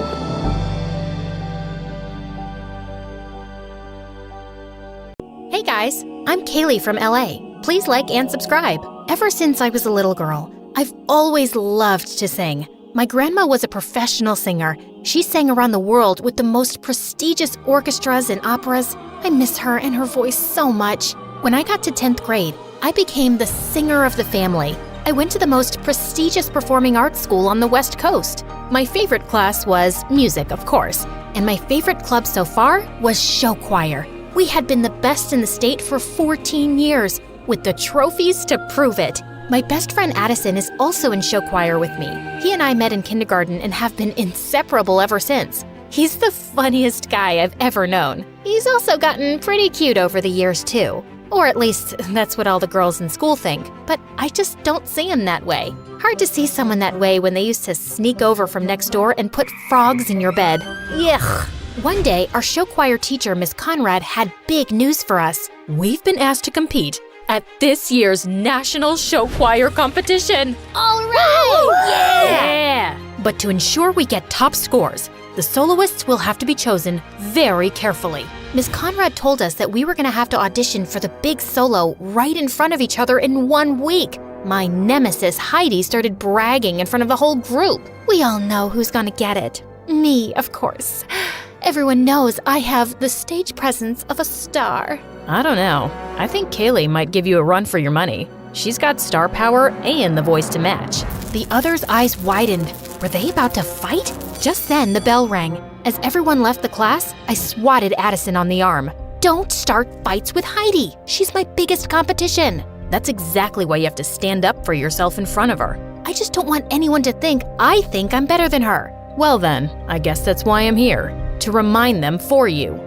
What would I do without you? Good thing we'll never have to find out. I was so nervous, even though I'd sung in front of our choir before, but the pressure was on. The whole week leading up to auditions, I practiced. In the shower, in the car, between classes. I really wanted to beat out Heidi for the big solo at the end of the show. Finally, audition day arrived. I woke up, put on my cutest outfit, curled my hair, and took extra time with my makeup. After all, if I'm gonna be a big star one day, I might as well start dressing like it now. When I stepped out of my house to walk to school with Addison, his cheeks turned super red. What's wrong? Nothing. You, just look different is all. Your hair is Oh no, does it look bad? Maybe I should have worn it up. I'll just go change. No, leave it. You look good. Great. When I arrived in class, Heidi was sitting in the front row looking totally perfect. What was I thinking? With her shiny hair, big eyes, and as much as I hated to admit it, her beautiful voice, why would anyone ever look twice at me? But I just tried to remember what my grandma would always say. It's not about who sings the loudest or looks the prettiest. As long as your song comes from your heart, people can't help but listen. So I took a deep breath and sat down next to Heidi, right in the front row. She gave me a once-over and rolled her eyes. Who cared what she thought? I knew I looked great. Miss Conrad sat down at the piano and called Heidi up first. After she finished singing, I applauded politely, along with everyone else. Then, it was my turn.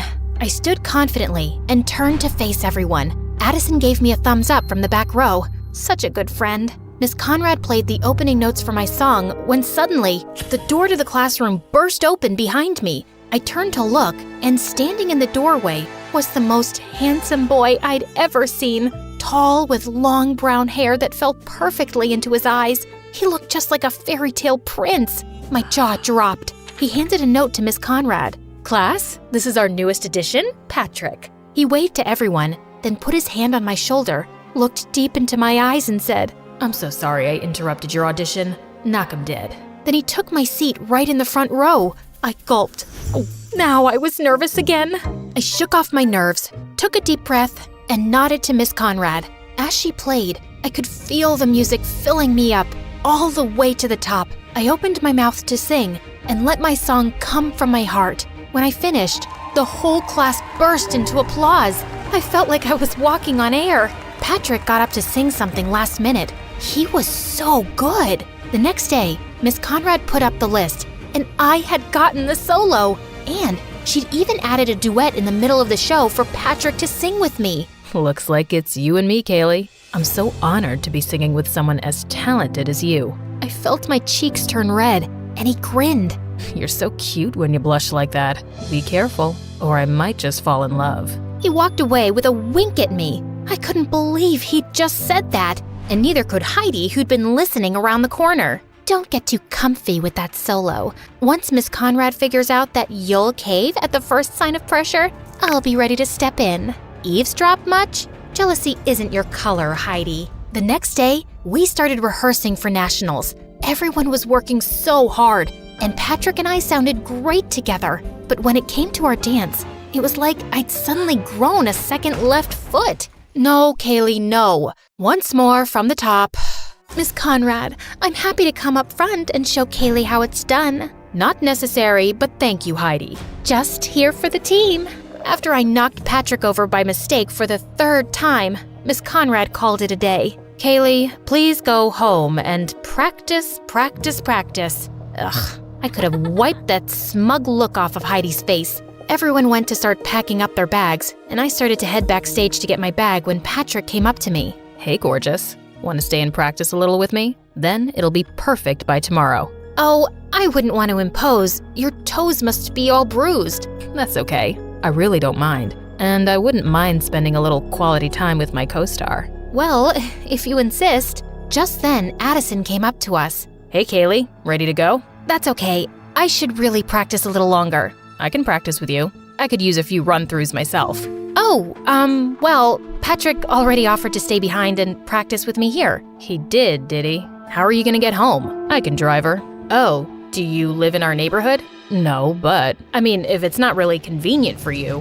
I'm not spending time with Kaylee because it's convenient. Neither am I. I'm spending time with her because she's cool. My face turned bright red. Did he really mean that? Addison, I'm gonna stay here too, just for a bit to practice. I'll see you later, okay? Fine, if you insist. I'll, see you when you get home. He turned on his heel and walked out. Patrick turned to me with a grin on his face and held out his hand. Shall we? We practiced more and I was finally getting good. Patrick swung me out for our final spin, then pulled me in close and dipped me. That's when I noticed his face was just so close. His ice blue eyes staring deep into mine. Was he gonna kiss me? Just then, all the lights in the theater went out. Patrick dropped me in shock, and I shrieked. All of a sudden, the lights came back on and Miss Conrad stepped back on stage. Oh, Hey kids, I'm so sorry. I didn't realize you were still here. Ugh, I couldn't believe she'd interrupted our moment. Still, we waved goodbye to her and headed out. A little while later, when Patrick dropped me off, he got out of his car to open my door. Such a gentleman. It was nice hanging out tonight. I'll see you tomorrow, superstar. Then he wrapped his arms around me and gave me a big hug. Is this what heaven smelled like? Then I headed up the front walk to my door. So do you like him or something? I whipped around and saw Addison waiting on our front porch swing. I don't know, maybe. He's so cute and really talented. Okay. Cool, I guess. Do you still want to practice? That's okay, I think I got it now. Okay then. Well, then I guess I'll see you tomorrow. Here, I got you a milkshake. Hey, thanks. He started crossing the yard towards his house. Is it? Cookies and cream, your favorite. Thanks. I'll see you tomorrow? You know it. Then it was finally time for nationals. As we arrived at the concert hall, I was overwhelmed by all the other groups here and overheard one girl say to another, "She was a little flat at the end." I couldn't believe it. What if I lost us the whole competition? All night and throughout all our warm-ups the next day, it was all I could think about. If I messed up again, I'd be letting everyone down, including myself. And there were several famous music industry people judging the competition. What if I ended my career as a singer before it even started? And then, it was almost time to go up. I tried to calm down, but I was shaking like a leaf. Miss Conrad, Kaylee doesn't look so good. Miss Conrad came over. She looked pretty nervous herself. Kaylee, you look terrible. Are you going to be able to perform? Of course, Because if you're sick, I can always put Heidi on. I'm ready to go, Miss Conrad. Just then, I spotted Patrick warming up down the hall. I just need a minute. I raced down the hall towards him. He was stretching, shaking out his hands, jumping up and down. Patrick? His expression was so strange. Was he nervous too? I'm so nervous. Do you think we could practice? Kaylee, I'm kind of busy. What if we... I really just need some space here, Kaylee. Yesterday, you said we were a team. That doesn't feel like a team to me. I can't do this right now. Could you leave me alone? Fighting back tears, I ran down the hall and found a corner backstage. I couldn't let anyone see me so upset, especially not Miss Conrad or Heidi. What was I gonna do? Suddenly, Addison stepped out of the shadows. He looked so handsome in his costume. Kaylee, are you okay? I threw my arms around him. He caught me and squeezed tight. I'm so nervous. I overheard one of the other teams say I sounded bad. Miss Conrad is ready to replace me with Heidi. Patrick isn't any help, and there's amazing industry people out there, and... Ugh! You sounded amazing in rehearsal. Those other teams were just jealous. Forget about Patrick and Heidi. Remember why you love to sing. What was it your grandma always said? Sing from your heart? Exactly. Just do that. I took a few deep breaths, and Addison was right. Will you just run the last part of the number with me? Of course. And there, in our little corner of the theater, we stepped, we twirled, we kicked in time together. Addison took my hand, spun me around, and dipped me low. I felt his arm slip. He was dropping me, but right before I was sure I'd hit the ground, he caught me with a twinkle in his eye. I swatted his arm. You tricked me. I'd never drop you, and even if I did, I'll always be here to catch you. Thank you, Addison. Then he smiled at me so genuinely, and my heart fell into my stomach. What was that? Places, please, students, places. Kaylee, are you ready? Yes, Miss Conrad. As we all rushed to take our spots to start our number, Addison shot me a wink. Knock 'em dead, superstar. You too. As soon as the lights came up on stage, I felt a little thrill of excitement. We danced, we sang, we twirled. Everyone had brought their A-game. When it came time for my duet with Patrick, we totally nailed it. But any spark that had been there was gone. As the opening chords of my solo began, the lights shined down on me, and I opened my mouth, and the music poured from my heart. I knew my grandma was right there with me. I hit my final note and held it out forever as everyone finished their steps behind me. As we struck our final pose, the crowd erupted into applause, a standing ovation.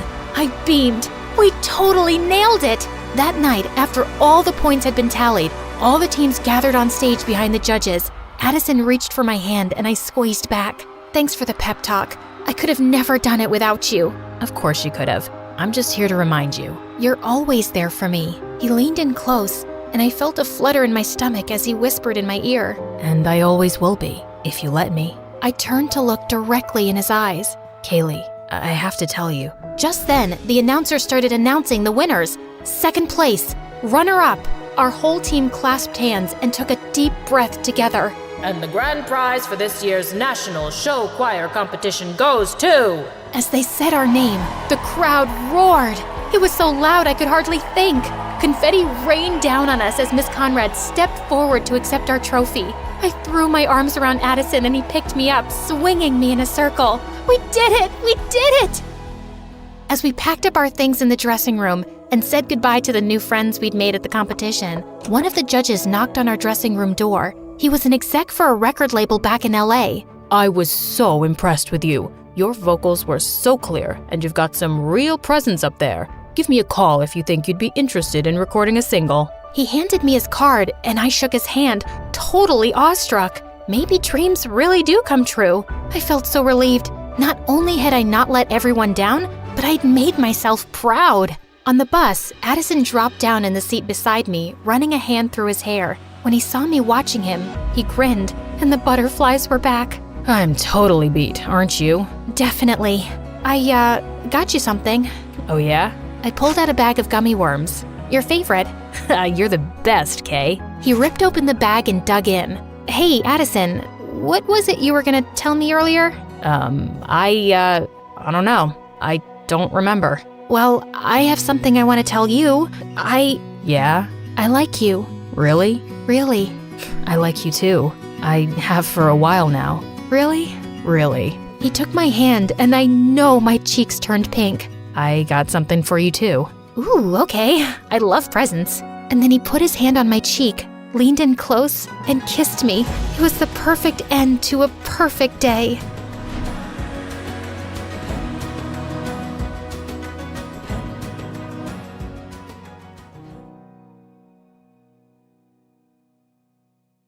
Hi, I'm Natalie, and I'm the only child of a rich couple of tech entrepreneurs. They developed some apps that became super popular overnight, and they became millionaires. Sounds cool, right? Well, it wasn't that great for me. My parents were always working or traveling, so I hardly ever saw them. I was practically raised by my nanny, and my best friend was my chauffeur, Thomas. I really wanted to have friends my age to play with. So when I was 5 and starting school, I was thrilled. I put on my new uniform and cleaned my thick glasses. Oh yeah, I have a huge eyesight problem. I'm almost blind without them. When we arrived, I noticed that everyone in the parking lot was looking at me. Just then, I spotted a girl my age standing close by and saw that she was wearing the exact same shoes as me. I walked up to her excitedly and put my foot next to hers. Look, we have the same shoes. We could be best friends. The girl stomped on my foot. Don't think you'll be popular here just because you came in a fancy car, Four Eyes. But I didn't ask, and I don't care.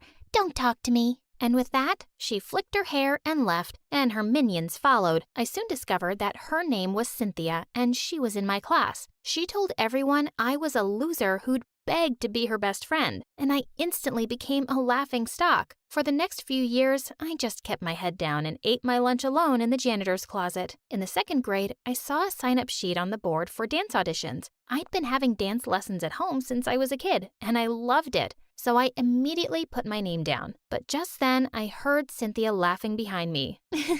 There's no place for you here. Only talented dancers can join the class. The ones who don't wear stupid glasses. I was so tired of her walking all over me. I am a talented dancer. You don't get to decide what my place is. With that heavy equipment in front of your eyes? I don't think so. That joke about my glasses is now older than my grandma. And I'm bored. Come up with something better already. Her eyes went wide in surprise, and I walked off feeling proud of myself. Maybe she'd let me be now, but I was so wrong. On the day of the audition, she got to dance first. She wasn't bad, but I was better. But when she finished dancing, all the judges got up and clapped for her. Immediately, a woman in the jury said, "That was brilliant. We have the person here for the lead role." Wait, what? I climbed onto the stage immediately. Excuse me, ma'am, but she was only the first dancer. You haven't even seen the rest yet. The woman looked at me with disgust. I can tell simply by looking at someone if they're talented, and you are not. Someone take her away, please. Next. That was so unfair. After the audition, I saw Cynthia hugging that woman and calling her mom. Now it made sense why the judge was so nasty. Well, I couldn't even do the one thing I loved, and Cynthia still kept making my life miserable over the next few years. She spread a rumor that I had a contagious eye disease, and anyone who hung out with me would go blind, and everyone actually believed her. Another time, I'd taken my glasses off during an exam to clean them, and I didn't notice her slipping a cheat sheet on my desk. I nearly got suspended. I spent most of my time denying all these stupid rumors, and it was exhausting. One day in 7th grade, as I was walking down the corridor, Cynthia pushed me and my glasses fell off. I started to crawl, feeling the floor with my hands. As I vaguely spotted the glasses and reached out for them, Cynthia stepped forward and crushed them with her foot. That was it. I attacked her blurry figure, knocking her to the ground. We were wrestling and pulling each other's hair when a teacher intervened, and we both ended up in the principal's office. Cynthia looked totally chilled out, and her mom landed 2 minutes later to defend her. Oh, I know this child. She's a troublemaker. Her mom was on the school board, and the principal seemed to believe her instantly. Where are your parents? Your father said he'd be here right away. Before I could answer, Thomas opened the door. Oh, that's not her father. That's her chauffeur. Clearly, she's not on her parents' priority list. They sent the chauffeur to deal with her. I blinked away my tears furiously and ran off to the empty school auditorium, one of my usual hiding spots. I put on my headphones and started dancing in the dark. It was the only thing that kept me sane. When I finished, I heard someone clapping. As I looked towards the audience, I saw a boy sitting in the dark. It was Clayton. Clayton was popular and hot, and every girl in school wanted to date him, including Cynthia. And that was reason enough for me to stay away from him. What do you want? I was just watching you dance. You're really good.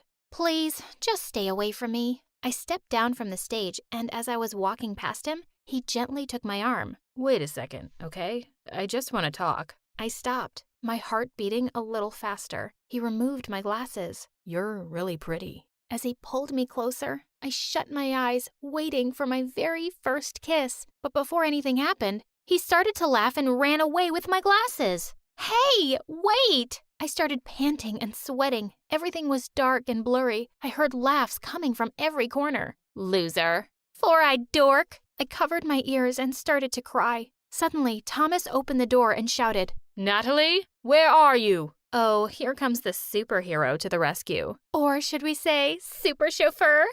Cynthia and her tribe skipped out laughing as Thomas took my hand and then drove me home. I didn't go to school for a few days and stayed in bed, but the more I thought about it, the angrier I felt. I was alone, and my parents weren't going to come bail me out. I had to stand up for myself. It was the only way to deal with these bullies. But when I went back to school, suddenly everyone and everything had changed. Cynthia ran towards me and hugged me like a best friend. Hi, Nat. We were so worried about you. Yes, where have you been? We missed you. Even Clayton was there smiling at me. What on earth was happening? What are you up to? Don't touch me. And then I heard a voice behind me. It was my mom. Natalie, what are you doing? What am I doing? What are you doing here? Nat, how come you never told us that your mother is the founder of the most successful fashion app in the world? She just gave us a ton of discount coupons for the most awesome brands. And why did I need to tell you that? I don't even use it.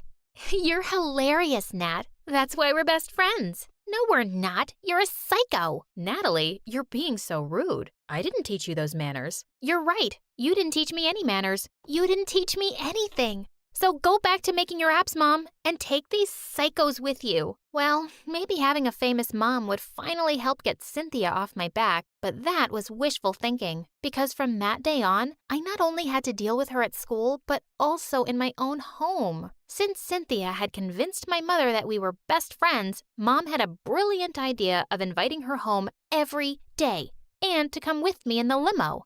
Cynthia and her minions were really enjoying the limo ride, touching every button. Knock it off, you're going to break something. Poor Four Eyes. Her mom likes me more than she likes her. Ugh, I wanted to punch her stupid face. This went on for weeks, but one day, just when I was at the edge of losing my mind, something unexpected happened. As I was coming out of class, I saw Cynthia and her mom arguing. You need to train for nationals, Cynthia. You seem really distracted. Don't worry, Mom. I'm practicing at the studio every day. I know how important the competition is. Okay, just checking. You have to win every competition to get a university scholarship. Your stupid father has left me with no money, and you have to go to Juilliard. It's important for my reputation. I know, Mom. I realized Cynthia had been lying to her mom about going for practice because she was always at my place. Now was my chance to get rid of her once and for all. That afternoon, when Cynthia was at my place as usual, I stole her cell phone, took her mom's number, and called her, acting as a secretary from the dance studio. Hi, I wanted to tell you that your daughter had an accident at the studio and you're her emergency contact. Can you please come over immediately? Oh my God, is she okay? Yes, she's fine, but she's asking for you. I'm sending you the address. I'll be right there. Okay, that was a bit dramatic, I know. When I heard a car screech to a halt outside my house, I went running out. Cynthia's mom was shocked to see me. You? What is this? Some kind of prank? Oh, no, please believe me. You have to come see Cynthia. As her mom looked at me suspiciously, I led her to my bedroom where Cynthia and her minions were reading magazines lying on my bed. Gosh, I think I'll just run away and become a teen model. Or marry some rich billionaire. I don't want to dance and go to stupid college. Mom is really annoying. No wonder Dad left her. You ungrateful brat. Mom, I was just kidding. Shut up. You're coming with me right now. You're grounded for life. She took Cynthia by the ear, like a 5-year-old rascal caught doing something bad by her mommy. It was heaven, and I'd been recording the whole thing on my phone. It was an Oscar-worthy film I could watch on repeat, and then I shared it with the whole school. By the next day, Cynthia was the laughingstock, and that was the end of her popularity. But when I got home that day, Mom was waiting for me with her phone in her hand. You made this and circulated it everywhere? How could you do this to that nice girl? You're a terrible person.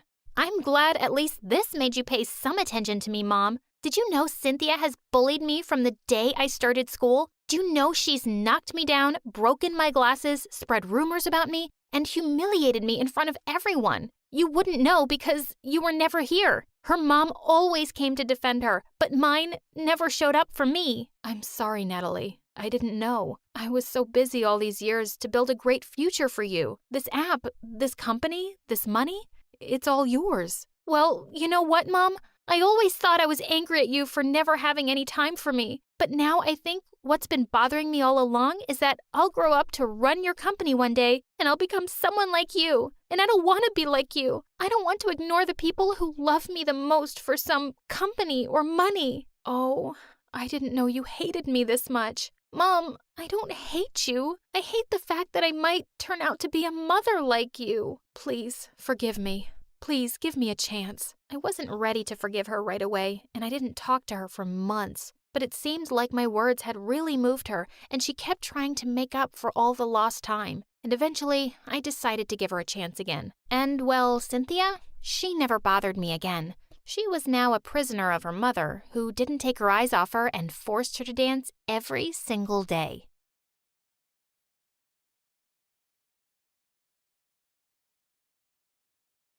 Hi, I'm Abina, and I live in an orphanage in Ghana. And before you start feeling sorry for me and blah, blah, blah, relax, man. Everyone is super chill here. The coffee is bomb, and I have a little brother who worships me. So I guess that's why I've never wanted to get adopted. Before I continue, please like and subscribe. Ever since I could remember, rich, stupid foreigners would come every month to take one of us home with them. But I knew they were just using us to brag about how they'd done such a noble deed by adopting a poor orphan. So whenever those snobs would drop by with their camera phones and designer clothes, I'd convince my brother Kofi to help me mess with them. Come see our room. We just got new blankets. Sweetie, I'm taking a selfie with... Our new blankets smell like lavender. Ah! Is that pee? Silly me. I forgot. We have a bedwetting problem. A bedwetting problem!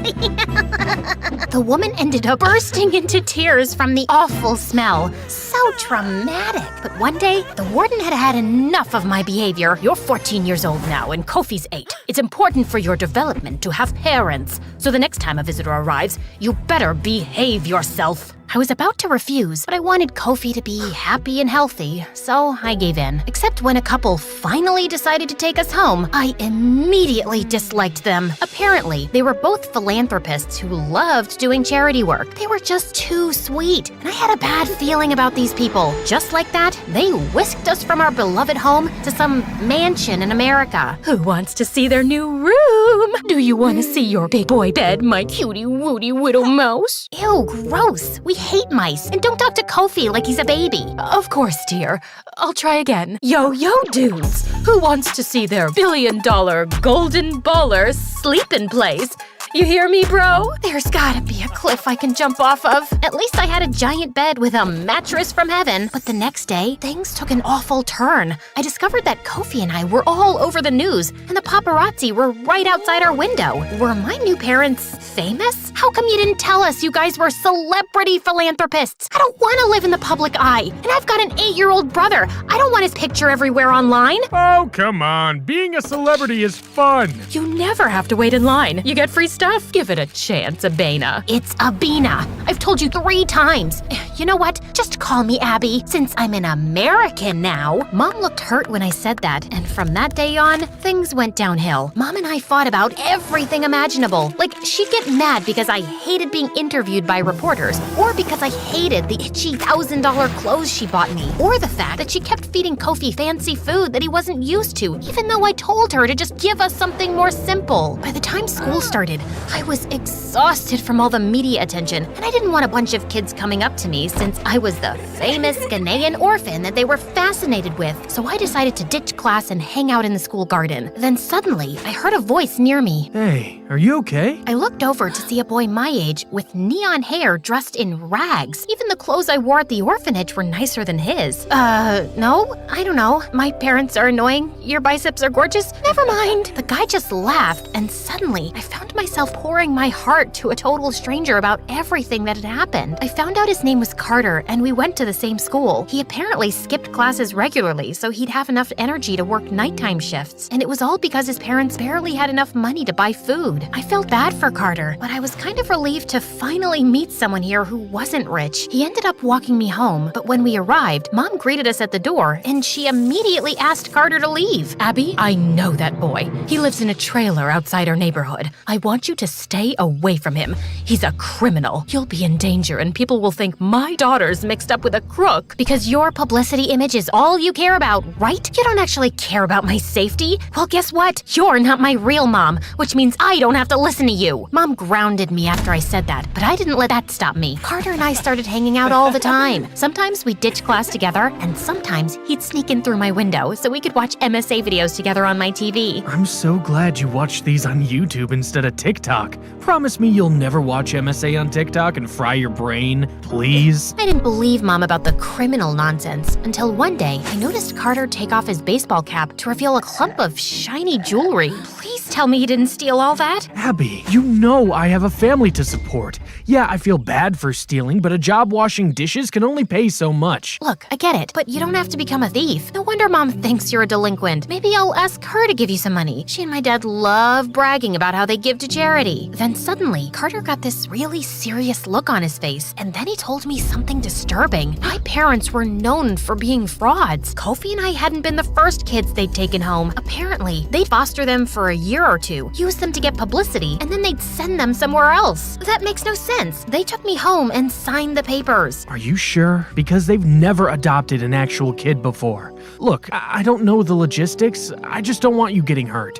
I know it's only been a short time, but I've grown to care about you, Abby. I was about to confront Mom and Dad when I got home, but when I arrived, I was hit with awful news. Kofi was in the hospital due to food poisoning, and he was really sick. This is all your fault. I told you 1,000,000 times not to feed my brother fancy food like caviar because he's not used to it. Now he's sick, and it's all because you two were too stuck up to give him something like rice and beans. Abby, it's not fair to blame blame us for something like this. The food poisoning could have been from anything. Plus, he'll be fine. Why are you making such a big deal about food poisoning? It's not about the freaking food poisoning. It's about you two being selfish, irresponsible jerks that don't care about us. Mom and Dad apologized and reassured me, but I didn't listen. I knew now that Carter was right. My brother and I weren't safe with these people. So as soon as Kofi was better, I crafted a plan to run away from home. Carter said Kofi and I could stay with his family in the meantime, while he would help find new parents who weren't horribly selfish. So one night at 1 a.m., I turned off the location services on my phone and helped Kofi sneak out the window. I don't want to run away. These people are nice and they take good care of us. They seem nice, Kofi, but they don't really care about us. We'll be living in another foster home in another year. Trust me. Says who? Your new boyfriend Carter, who you've known for like 5 minutes and who also happens to be a thief? I know you're not actually this dumb. It's not like he wants to be a thief. He has a family to support, and I still would trust a thief over any adoptive parents who could hurt us. Carter picked us up in his car a few minutes later, but Kofi wasn't speaking to me. I felt bad, but I was doing the right thing by protecting us, right? Besides, Carter's parents were happy to let us stay with them for the time being. Yeah, they lived in a one-bedroom trailer, and Kofi and I had to sleep on a floor mattress, but it was still so much better than staying with parents who didn't care about us. The next morning, Carter told me that he had disguises in case the cops came looking for us. No,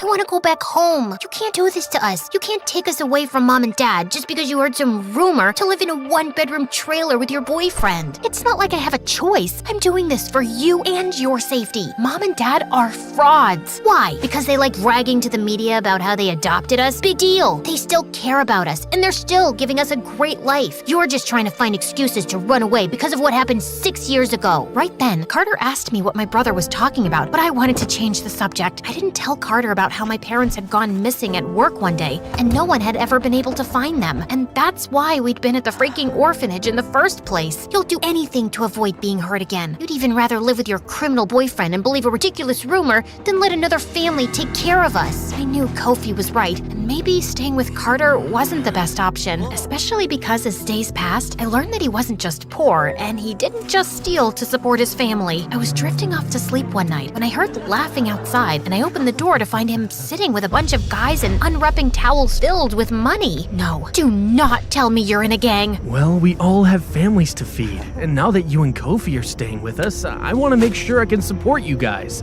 I don't want all of us to have to live in a one-bedroom trailer. Here, babe, I stole $50,000 just for you and your brother. Carter, I can't accept this. You can't keep stealing. It's wrong, and I don't think we should be together either. I appreciate what you're doing for me, but I think it's best if Kofi and I leave. No, please, don't leave me. You're the only thing that makes me happy. Nobody at school wants to be friends with me because I'm a poor loser, and no one in the neighborhood wants to associate with me because I'm a thief. Before Carter could finish his sentence, I heard police cars, and that's when Mom and Dad came running over and crying. I guess they did care about us after all, and Kofi seemed overjoyed to see them. I started to warm up and apologize to my parents for running away. Then suddenly, a policeman handcuffed Carter and said he was taking him to juvie for 3 years. It's thanks to you two that we've been able to do an investigation and track down how much money this guy's stolen. And he dated my daughter and put both her and her brother at risk. My heart suddenly stopped as I saw Carter's parents beg and cry and apologize. I knew it was wrong what Carter had done, but did he really need to be away from his family for 3 years? I tried not to think about it as Mom and Dad drove us home and said we could do whatever we wanted. Watch movies, order in, go to Disneyland. They were good people, and I had been wrong all along. Instead, I'd put my brother in danger and got a boy taken away from his starving family, all because I was too traumatized to trust anyone to adopt me. I felt practically ill with guilt. The next day, I finally went to school for the first time without ditching class, and everyone was interested in being my friend since I'd been all over the news and I'd dated a known delinquent. So what's it like dating a real thief? Have you dated thieves before in Ghana? Is it true all of them have rock hard abs? I don't know. Why would I know that? By the time I got home, I felt like I was literally gonna die of guilt. And then things got even crazier. Mom and Dad called Kofi and I into their study because our old warden had called. She wanted to check in and see how things were going. We told her we loved fostering you two, and the truth is, we want to adopt you. What do you mean? I thought you already adopted us. Oh, no. Usually, we foster children for a few years and then we find them a home. Your warden sent you off with us because you'd have better living conditions. But we love you two so much that we want to keep you. So Carter had been right about the whole fostering thing, but he'd been wrong about them trying to hurt us. He'd just been looking out for Kofi and me. He was a good guy. I couldn't let him sit in juvie for 3 years. You guys can adopt us, but on one condition. You have to help out Carter's family. They don't have any money or food. That's the only reason why Carter formed a gang and became a crook in the first place. Yeah, he committed some bad crimes and I won't date him anymore, but he's a good person and shouldn't have to stay in juvie for 3 years. To my surprise, my parents actually agreed, and the 4 of us went together to talk to the police about Carter's situation. My new mom even insisted on buying his family a new house. Thanks, Mom. That means a lot. Did you just call me Mom? Well, you did agree to adopt me, and I've kind of been a jerk to you. We hugged at that moment, and it made me feel warm inside, but there was one more person I needed to talk to. I'm really sorry I got you into this mess. You might still have to go to a disciplinary school, but you won't have to stay here for 3 years. Don't apologize. That's what you get for forming a frickin' gang. Thanks for looking out for me, Abby. I know we need to break up, but I'm glad we're still friends. Actually, my real name is Abina. Why don't you call me that from now on? And yeah, of course we're friends. I've never had anyone look out for me the way you did. So, will I see you again soon, Abina? You sure will. I was in my room catching up on MSA when my parents had their 100th argument of the day. You bought a neck cream for $1,000? Yeah, so? You know how delicate the skin around the neck is? Staying in this stupid village stresses me out. I have wrinkles now. I'm officially unlovable. I still love you.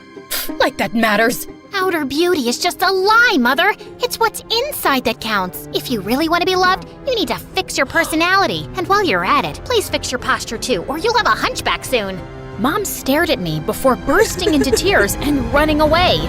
Okay, maybe it was a bit harsh, but hey, that was me trying to help Mom become lovable. It was a good deed. Hi, I'm Julia, and I'm about to tell you how my parents ruined my life. But before I do, please hit like and subscribe. I knew very early on that I wasn't an ordinary kid. By 3, I could use a knife and a fork to cut apples to perfection. By 10, I could recite Shakespeare word for word. By 13, I could bake pastries that could give a French baker a run for his money. I've always wondered how I turned out to be so amazing. Maybe my great-great-grandma or grandpa was an extremely responsible, talented, sophisticated person, and I got my unique genes from there, because my parents were a total mess. Dad owned a vineyard, and every year he would struggle to create a new wine variety, and every year he'd fail. Mom was a self-involved ex-beauty queen who kept complaining about how she gave up everything for her marriage. Now, her only talent was blowing up money we didn't even have on makeup and skincare. Like this one time when I was 16, Mom bought some anti-aging cream off the internet that gave her a bad reaction, and Dad had to pay a lot for her skin treatment. My face looks like a swollen monkey's butt. This is all your fault. If only you were rich and I could afford plastic surgery. If only you were smart enough to read the label, darling. Did you just call me dumb? If you keep screeching like a banshee, Mom, we'll have to get you new vocal cords too. But before I could finish, she picked up a tray next to her bed and flung it at Dad. Dad ducked, the tray hit the TV screen on the wall, and he ended up paying more to the hospital. Even though Dad was pissed, he went home early and arranged a surprise welcome home party for Mom. But she decided to surprise him instead by packing her bags and leaving for good. And divorce papers soon followed. How could she leave me like that? I've done nothing but love her. Please compose yourself, Dad, and let's not cry over spilled milk. What? You'll get over it. I'm not some stone-hearted witch, trust me. I missed my mom too, but I wasn't gonna bawl my eyes out like a silly baby with no self-control. One of those in the house is enough. Dad threw himself into work after that, while I focused on school and picked up baking full-time. By 18, I got a job at a small cafe, and life went back to normal. Then one evening, Dad told me excitedly that he'd finally found an investor, Mr. Sharman, for his new wine batch, and he had invited us over for dinner to talk further. That evening, evening, we were welcomed warmly by Mr. Sharman. He was showing us around his mansion when suddenly my world kind of stopped. This really gorgeous guy walked in, sadly with the prettiest girl on his arm. Apparently, he was Mr. Sharman's nephew and financial manager, Darren, and it was hard to keep my eyes off of him. At one point, he was feeding her grapes when one fell down. He bent to pick it up, and I saw the girl staring at me, staring at his butt. I got so flustered that I stepped back and knocked over a huge bowl of punch, getting plenty all over myself. So humiliating. As I cleaned myself up and walked out of the bathroom, I crashed into Darren in the hallway. Wow, are you always this clumsy? Or do I have this effect on you? I am not clumsy. I am the very picture of grace, and you have no effect on me. My date said you were staring at my butt when the accident happened. That's a false accusation, a blatant lie. Why would I be staring at your rear end? It's okay. I don't blame you. I work out a lot. Yes, it shows, and your behind is perfectly sculpted like a Georgia peach. But what does that have to do with me? Your girlfriend sounds like an insecure lady just making up nonsense. I doubt that you would make her insecure. She's a model and you, well, you look and talk like you're Mary Poppins' daughter. No offense. With that, he grinned and just walked off. I loved Mary Poppins, but it didn't feel like a compliment coming from him. I joined Dad and Mr. Sharman, but minutes later, someone tapped on my shoulder, and I nearly passed out when I saw Mom? Surprise! What is happening? Mom told us how she'd met Mr. Sharman on a cruise and they'd fallen in love. They'd been dating for a few months and she only recently moved back to the city. I went to the house and saw that your dad was still poor as a street rat, so I thought of investing in his business and helping him out. Am I not the best ex-wife ever? This is certainly unexpected, but calling yourself the best ex-wife is an exaggeration, Mother. My father and I have something called self-respect, and we'd like to keep it, so please excuse us. I grabbed Dad's hand and we left. We were still reeling from the shock of meeting Mom, but the next evening, she showed up at our door begging us to hear her out. I wanted to turn her away, but Dad gave her a chance. I know I left you too abruptly and hurt you, and I'm really sorry. But despite everything, you're still my family. I have a chance to make things right by getting your father the break he deserves, and I'd love to reconnect with my only daughter too. I wanted to be less cynical and believe this was an unselfish act, but I wasn't convinced. Dad, however, was staring at her with stars in his eyes, and he agreed to take Mr. Sharman's investment. After she left, I turned to Dad. I know you want to succeed, but is this really a good idea? Trust me, I know it is. Also, I think your mother's still in love with me, and I have another shot. What? Dad, no, she's happy with her rich boyfriend. We'll see. Good Lord, was this gonna end up with Dad as a weeping disaster again, and I'd be picking up the pieces again? But I couldn't do anything to stop it. Soon, Dad and Mr. Sharman were meeting regularly and getting to know each other before making the deal, while Mom wanted me to hang out with her so we could bond, which meant I had to see a lot more of Darren every time I went over to their house, or when Mom took me to some fancy party. And to my dismay, he even started visiting the coffee shop I was working at every time with a new girl. Can't you find another cafe as your saliva-exchanging rendezvous spot? Your mom told me you're the baker here, and I thought I was doing you a favor by bringing you business. But I get it. Seeing me with all those girls makes you jealous. Do you wish you were one of them, Julia? You can be, you know. I've got 20 minutes before my date turns up. As if I'd ever want to date an insufferable Neanderthal who thinks he's God's gift to women. One kiss from me, and you think I'm God's gift to women too.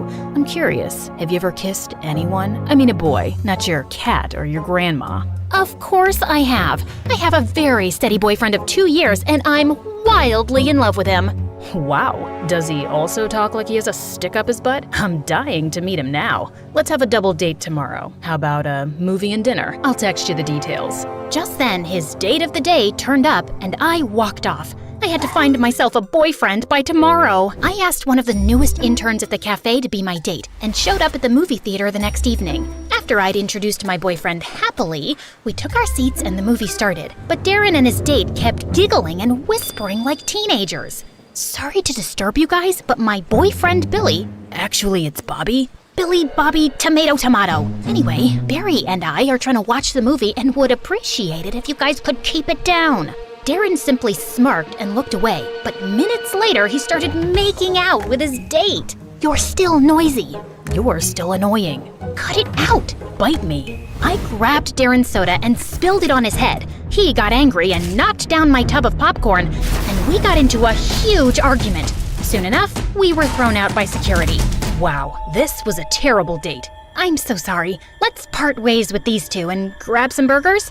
Sure, if you can tell me my name. You're so funny. Baby? It's Bobby. My date stormed off angrily, and I caught one look at Darren's smug face and fled the scene. But the next morning, as I was walking to school, a car slowed down by me, and I saw it was Darren. Hop in, I'll drop you. No, thank you. I do not need you to rub last night in my face. You're clearly troubled if you can't manage to have a real boyfriend, but I don't have time for that right now. I need to talk to you about your mom. That caught my attention, and reluctantly, I got in. I've been working with my uncle for years, but ever since he started dating your mom, things have been a mess. The business is running in losses, and the accounts are all over the place. I can't help thinking she's stealing from my uncle. How are you so sure? Call it a hunch. She has really expensive taste, and she's not really rich, so... So, just because she doesn't have your kind of money, you think she's a thief? Have you ever thought that maybe your accounts are a mess because you're too distracted with your girlfriends and you're bad at your job? Julia, This conversation is over. Stop the car. He did, and I got off. I was so annoyed at Darren for accusing Mom, but I couldn't shake off the nagging feeling that he might be right. Mom had always valued money more than relationships. Could it be true? I didn't have to wait too long for an answer, because late that night, I woke up from my sleep when I heard a car pull up in my driveway. I looked outside and spotted Mom and Dad talking in the garden. I went out the back door and crawled behind a bush close to them. Darling, I was a fool to let you go, but now everything will be perfect.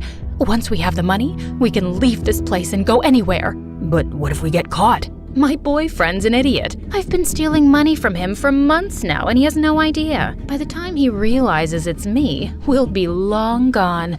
And baby, don't you want Julia to have a better life? Dad nodded, and then they kissed. Mom left, and as soon as Dad walked in, I cornered him. Hello, Dad. Oh my God, Julia, you scared me. You can't cheat Darren's uncle. He's willing to invest in your business, and you're just gonna take off with his money? Why are you ruining this amazing business opportunity? Because your mother and I love each other, and that matters more than anything else. Once we have the money, we can start over and be together anywhere we want. It's still illegal and criminal. This isn't who you are, Dad. And what makes you so sure she won't leave you again? Because she's changed, and I know things will be different this time. She really loves me. The only two things Mom loves are money and herself. I have a big day tomorrow, Julia, and I would like you to stay out of it. I tried talking to Dad again the next day, but he just blew me off. So I went to Darren's place and told him everything. We needed proof, and I started with searching Mom's room. I was going through her stuff when I found a bunch of fake passports and IDs at the back of the drawer. I shoved everything into my pocket and was leaving when my foot got caught in the carpet and I fell flat on my face. Just then, Mom walked in. Julia, what are you doing in my room? I came to see you, and I was just admiring this carpet. The thread count is amazing. The embroidery is exquisite. So elegant. Your taste is so chic, and you passed it all to me. I am so thankful to you for making me the lady I am today. I kissed Mom's hands, hugged her tight, and ran out. Right outside the room, I caught Darren snickering and pulled him into an empty room. Admiring the carpet? How'd you come up with that? Quick thinking, and I found something. But before I give anything against my mom, promise me that Dad will not face any criminal charges. I know he's at fault too, and I'm asking a lot here, but he's just an innocent man who is blindly in love with the wrong woman, and he's the only family I have left. Darren touched my cheek gently, and suddenly I felt hot tears rolling down my face. I get it, Julia. My dad left when I was really young, and it's not easy dealing with something like that. I promise you, I'll keep your dad safe. You really mean it? Darren nodded and pulled me into a hug, and it felt amazing. He dropped me home, and that night, I slept with Darren in mind. The next morning, Darren called me up and told me that he was chasing some lead and would meet his uncle at a golf event to tell him everything. I wanted to talk to Dad one last time before Darren exposed Mom, but he wasn't around. That's when I noticed an invite to the same golf event on Dad's table. I quickly took a cab and reached the venue. The place was huge, and I was running out of time, and that's when I spotted an old lady climbing onto a golf cart. "Excuse me, ma'am, I'm really sorry for what I'm about to do, but it's an emergency. With that, I shoved the lady aside, slid inside the cart, and zoomed off, despite her screams and protests. Please ignore my driving skills here. I'm actually a very safe driver. You can ask my friends. They say I drive like a grandma, and that's a compliment. Anyway, after crushing a bunch of feet and getting chased by a mad golfer, I finally spotted Dad and Mom in a corner talking to Mr. Sharman. Dad pulled out some papers, and Mr. Sharman was about to sign them when I got out of the cart, lunged at him, snatched the pen, and threw it away. Julia, what are you doing? Sorry, where are my manners? I apologize for the outburst, Mr. Sharman, but your girlfriend, and unfortunately, my mother, has been stealing from you. And now she wants you to sign over money for Dad's business so she can steal that too and leave forever. What is this rubbish? Darling, don't believe her. She's lying. Oh, no, she's not. I turned around and saw Darren walk in with all the evidence we'd collected and some papers. He told everyone how Mom was actually a con woman who'd been running around conning millionaires the last couple of years, and her latest target was Mr. Sharman. I always had my doubts about you, but I had no proof. But then, you booked this one-way flight leaving for Ibiza tonight, and I chased that transaction to find out about the secret account where you've been stashing away my uncle's money. Wait, you were gonna leave for Ibiza without me? You just bought one ticket? Julia was right. You were gonna take the money and just leave me. I tried to warn you, Dad, but why did you come back, Mom? You could have conned anyone. Why Dad? Suddenly, Mom looked like a raging madwoman. Because he was such an easy target. Your dad needed money, and I wanted an exit from this miserable relationship with his old hag Sharman. So I decided to use him to get the money and leave the country. I would have been successful if you hadn't butt in, Julia. Seriously, why do you hate me so much? I don't hate you, Mom. I feel sorry for you because you're doomed to stay alone. Have fun in jail. Mom got arrested that day, and I never saw her again. Darren convinced Mr. Sharman to not press charges against Dad, and it took some pleading, but thankfully he agreed. Dad and I were on our way out when suddenly I heard Darren calling my name. Dad left to wait in the car as Darren caught up with me. I just wanted to say thank you. That can't have been easy for you, watching your mom being taken away. Honestly, it wasn't that hard, and thank you for not sending Dad to jail. Actually, I wanted to tell you that I like you, Julia. I kinda have from the first moment we met. Do you think you could go out for a movie and dinner with me as my date? So I can be another trophy in your Playboy Hall of Fame? I politely decline. Will you listen for a minute? All those girls you saw me with are blind dates my mom set up. She's dying for me to find a girl I can settle down with. I clearly don't like her choices because I've had eyes for you only. Oh, well, that's flattering, but you'll have to woo me and treat me like a lady and work your way to my heart. Darren's still trying his best to impress me, and I'm almost in love with him. Okay, fine, I am in love with him. We're getting engaged soon, and all of you are invited to the party.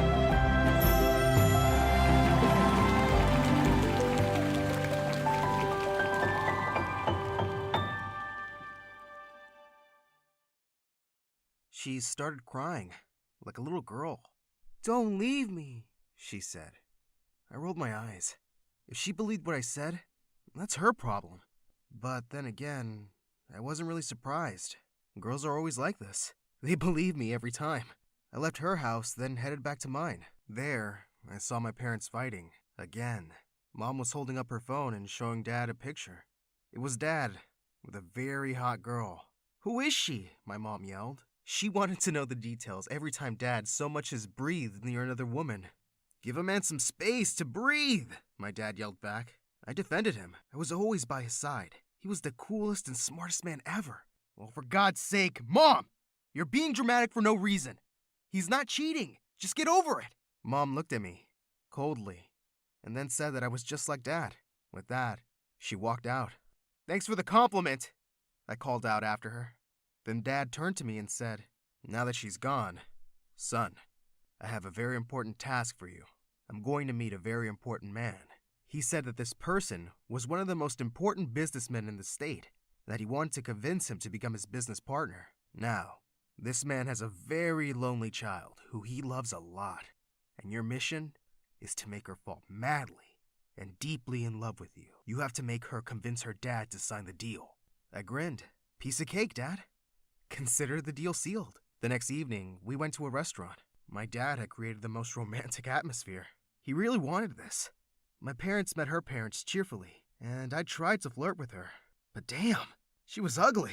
Her mom, though, she was gorgeous. To make matters worse, Dad kept elbowing me and winking at me to approach the girl. He even told her mom we'd make a great couple. Ugh, there was no way I was doing it. She also kept batting her eyelashes at me.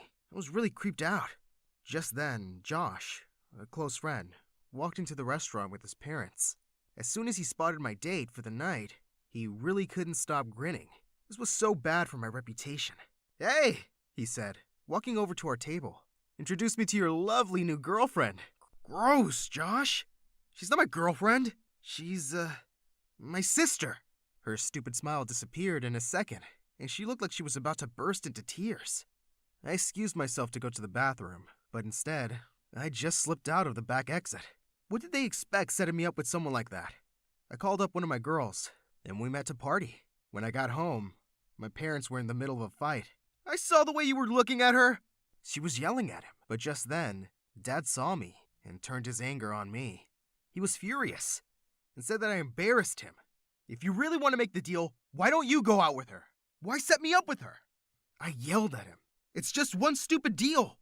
And she was too ugly. My mom was stunned as she figured out what we were talking about. "Oh, so this is how it goes."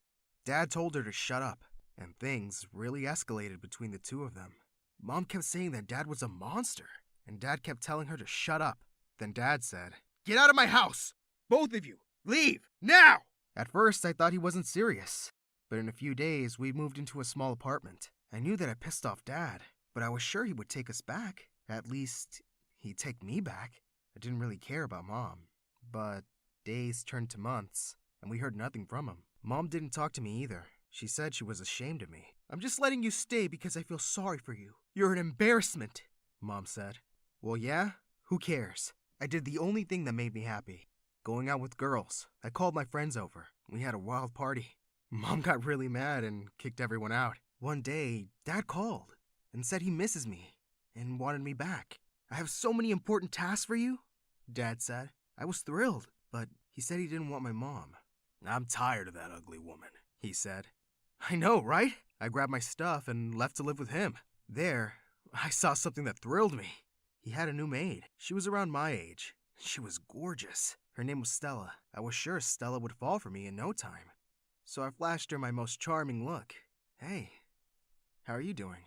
I asked. She looked at me and then looked away, like she'd seen a car crash or something. For a moment, I didn't know what happened. Had she just ignored me? She probably doesn't speak English, I thought. But then she said something to the housekeeper in fluent English. I gasped. Was she ill then? Terminally ill? But the way she worked, I knew she wasn't. Then what is it? I couldn't stop wondering. Meanwhile, when I wasn't completely distracted by the gorgeous Stella, Dad kept giving me all these missions to make wealthy men's daughters fall for me. I did it every time, and I gained my dad's trust again. But I just couldn't stop thinking about Stella. I saw her everywhere. Every brown-haired woman reminded me of her. She even popped up in my dreams. I kept trying to talk to her, but all she did was look at me like I was an idiot. One day, Dad called me into his room. He looked deadly serious, as he told me he had a crucial task for me. "There's this man from New York, and he's willing to make $1 billion investment in our company," he said. That was great news. Why did Dad look so worried? He said that the trouble was this man's daughter. She was really nosy and always trying to influence her dad's decisions about the company to favor her boyfriends. Her dad listens to everything she says. I knew my job without him having to say anything else. "Don't worry, Dad," I said. "I won't embarrass you again. The girl I was supposed to flirt with was pretty and all, but man, she was insane. She was super jealous. The most jealous girl I've ever been with. She was so crazy. She would come to my house without telling me, and when I asked why she didn't call before coming, she would say, 'I just wanted to surprise you, babe. I missed you, and I needed to touch you.' Well, that was a lie. She came over to make sure I wasn't cheating on her. She didn't know that she was dealing with an expert. One night, she came over unexpectedly. I was with another girl. She caught me and started screaming like a banshee. 'We're so over!' She yelled over and over again. 'Whatever, just leave,' I said. I was so tired of her drama. But then she looked at me with her big eyes and said, 'Aren't we going to make up? Damn, we love each other.' Ugh, I didn't want to deal with this crackpot right now. Just then, Stella came in with some soda. My super crazy girlfriend took one look at her, and she freaking blew up. She just went insane. She grabbed the can and threw it at Stella, saying, "What the actual hell are you doing here? You disgusting gold digger!" Stella looked shocked as my girlfriend kept saying she was planning to steal me from her. I jumped to my feet and yelled at my girlfriend to stop and told her that Stella has nothing to do with this. But my girlfriend wouldn't stop yelling and pushing Stella away. Suddenly, Stella looked super pissed, and she pushed her back. My girlfriend fell to the floor. Damn! Stella was so hot. I loved a girl who could fight. "Get out of my house right now," I said to my girlfriend. She looked so shocked. She got to her feet and threatened me, saying that her dad wouldn't be happy about this, and she left. I approached Stella and gently told her that I was sorry for my crazy girlfriend's behavior. Then I made an offer I knew she couldn't resist. "Would you like to spend the night hanging out with us?" She looked at me and rolled her eyes. "No," she said. Damn. She wanted me all alone for herself. I turned to the other girl and said, "You heard her. She doesn't like sharing. Get out." But Stella said, "God, no!" Again, what was wrong with this girl? She tried to walk away, but I grabbed her hand. "Are you into girls?" I hope she was. At least, that would make me feel better. But she looked at me like I was a dumb kid and said no. I asked her if she had a boyfriend, but she said no. With that, she pulled her hand away and left. I stood in shock as she coldly walked away from me. This was the first time I'd been rejected, and I had to admit it. It broke my heart. I was devastated and lost. I went up to my room and slept early, thinking about my beautiful, cold-hearted Stella. In the morning, Dad burst into my room, screaming and threatening me. "I knew you were stupid, but I never thought you'd be such a royal idiot," he yelled. I told him that my ex was a pain, and that I just couldn't deal with her. "Is that why you got her pregnant?" My dad suddenly started to laugh. "What?" He was thrilled and said he was kidding about me being dumb. "You're the smartest kid in the world. They're signing the deal right after you two get engaged." I was so confused for a minute. I couldn't understand what he was saying. He saw my confusion and figured I was too sleepy. Then he explained how my girlfriend had told her dad that I proposed to her. She said that since she was pregnant, she'd say yes. Both our dads were thrilled. When I tried to tell my dad she was lying, he wouldn't believe me. I called her, and she laughed. "You're mine now." For a few weeks, she made my life hell, as she dragged me around to shop for our engagement. On the day that they threw us an engagement party, she said, "Are you ready to be my slave for life?" Suddenly, I flipped and started screaming at her. I told everyone that she wasn't pregnant, and especially not by me. "I have no plan of marrying this nightmare," I yelled at Dad. Everyone stared at me in horror. Her dad had me and my dad kicked out as she burst into tears, crying about how I could say such terrible things. "You're the one having an affair with your maid," she sobbed. I tried to deny it, but no one believed me. Dad didn't speak to me the whole day. The next day, I couldn't find Stella anywhere. When I asked my dad about her, he calmly said, "I fired her." I was furious. "How could he do that? I'm not your freaking employee. You don't own me," I yelled. I told him that I've had enough of him, and I was leaving. I went to my mom's. To my surprise, I found her with another woman. "Meet my girlfriend, Anna. She lives here now," Mom said. I asked her what the hell was wrong with her, and she said that Dad had made her hate all men. As much as Mom loved Anna, she was a real pain in my butt. She didn't like me, at all. Apparently, Mom had told her what I used to do with girls, and she thought I was a jerk. And man, was she crazy. "You're the scum of the earth," she said to me every time she saw me.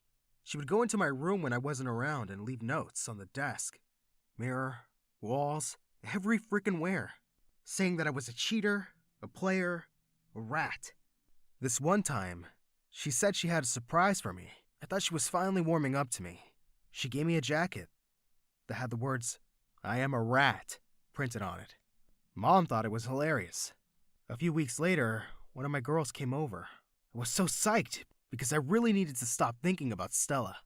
As I was getting ready in my room, my mom's girlfriend told my girl that I needed to change my clothes every 2 hours because I sometimes soil my pants.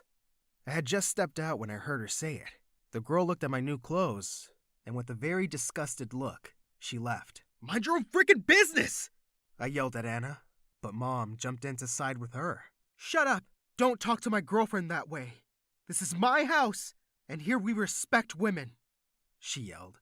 I was so incredibly pissed. I wanted to leave, but I had no place to go, so I decided to try to reason with my mom's girlfriend. "I'm really not as heartless as you think I am," I said, with the biggest puppy dog eyes I could manage. I told her she didn't know what it was like to grow up with parents who were always fighting. "And you think I can't love? Oh, I've loved. I've loved and lost." I said my heart was broken, and all these girls were just soothing balm for my aching heart. I kid you not. I saw some tears in her eyes.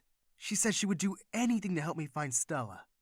So she suggested I go to the police. "They'll help you find her. I have a friend in the police. I'll talk to him," she said. I went to the police station and asked about Stella's address. The guy helped me, and in no time, I was outside her shabby little apartment. Her crazy father opened the door. He immediately figured out that I was some rich guy. He took one look at me and said, "Wrong address. Leave." "I know Stella," I said, just as he was about to slam the door in my face. He was surprised and looked at me again, more carefully. Behind him, I was able to see Stella with a lot of kids. She was trying to calm them down while she chased after them. She was feeding one and scolding another. Apparently, they were her siblings. "Stella!" Her dad screamed and demanded she come over. She came to the door, and immediately, her dad went inside. But I could see him trying to eavesdrop from behind the door. I took her hand and said, "I am so sorry, Stella, for everything. I love you. Will you be my girlfriend?" She pulled her hand away and shut the door in my face. I heard her dad yelling, "You crazy brat! Are you out of your mind? He's rich! Marry him!" He opened the door again. Stella looked at me and said, "I can't be with someone like you, no matter how rich you are. I want a guy who will love and appreciate me and stand by my side no matter what." Then she closed the door. Again, I couldn't believe it. For the first time, I cried. I headed back home. I knew my heart would never be the same again. But while I was walking along the street, I saw a very beautiful girl.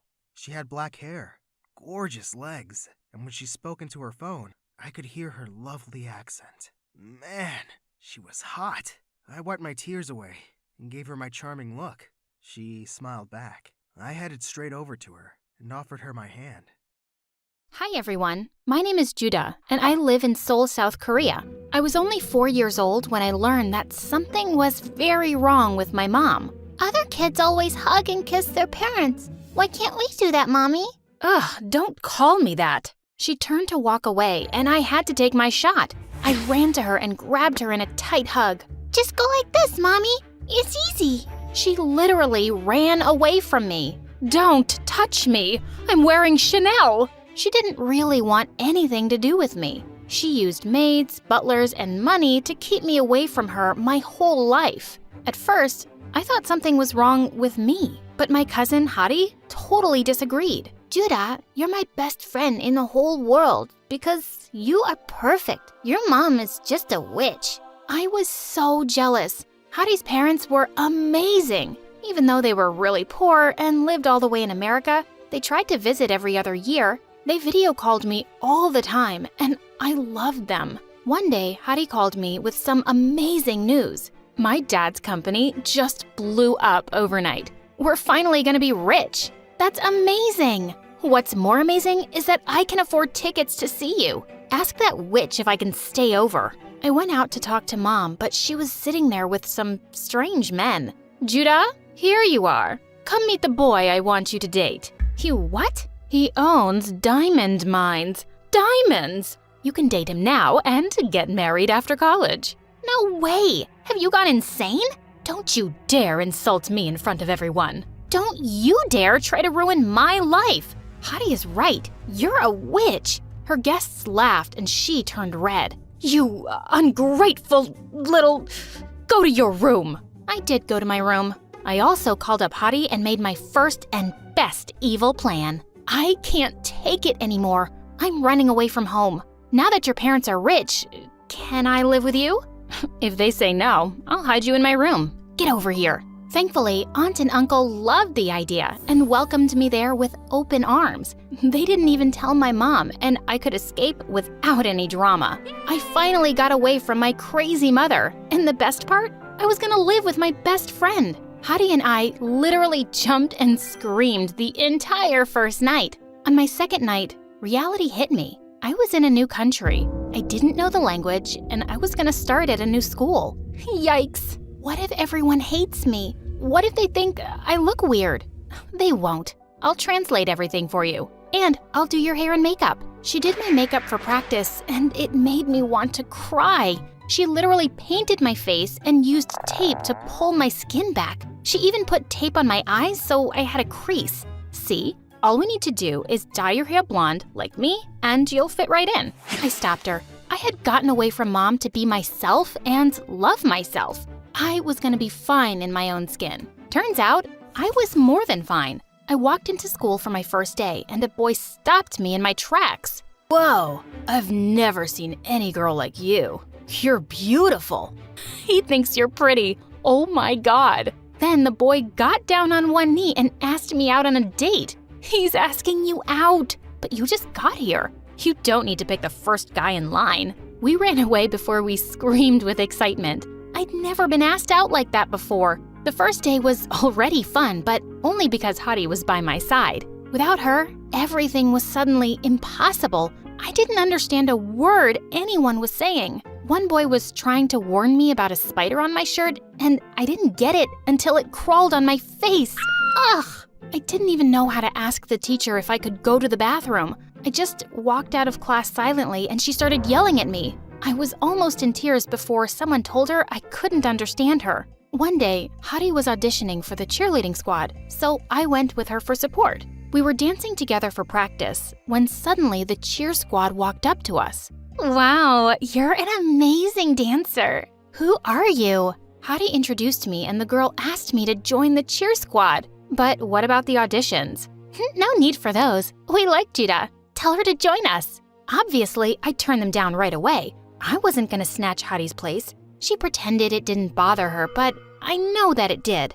At home, Aunt and Uncle were trying way too hard to be nice to me. They asked me endless questions, and they kept buying me over-the-top gifts. Uncle even bought me a car. You gave Judah a car before me? We can get you a car too, sweetie. You should have thought of me first. Hottie stormed away and locked herself in her room. I had to slip like 50 apology notes under her door to get her to come out. They just feel bad for me because of my terrible mom. Come on, don't be upset. She came around and I thought things would get better until one day when Derek, the cutest guy in school, walked up to us at lunch. Oh my God, I have such a huge crush on Derek. Have you told him that? I dropped major hints the last time we were in class. Maybe he's finally gonna ask me out. We squealed in delight till he came within earshot. Then Derek walked right past Hottie and stood in front of me. Wow, you're really cute. I've never seen you here before. Are you new? I had no idea what he said, but Hottie turned white as a ghost. Derek started saying more things I couldn't understand, and then he just patted my head and left. What was that? He asked me out on a date. You? But I feel like he was talking to me. He was just being shy. He said he wants to take me out to dinner. Oh, wow, that's amazing. I jumped, but Hottie didn't join me. In fact, she started acting so weird. She refused to sit with me at lunch anymore, and she started walking home from school alone. When she went out for a date with Derek, she told some random girl at school all about it instead of me. I barged into their conversation and pulled her away. What's wrong with you? Why are you ignoring me? Why can't we have our separate lives? Hottie, you're my best friend. I want to be with you. So I can keep being your translator all the time? I love you. But Judah, I need some space from you right now. Just be on your own. Fine. I don't need you either. Just watch me. I joined online classes for English and started taking a book of translations with me everywhere. I was gonna learn this language and yell at Hottie in English for being such a jerk. I got better fast. English wasn't as hard as it looked. I could even hold decent conversations on my own, and I made a few friends. We were in the cafeteria one day when Derek walked up to me. He had flowers in his hands, and his friend from the band was playing the flute. What? Judah, I know you didn't want to go out with me then, but I can't stop thinking about you. Will you give me a chance? What are you talking about? You wanted to go out with me? I asked you out that day, remember? Hottie said you didn't want to go, so she came on our date instead. She what? I stared at Hottie with my jaw loose. She was already in tears. Okay, fine. Derek asked you out, not me. Happy? I was jealous, so I lied and I went to see him. Are you serious? You're such a freak. What's wrong with you? Hey, don't talk to her like that. We missed our date because of this pathetic loser. Jeez, how desperate can you get? I just lost it.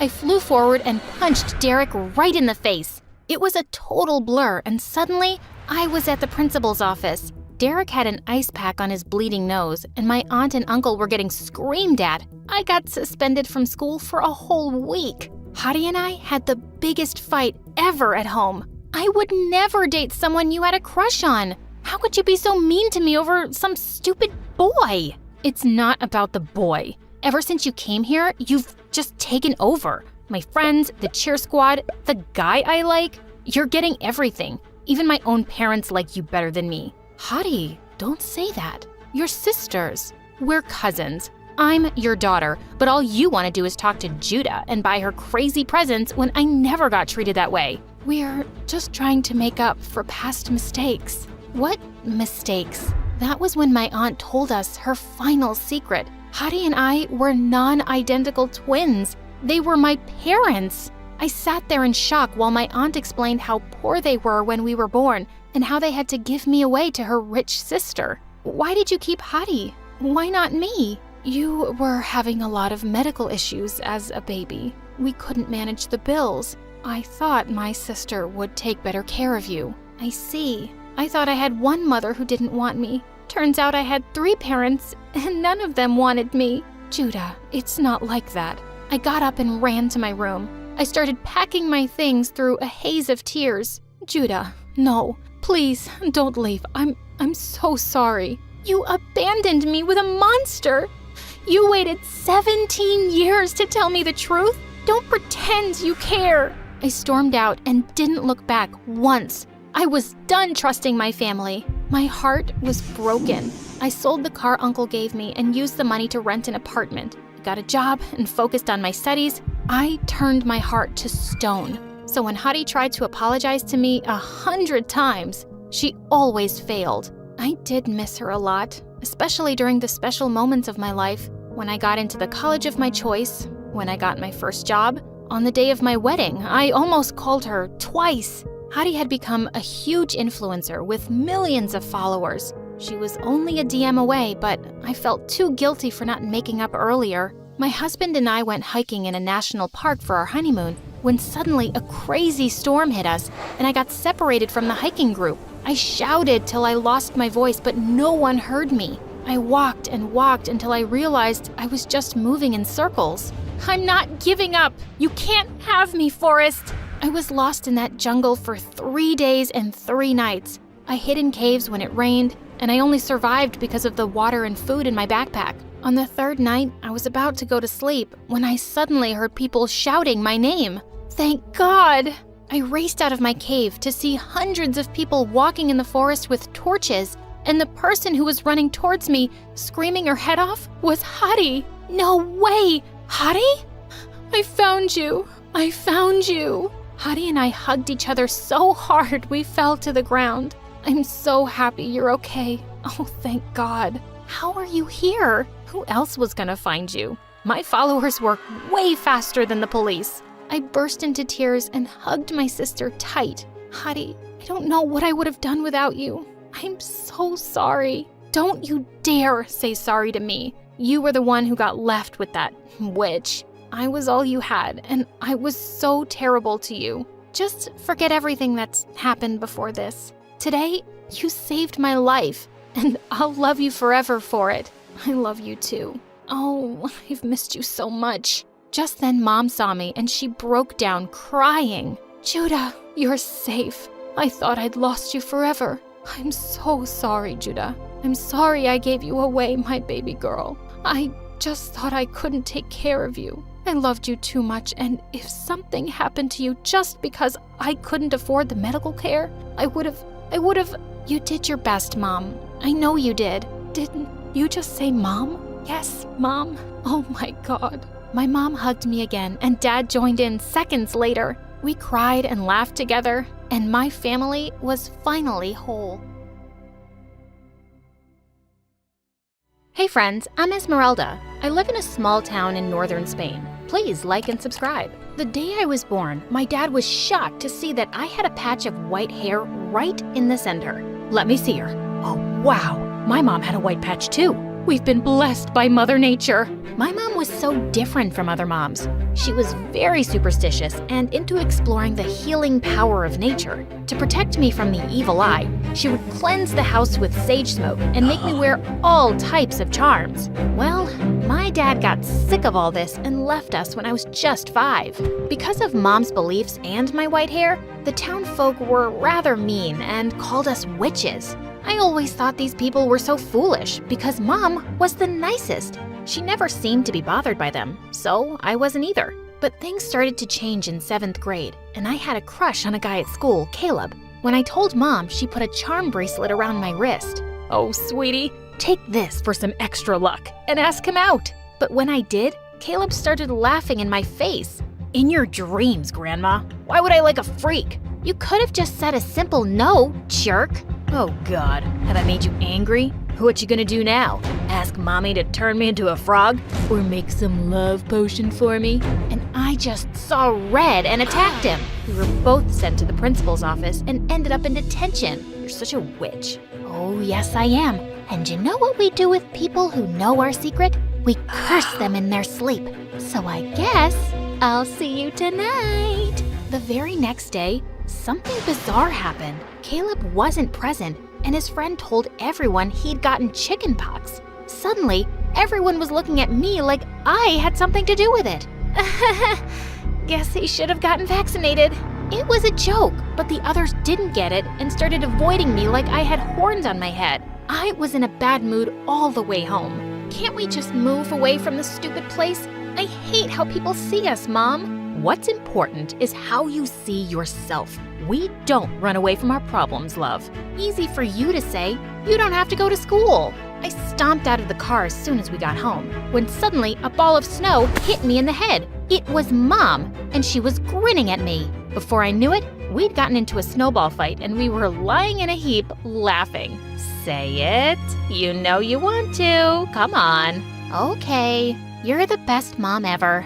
I could never be mad at Mom for too long, but soon I started losing the few friends I had because of Mom. She would either make them stupid charms or would do tarot card readings for them, and their parents really had a problem with that. Once at a parent-teacher meeting, Mom walked into the classroom and climbed onto the teacher's desk. The vibes in this room are so negative. Let me cleanse the aura first so we can have a positive, wholesome day. And then she closed her eyes and started chanting something, and everyone screamed and left the room.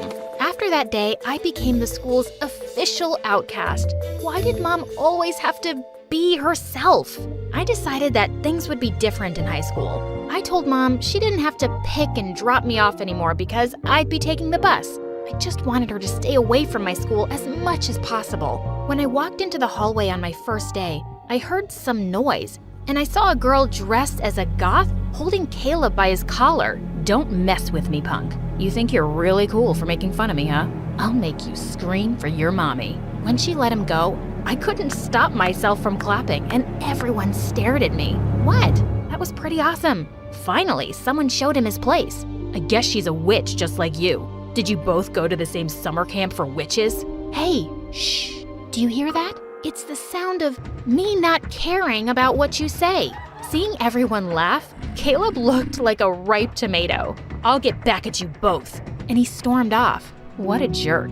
Yep, I can't believe I had a crush on him once. By the way, I'm Esmeralda. I'm Aria, and I love your hair, girl. You look like a rock star. OMG. It was the first time someone had complimented my hair, and I freaking loved it. We clicked instantly, and later that day, we even walked home together. We were going through a rich neighborhood, and I was shocked when she stopped in front of the most beautiful mansion on the street. Wow, her house was awesome. In school, Aria was fast becoming one of the most popular girls. Her dress sense was so cool, and she aced all subjects. She was like a beauty with brains. Since we'd become really good friends, I got a taste of what it felt like to be popular too, and I was rather enjoying it. But then one day, Mom came to school to pick me up unannounced. I so wanted to run away before Arya could see us, because if Mom met her, she would say or do something weird for sure. But it wasn't my lucky day. Arya spotted us and came over, and the two started talking. And then Mom offered her a palm reading. Mom, can we please go? I don't think Arya is into that kind of stuff. No, I'm really curious. Your mom sounds awesome, and I'd love to know. Mom looked at her hand and then spoke. Yes, I see you have a tough life, but I also see something really positive here. Sweetheart, even with all the hardships, you'll make it big one day. Just trust that, okay? Arya was practically living in a mansion. Mom had it so wrong. Gosh, Mom, enough of this, please. No, it's fine. That was really nice. Thank you. Mom offered Arya a ride home, and when we stopped outside her house, Mom said, "Oh, this is where you live? I've come here several times because your mom buys my candles. She never mentioned she had kids, though." I guess she isn't so proud of me. Thanks for the ride. I gotta go. And before Mom could say anything else, Arya walked off and went inside. I wasn't quite sure what she meant by that, but I realized that she hardly ever talked about her parents. After that day, Arya and I grew closer, and she started coming over to my place for sleepovers too. She actually enjoyed Mom's company, and I finally had a friend who didn't find my mom weird. Things were going good, but my happiness was short-lived because just a few days later, I was performing a recital at school, and Mom burst into the auditorium looking panicked. "Esmeralda, you left the house without being blessed." Oh no. And then, Mom lit a roll of sage and jumped onto the stage, circling around me with smoke. That set off the smoke detectors, and we had fire alarms blaring and sprinklers going off everywhere. There was chaos in the entire school. Everyone was screaming and running. It was a wet mess, all because of Mom. Well, that was just a false alarm. Sorry, folks. Mom, are you completely crazy? You ruined everything. Everybody is staring at us now, and I'll be the butt of everyone's joke. Honey, aren't you overreacting a little? No one will even remember this incident by tomorrow. I'm overreacting? Gosh, Mom, you really don't get it. You do weird things and it puts people off, and no one here forgets. We'll just be hearing about this till the end of high school. Sometimes I wish you'd just be more normal. I regretted my words as soon as I saw the hurt look on her face, but I was too mad to apologize. And it was true. I'd had enough. When I went to school after the weekend, I could feel people looking at me. And then Caleb popped out of nowhere. Wow. Amazing that you can show your face after the stunt your psycho mom pulled off. But before I could say anything, somebody leapt forward and pushed him hard. Arya, buzz off, jerk, and don't talk about her mom like that. She is 10 times the person you'll ever be. Yeah, 10 times crazier. Better crazy than a loser. Seriously, dude, no one cares about what you have to say. So why don't you just go and get a life? I was really grateful to have a friend like Arya on my side, but it was just her, because everyone else said and thought the same things as Caleb. I tried to ignore them, but at home, I also grew distant from Mom. I just wanted to be 18 and get out of this place, and maybe even from her. It was almost the end of the term, and we were busy preparing for the school's talent show. Arya and I had paired up for a dance-off, but during practice one day, we found out that our favorite music teacher was leaving soon. We all really wanted to get her a farewell gift, so the entire class pitched in money and gave it to the class monitor the next day. During recess, I realized I'd forgotten my lunch in the classroom, and when I went to go get it, I got the shock of a lifetime. Arya was taking out money from the class monitor's bag. Arya, what are you doing? Oh, I found it on the floor. It must have fallen out of her bag. I was only putting it back. Just then, Caleb suddenly walked in, and he started yelling at the top of his lungs. Oh my God, thieves! His yelling attracted some other kids, and he told them he'd caught us stealing the money red-handed. Ultimate jerk! We were both taken to the principal's office, and she called our moms, but only my mom showed up. Stealing? That's impossible. My girls could never do such a thing. I know my daughter. And I can also vouch for Arya. You better check that kid Caleb. He's always been trouble. And what a coincidence that he caught the girls. Mom took my hand and squeezed it gently, and my heart just melted. I've been such a jerk to her lately, but she was really the best person I knew. She then gently touched Arya's head, and all of a sudden, Arya started crying. What's wrong? I can't lie about this. I did steal the money earlier today when everyone went to gym class, but I realized I was so wrong. So during recess, I decided to put it back. That's when Esmeralda walked in, and then Caleb saw us. He didn't steal anything, and neither did she. It was me, and I am so sorry. What in the world? Before I could say anything, the principal sent me back to class. I didn't know what happened next, but when Arya didn't return, I decided to go to her place after school. But the lady there said Arya wasn't her daughter. She said Arya only came sometimes to mow the lawn. What? Luckily, the lady knew Arya's actual address and gave it to me. And when I got there, I found her sitting on the stairs. What are you doing here? What are you doing here? Is this where you live? Gosh, who are you, Arya? And why have you been lying to me all along about living in that mansion? I never said that was my place. I just said I'll stop here.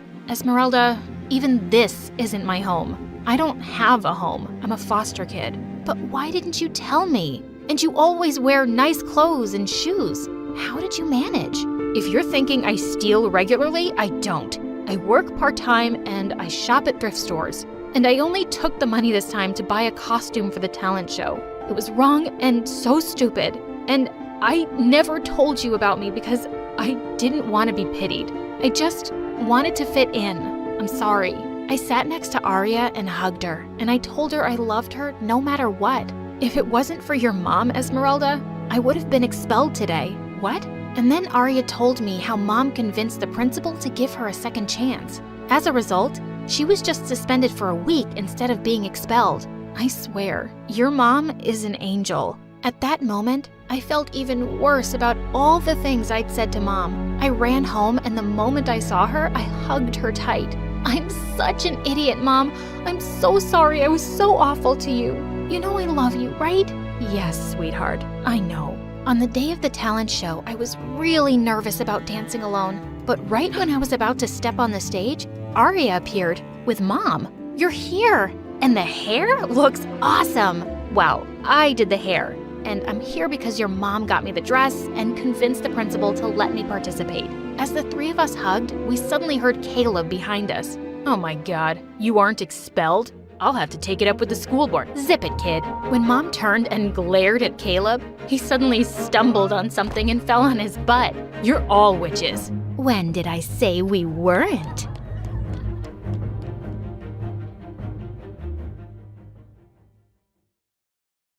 Hi, my name is Barbara, but people call me Barbie because I look like one. Please like and subscribe before I continue. Dad was a billionaire who owned a multi-industry company. Growing up, my twin brother Ford and I were used to getting everything we wanted. But for him, it wasn't enough because he wanted everything for himself. On our 5th birthday, Dad gave me a Barbie doll while he gave Ford a toy car. But he wasn't happy. My car needs a driver, so give me that doll. Over my cute body! He got back at me by scratching Dad's new Lamborghini and blaming it on me. I was grounded for a month. He also loved to make fun of the brown birthmark on my face. Maybe that's why you stink, because there's permanent poop on your cheek. Stop saying I stink when I don't. Everyone might think it's true. Too late. I've already told everyone about it. I tried complaining to Dad, but he was always too busy to care. But one day in the 5th grade, I discovered a way to cover up my birthmark by using loads of makeup. I told Ford that I had it removed by a doctor, and he was so stupid he actually believed it. He was always a pain in the butt, until he started dating this gold digger Tiffany in high school. He got too busy to annoy me all the time, thank God. In 10th grade, my boyfriend Zach and I decided to celebrate his birthday by going away to Greece for the weekend. We were about to take off in Dad's private jet when suddenly, the pilot came out of the cockpit and said we had a problem. I looked out the window and saw Ford arriving with Tiffany. What are they doing here? We're celebrating our anniversary in Hawaii, so all of you, get out. Breaking news, dummy. I came here first. I don't care. Get lost. You get lost. I was about to push him but I screamed when Tiffany suddenly pulled me by my hair.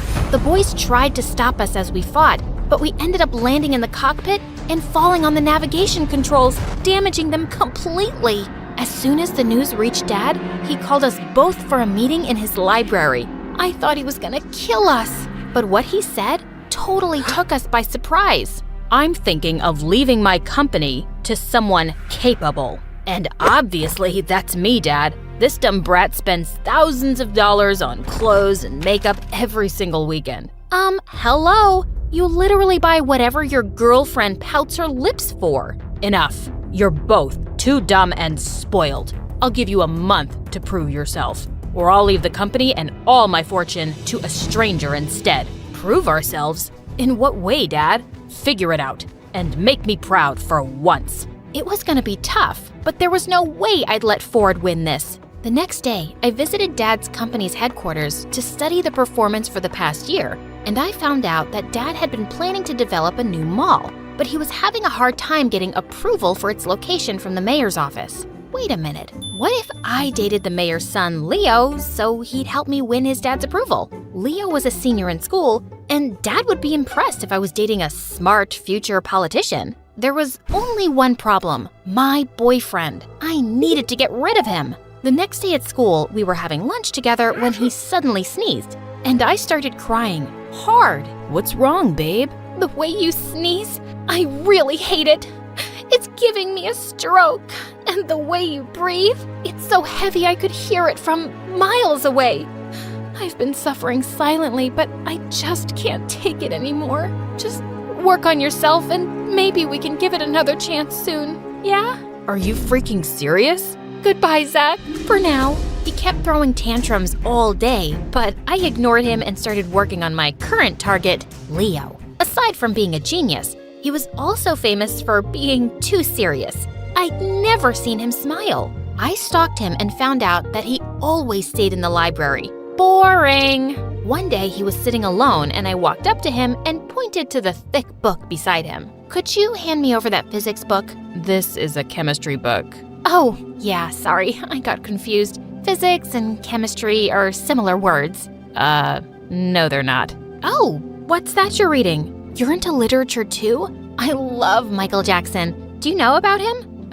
Yeah, of course I do. But I like Shakespeare more. Shakespeare? That's a cool name. Before he could say something, his friend suddenly called him, just when I thought we were connecting. As Leo walked by, Zach suddenly appeared and pulled me into a corner. Why are you flirting with this guy? I thought our breakup isn't official yet. Don't take it personally. I just need him to help me get his father's approval for my dad's project. And when you win that inheritance, you'll get back with me, right? Sure, whatever. I'll wait for you. Don't hold your breath. A few days later, I heard that Leo was running as a president for the student council again. But what shocked me was Ford was running too. So that was his first move to prove himself and impress Dad, huh?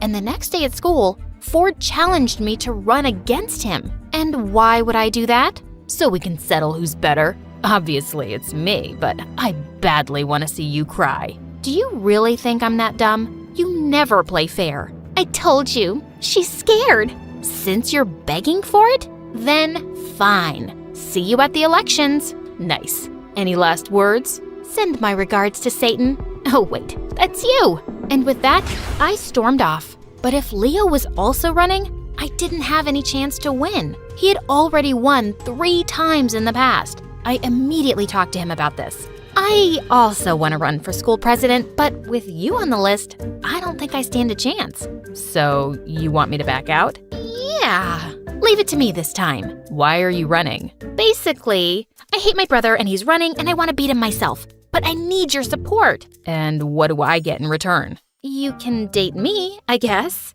To my surprise, he smiled at me and said, "Sure." Wait, are you serious? He just winked at me and walked away, leaving my heart fluttering with that smile. I was so confused. It was time to put our names down as candidates the next day, and I was surprised to see Leo was running as my vice president instead. What are you doing? Supporting my girlfriend. So he really was serious about it. I couldn't believe making him fall for me was this easy. I decided I'd wait a few days before I started talking about the mall project so it wouldn't look suspicious. We started hanging out together, and sure, he was serious, but he was also sweet and funny, not boring at all. He even introduced me to a super cool channel on YouTube called My Story Animated, and when I saw their videos, I actually found them exciting and relatable, especially about those billionaire girls. On the weekend, he asked me out on a date, and I said yes. While driving, someone suddenly called him and he turned to me. I was supposed to lead Dad's charity drive at a hospital tomorrow, but they moved it to today, and they need me there. I'm so sorry. Instead of sulking, I smiled and volunteered to come along. Seeing all those sick people who couldn't afford treatment made me realize how lucky I was. And the way Leo talked to these people made my heart melt. Later that night as he drove me home, he suddenly took my hand and kissed it. You must be really tired. I'm fine. Actually, I had a great time. The date isn't over yet. I've got a surprise. He took me to a closed restaurant and revealed that his mom owned it. So, how are we supposed to eat? Watch me. To my surprise, he started working in the kitchen himself and ended up with the most delicious meal ever. I can't believe I'm with someone like you, a goddess. Yeah, I know. Thousands of guys wish to be you, so you're very lucky. My heart went wild when he tucked a strand of hair behind my ear. You're really funny and pretty. I stared back at him and just found myself leaning in closer for a kiss. I felt like I was on cloud 9. It was the least fancy date I'd ever been on, but it was the best time I'd ever had in my life. Soon, we made our relationship official, and Zach wasn't happy. You broke up with me because of him, didn't you? No, Zach, we just didn't work out. I'm sure you can find someone better. You're gonna regret this. Zach was too dumb to do something that could actually ruin me, so I just ignored him. When the election campaign started, Ford and Tiffany were spending Dad's money like crazy. They covered the whole school with pictures of their stupid faces and threw the biggest parties every single night. Ford also promised everyone he'd turn the whole school into a teenage paradise, making him win by a landslide. I lost so badly. He kept on bragging about his victory at dinner, and Dad looked impressed. I think I'm gonna win this too. And when I take over everything, the first thing I'll do is make you miserable. Say goodbye to all your credit cards. Don't be too confident. Maybe you'll be the one who ends up crying. I really doubt that. Ford made me so mad. I had no choice but to finally use Leo's connections for Dad's mall project. I brought it up, and to my surprise, he immediately talked to his father about it. A few days later, I introduced him to Dad over dinner, and he looked stunned when he learned that Leo was the mayor's son. You should have informed me earlier. I would have told the chefs to make something fancier. I'm fine with anything, sir. It's a pleasure to finally meet you. They seemed to be getting along really well, and Dad then finally brought up the project. Oh, Barbie mentioned it to me the other day, and I've already talked to my father about it. He's looking forward to meeting you. Dad looked super happy, and once the project was finalized, he even threw a party to celebrate it. You made this happen, my dear Barbie. You've shown me how valuable you can be.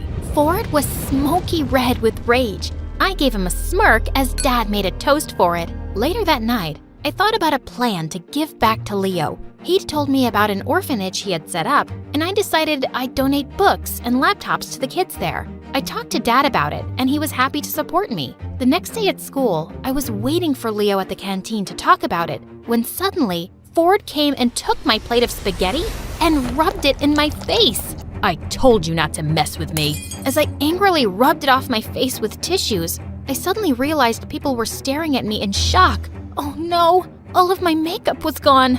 Oh look, there's poop on her face. Breaking news, everyone. My sister's been hiding this gross birthmark under her makeup for years. Look, Leo, she's even deceived you, just so she could be your girlfriend. I tried to hide it, but it was too late. Leo had arrived and was staring at me. I was about to run away when suddenly he grabbed Ford by the collar and pushed him up against the wall. She's still the most beautiful girl in the world to me, but you sure are the biggest jerk. I heard everyone actually agreeing with him, but Ford started laughing like a maniac. Okay, the poop mark didn't change your mind? So how about this? To my surprise, Zach showed up from behind him and started playing a recorder with an evil grin.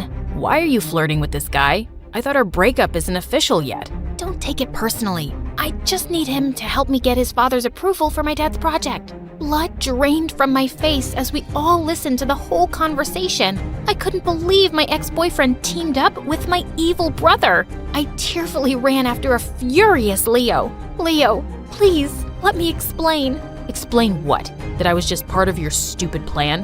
I can't believe I actually fell for a spoiled brat like you. Yes, I planned it, but then I started to have real feelings for you. Yeah, right. Please, don't ever talk to me again. He ignored me completely after that, and I lost all my motivation. Ford took it as an opportunity to redeem himself. He spent tons of money on billboards across the city advertising Dad's clothing stores with himself and Tiffany as models. The sales actually went up. A few days later, Dad informed us that he'd finally made a decision. I was sure Ford had won, but I didn't even care by now. I decided to give everything to...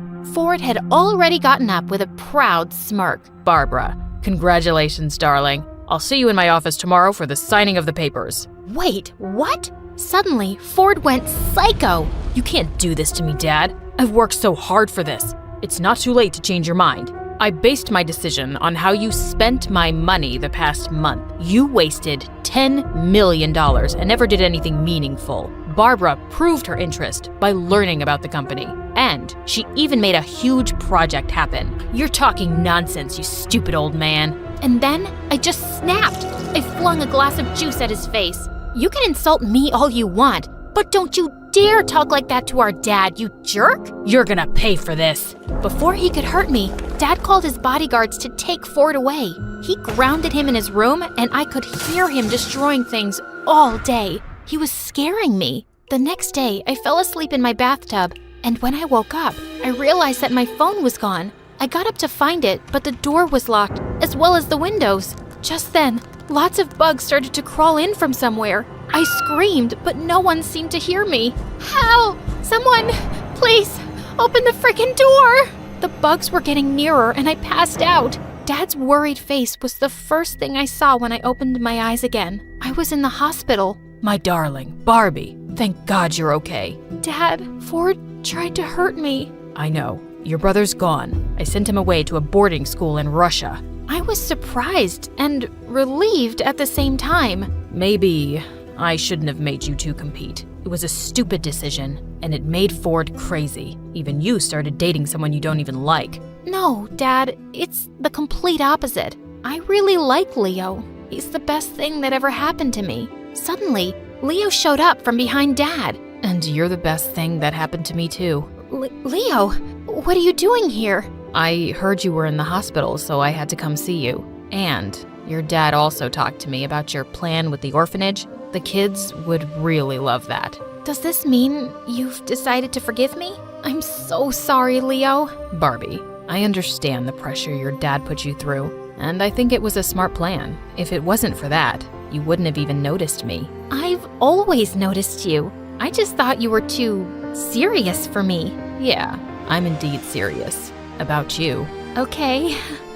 I think you deserve another chance to get to know me. I love you. I love you too.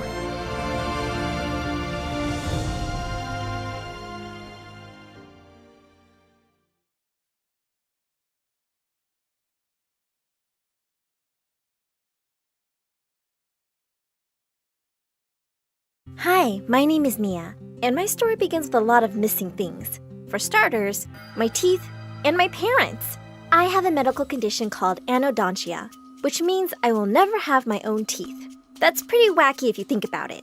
But that's not the craziest thing about my life. Ever since I was young, my parents and I were always moving. At first, I thought it was because they wanted to protect me from the awful people who mocked me. Like one day when I was 5, I was swinging in the park when 2 kids pulled my hair and called me Toothless Granny. I started crying. Mom says I'm cute. She's lying. You dumb gummy bear. Mom flew to my side in a second, and she chased the kids away. The next day, she surprised me with a set of dentures. I was thrilled. We were moving to a new place, and I was starting school soon. Finally, my life was perfect, and no one would ever know my little secret. But a few weeks later, when my parents announced we were moving again, I was not happy. I just made friends at school. I ran outside and tied myself to the tree in our backyard. If you want to take me, you'll have to take the whole tree with you. Of course, Mom untied me in 5 seconds and carried me away. And I realized for the first time that they weren't moving because of me. I drove them crazy asking them the same question for 10 hours. Why do we have to move? Why? Why? I can go on forever. I won't shut up till you tell me. Why? They always said I was too young to understand. For the next few years, we kept moving every 6 months. But when I was in 8th grade, it all finally made sense. We just had moved and I couldn't find my dentures, so I went to look for them in my parents' bedroom. That's when I saw a light flashing from behind the giant painting on the wall. As I moved it, I was shocked by what I saw. A secret room? When I walked in, I saw cool gadgets mounted on the wall and huge monitors everywhere. I opened a folder lying on the table and I stared at it, dumbstruck. It was filled with pictures of my parents, but they had different names. There was only one crazy but reasonable explanation for all this. My mom and dad were spies. That explained everything. I knew I had to keep this a secret, but I couldn't resist taking some gadgets with me. Binoculars, HD cameras, a telescope. I was in geek paradise. The next day, I was sitting on the bleachers when I spotted Robbie, the hunky football captain, walk onto the ground for practice. All the girls were crazy about him, and he knew it. As soon as some giggling cheerleaders gathered to watch, he took his shirt off. Well, I didn't need to get closer when I had high-powered binoculars. As I was busy drooling over his perfect abs, someone nudged me in the ribs. It was Robbie's awful twin sister, Natasha. Ugh, loser. I know my brother looks like a Greek god, but seriously, get a life. And some self-respect. He's never going to look at you with that face of yours. I was watching birds, not... She walked off before I could even finish. Ugh, what a witch. And what was wrong with my face? I could have Robbie if I wanted. I just had to get close to him before someone else beat me to it. But the very next day, I saw something that broke my heart. Robbie was kissing some girl. I was totally crushed. But a few days later, I caught him making out with another girl. How many people was he dating? I decided to spy on him for a little while longer and discovered that Robbie was dating more than half the class. I couldn't believe I had a crush on this 100-timing jerk. But since I was a sucker for justice, it was my duty to tell everyone about this creep. So I sent anonymous messages to everyone he was dating with proof of his cheating. The next day, Robbie was dumped by 15 people at lunch. I can't believe I was dating a jerk like you. Go kiss your own reflection, Robbie. It felt so awesome to help good people and expose the bad ones. And that gave me a brilliant idea.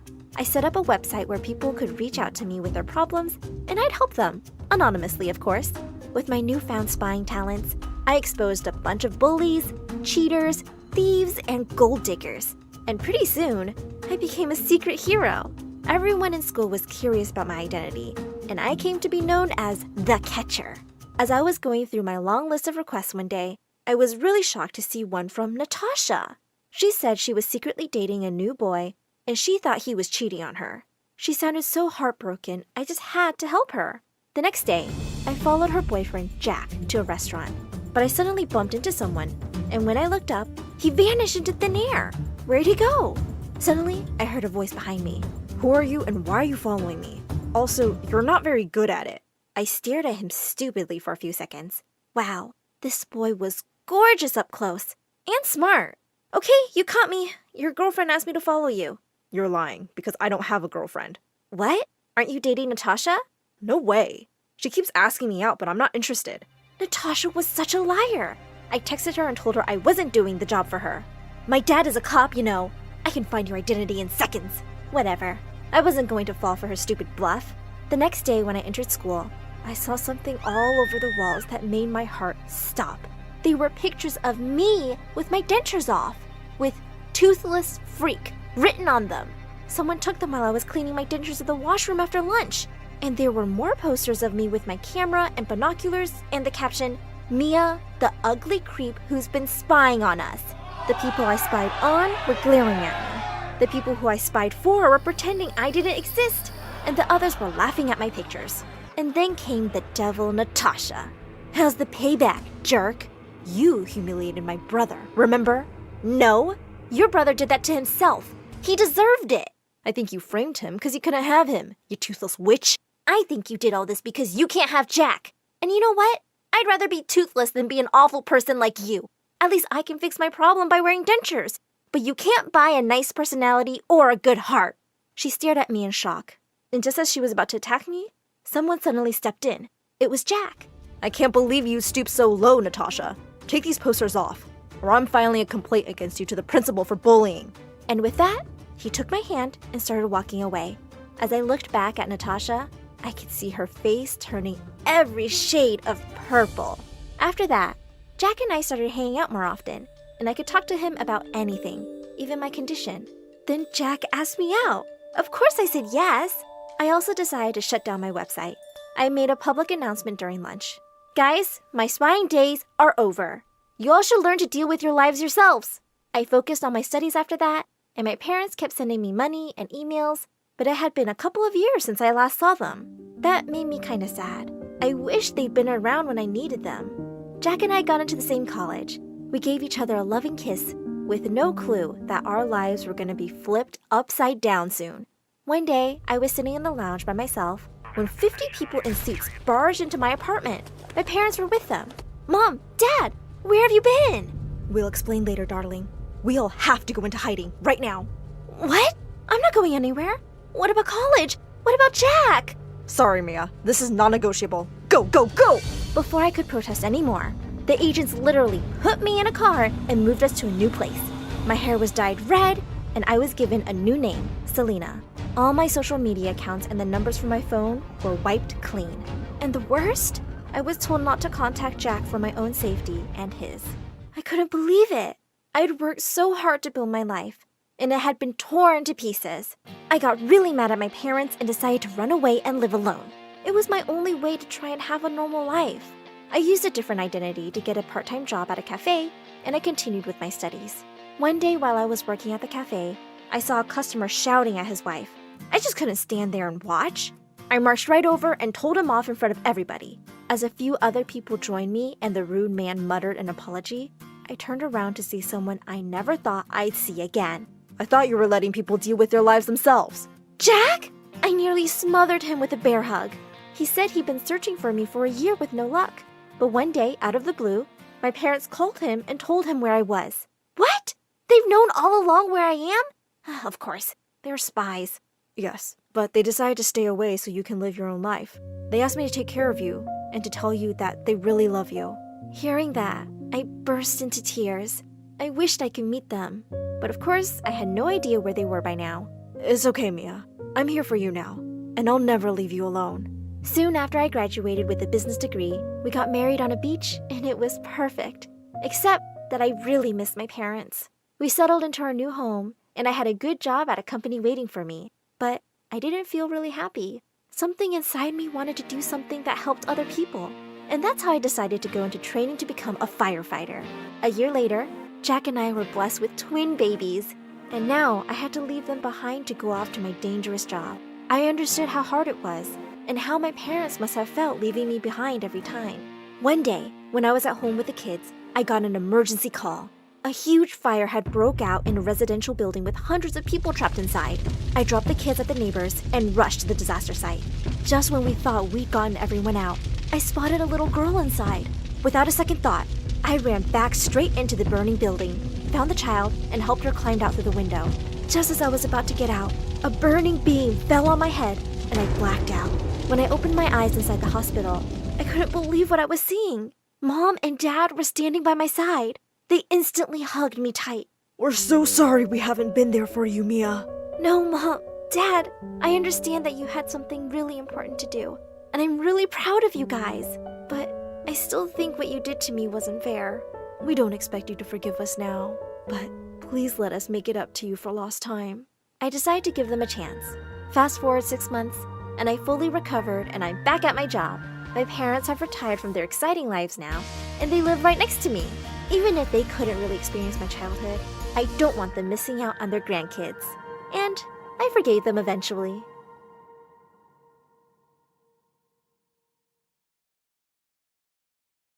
Hi, I'm Kathy from Florida. My mom comes from a family of geniuses. Both her parents are scientists, just like her. So when I was born, she expected me to be some kind of genius too. Only I wasn't. Kathy, how do you make 7 even? Easy. Take the S out like this. Ugh, no. Let's give this another shot. Mom, I'm bored. Can I go outside and play for a bit? Such a pretty day. No matter how hard Mom tried, I could never give a hoot about books. So Mom got me private tutors. Margot, are you with me? Tell me what I just said. You said, Margot, are you with me? No, I mean, what was I teaching? How am I supposed to know that? You're the teacher. The tutor got angry and swore to never come back, and Mom was just left disappointed, as always. She didn't talk to me for days until one afternoon, her old friend from school, Lydia, paid us a visit with her daughter Sophie, who was awfully quiet. They'd recently moved to town and shifted to our neighborhood. I was so excited to see another kid in the area since our neighborhood was full of old, boring people. Do you want to see my room? Oh wait, that's a mess. We should go outside and play. Sophie won't be going anywhere. Why don't you guys sit down and I'll get some sodas. Sophie passed me a dry smile and did exactly that. I went and sat next to her. Are you okay? What are you doing? So you talk, huh? Please, don't talk to me. My mom doesn't like it when I talk too much. Or at all.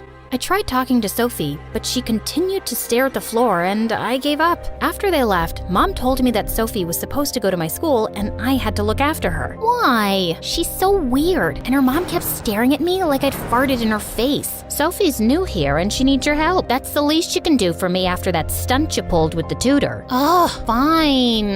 Just like Mom asked me to, I waited for Sophie so we could walk to school together. She didn't say a word the whole day till the teacher asked us the answer to a tough math question in class. It's 7,250. Wow, dude, that was fast. Are you a genius or something? Well, kinda. I study a lot. Then maybe you can be my tutor. God knows I need one, and no one sticks around with me for long. Sophie smiled, and we spent the entire day together. We were poles apart, but somehow clicked, and she invited me over that evening for a study session. But just as I got there, Linda walked up to us smirking. I have my eyes on you girls. Do not close this door.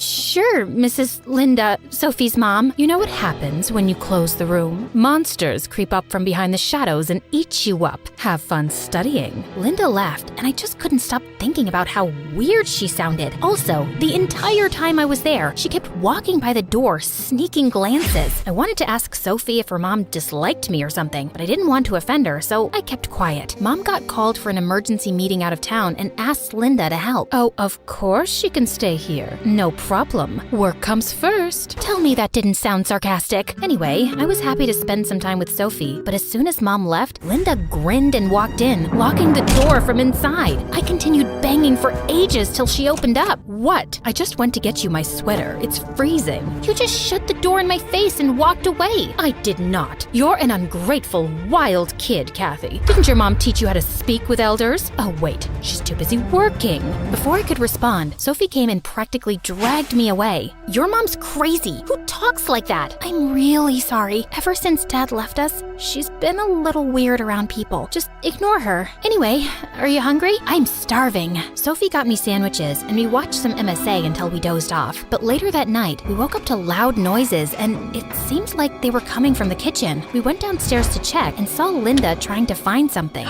What are you doing? Oh no. Did I wake you guys up? I was so hungry and I thought I'd make lasagna. Go back to bed. Who eats lasagna at 3 a.m.? I do. Sophie and I left, but we couldn't get any sleep and were super exhausted the next day. I didn't know what her deal was, but Linda just kept getting weirder over the years. But Sophie and I continued to remain the best of friends. While I was still figuring out what I wanted to do in life, she had already set her mind on becoming a writer. Look at this poem I wrote. I could never explain how much you meant to me for sharing my joys and pain. This is beautiful. You think? It's not complete yet. I think poetry is my calling, Kathy. I don't want to waste my life studying. I think it's amazing. I just wish I knew what I wanted to do too. I'm sure you'll figure it out. Well, I tried to, but finding a passion was more difficult than I thought. I tried auditioning for the drama club, but I had trouble memorizing the lines. Art was boring and cheerleading was too much effort. I'd almost given up hope, till one day a football hit me right in the head. Ouch! Watch out, jerks! Pass the ball, shorty. You holding up the game. Oh, really? Come and get it! Just as one of the guys walked forward, I dodged him and ran straight to touchdown. Everyone stared at me wide-eyed as the coach suggested I try out for the running team. I wasn't sure I'd do well, but I ended up overtaking everyone on the team, including the boys. By high school, I was good enough to compete in tournaments. After our team had won one of the biggest track events, we wanted to celebrate by going out for a concert, and I invited Sophie too. I don't know. I mean, I've never really stayed up that late, and Mom would never allow it, so we'll sneak out. Come on, it's high school, and you could use the break. What's the worst that could happen? I can murder you and hide your body, or you could be a zombie in disguise.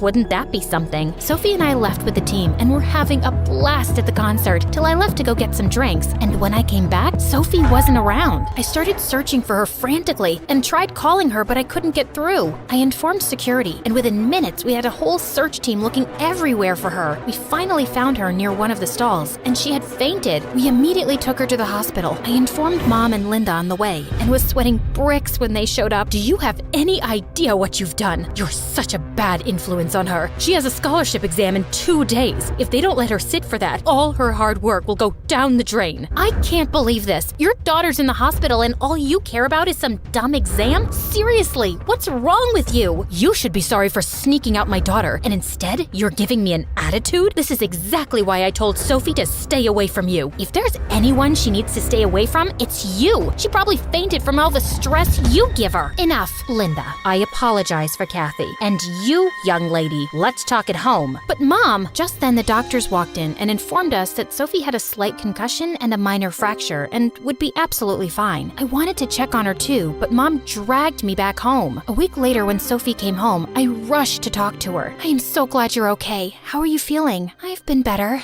I'm sorry for leaving you alone like that, Sophie. It's okay. I don't want to think about it. I need to rest now. Let's talk later. With that, Sophie just went to bed and pulled up a blanket. Because of her injury, she couldn't take the scholarship test for college, and even though she didn't blame me for what happened, I wanted to make up for it. I thought about it a lot, and then one day while I was walking by the school notice board, I saw a flyer for a writing competition. The winner would get a chance to apply for a prestigious writing course and win a cash prize. I quickly tore it off and went straight to Sophie's place, but Linda opened the door and refused to let me in. I had to get creative, so I climbed up a tree that led to Sophie's window, and what I saw blew my mind. You have to stop hanging out with that Kathy. I hate her, and I hate her more every day. Stop it, Mom. You don't even know her. I know she'll let you down, just like her mom did. What do you mean? Nothing. They're all the same. You need to be better and smarter, get a better job, college, and more money than Kathy. That will be my revenge. Saying that, Linda turned around and left. She was worse than I thought. And what was she saying about my mom? I had so many questions in my head when suddenly the branch I was on snapped. Luckily, I caught the windowsill just in time. What the heck are you doing, Kathy? Hanging out? Pull me up, will you?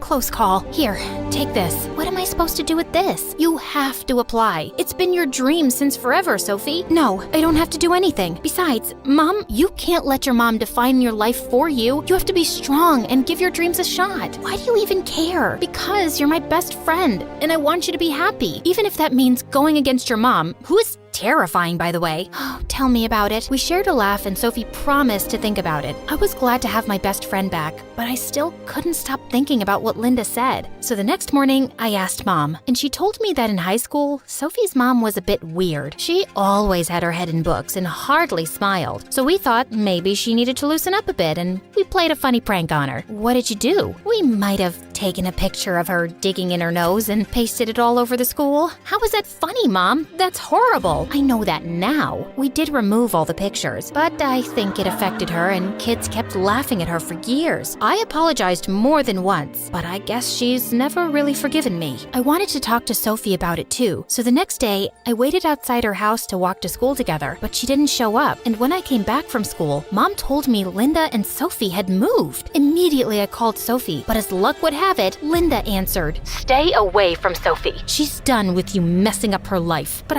Linda disconnected, and when I tried calling again, the number wasn't reachable. I searched for Sophie for weeks, but finally gave up when I got no leads. It was as if she'd vanished into thin air. Soon, the school announced the annual track events, and I got busy. The best student would get a sports scholarship to a college of their choice, and even though I wanted to be the best, Sophie always remained in the back of my mind. I missed her, but I set all my feelings aside and gave it 100%. I didn't land the top spot, but I did get into a good college, and Mom was super proud of me. I continued participating in athletics in college, and with time, I even developed a taste for poetry. Maybe Sophie rubbed off on me a little. A year later, I was attending a poetry show with some friends when suddenly I heard a familiar voice on stage. I could never explain how much you meant to me, for sharing my joys and pain, for being my friend, patient and forgiving, never judging, scolding, or forsaking. It gives me peace that at the end of the day, you are only a phone call away. The audience erupted in applause, and I could feel warm tears down my face. When the show ended, I immediately went backstage to meet her, but it was too crowded. Kathy, is that you? Oh my God, I'm so happy to see you. And that poem? I completed it. It's actually dedicated to you. God, I missed you so much. Me too. And I'm so glad you're following your dreams and finally convinced your mom. Well, not exactly. Sophie told me after they left town, her mom got diagnosed with bipolar disorder and had to get admitted to a mental facility. Since they had no other family, Sophie had to drop out of college and pick up a job to pay the bills. I'm so sorry to hear that. Why didn't you call me? You know I would have helped. I tried calling you. I guess you changed your number. And then I got busy with Mom's treatment, and there was never a good time. If it means anything, I'm here now, and I'm sorry for what Mom and her friends did to your mom all those years ago. It was a long time back. I knew Mom wasn't like other moms, but she tried her best to be there for me in her own twisted way. But after she got diagnosed, I realized how short life is to hold on to grudges and ignore what makes you happy. So now that Mom's better, I've finally decided to pursue my dream. I'm so proud of you, Sophie. So what do you say? We start again? This time, let's leave the moms aside. I'd love that.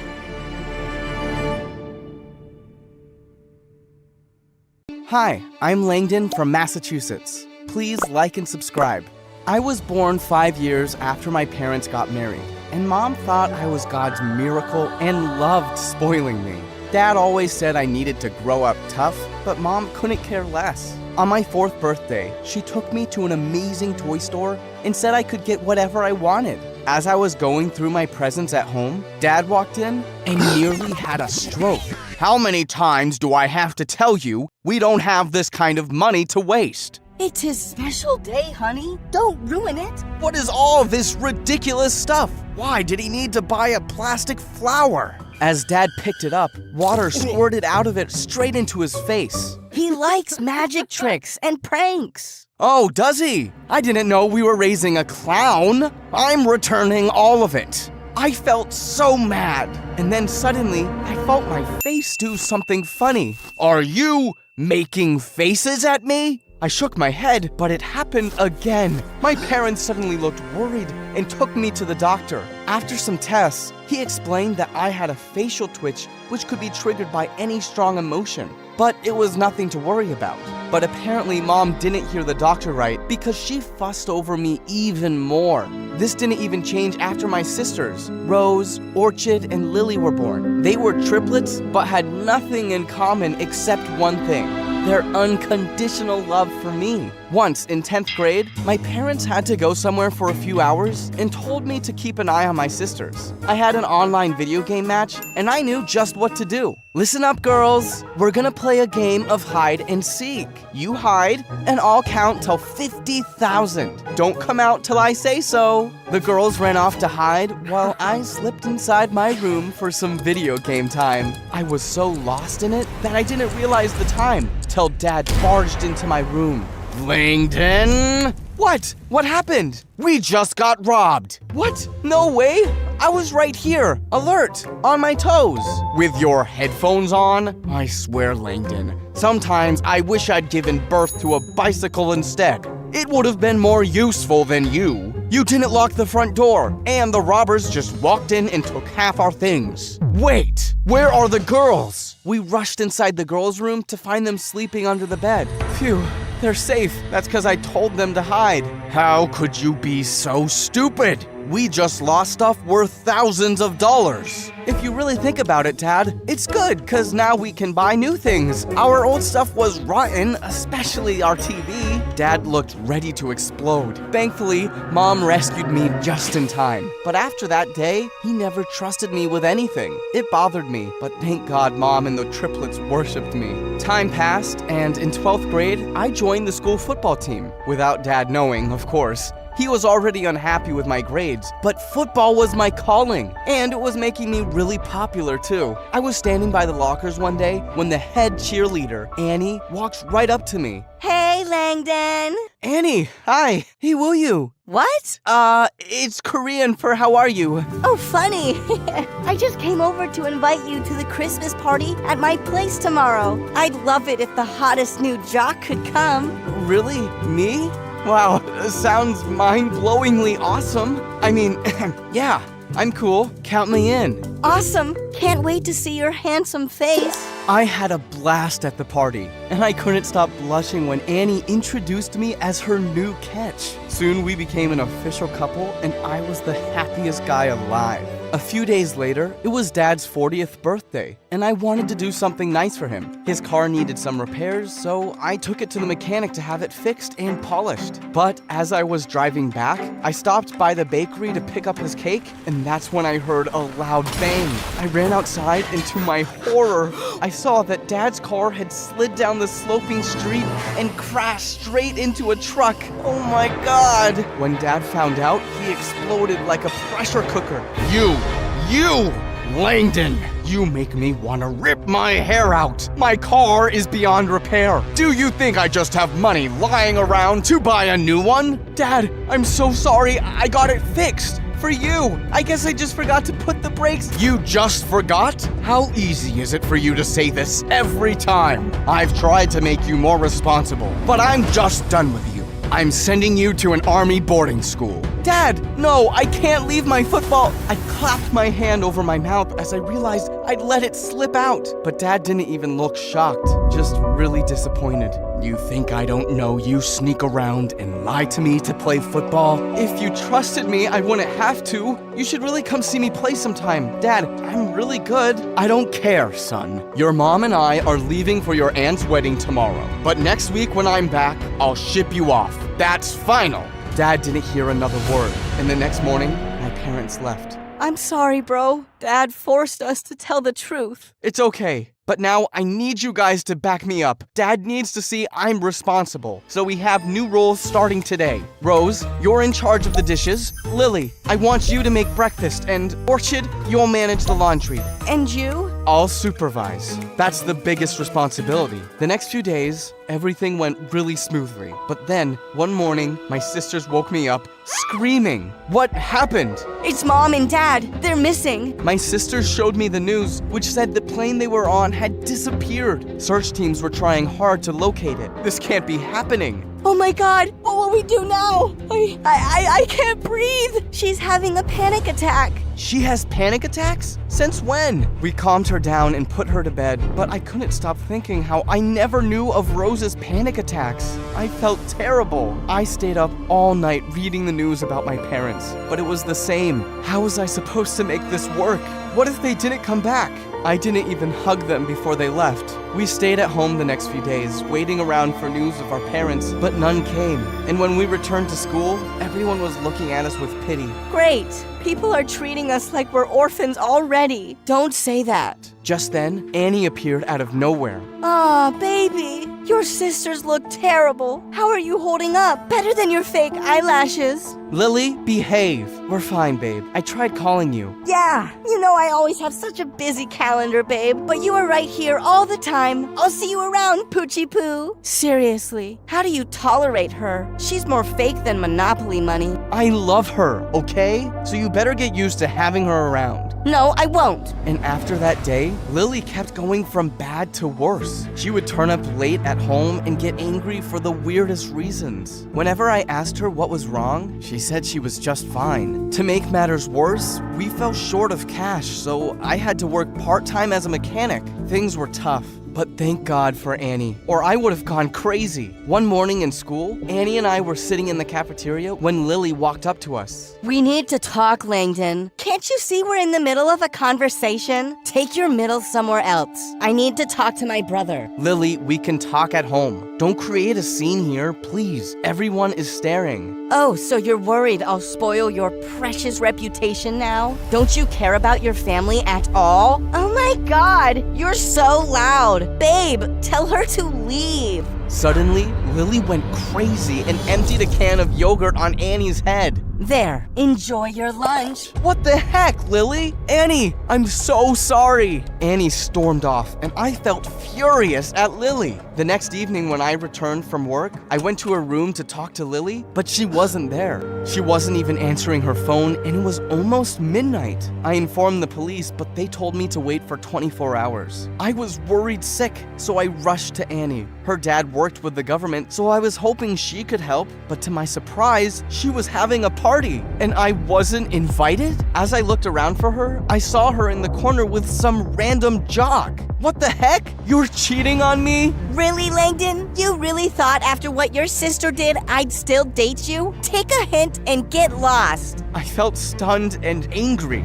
and my face started twitching. Annie just rolled her eyes. Ugh, your face is doing its weird thing again, and you look super stupid. And then she just started making out with him. I tried pulling her arm, but the guy with her pushed me away. I grabbed a glass near me to dump juice on him, but she pushed me, and the juice ended up all over her hair as she screamed. Lily was right. She was super fake. There was no way Annie was helping me now, so I left, only to find Lily in the parking lot. Do you know what time it is? I've been searching for you everywhere. Now you found me, so leave. I have a party to attend. You hate Annie. Why are you at her party? You're coming home with me. Don't tell me what to do. You've always done whatever you want, but now that I have my freedom, you can't stand it? You're not my dad. What's wrong with you? Have you forgotten I'm your older brother? Older brothers are responsible, so don't call yourself that. Now move. Her words felt like a slap in my face. I might be a brat, but I loved my sisters, and this made me feel defeated. I'd let my parents down. For the next few days, I was drowned in work. With my job and the school announcing the annual sports scholarship, I had no time to sit and sulk if I wanted to set a good example for my sisters. As for Lily, I asked Orchid to download Locatify on her phone without letting her know so I could keep an eye on her. One night, I was at the garage when I got a frantic call from Orchid. Hurry, it's Rose. She had another panic attack, and she fainted. We quickly took Rose to the hospital, but we couldn't get hold of Lily. I opened Locatify to track her, and it showed she was at school. What was this girl doing there at night? Doctors told us Rose was stable, but he wanted to keep her under observation for a few hours. You go after Lily. I got this. Just be careful and don't beat yourself up. You're doing everything you can. Thanks, Orchid. I quietly entered the school building, and it was pitch dark. Suddenly, I saw lights flicker from the school's main office, and Lily was leaving with a fat envelope.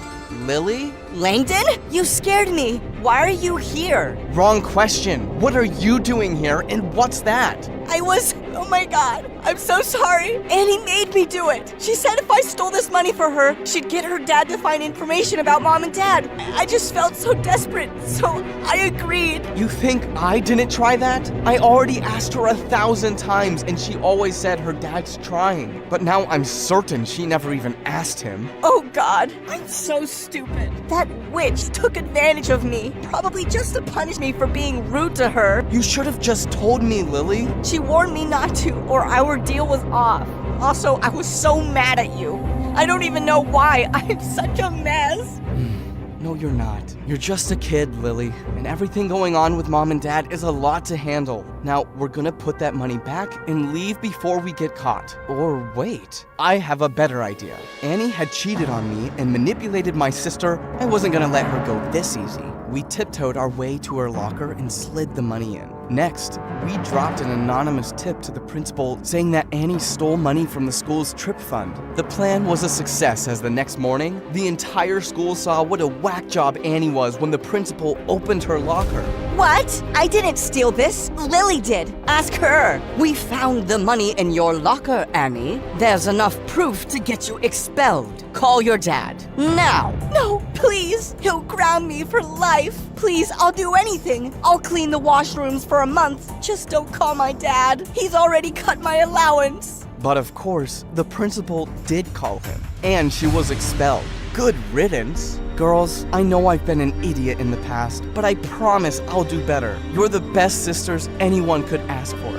What's that? What? You're getting emotional. Aww. Such a cutie. You're not so bad either. My finals came around the next week, and I actually managed to pass with decent grades. And I bagged a sports scholarship to college based on my football skills. One morning, when we were leaving for school, I saw a police van pull into our driveway, and my parents stepped out. Mom? Dad? Oh my God, you're back! Oh, my babies. I thought I'd never see you again. What happened? Where were you? How are you? Mom and Dad told us how their plane had to make an emergency landing in a forest with no connectivity, and it was only after weeks that the rescue team found them. Those were the worst weeks of our lives, not knowing if we'll ever see you again. But Langdon, I'm so proud of you, son. You did a fine job, and nothing's stolen, it seems. I'm so sorry, Dad. I never knew your struggles till I was knee-deep in mine. I'll be better, and I love you. I love you too, son. And I think I'd like to see you play football sometime. Really? So that means no boarding school? Don't answer that. I'm just happy you're here. Family really is everything.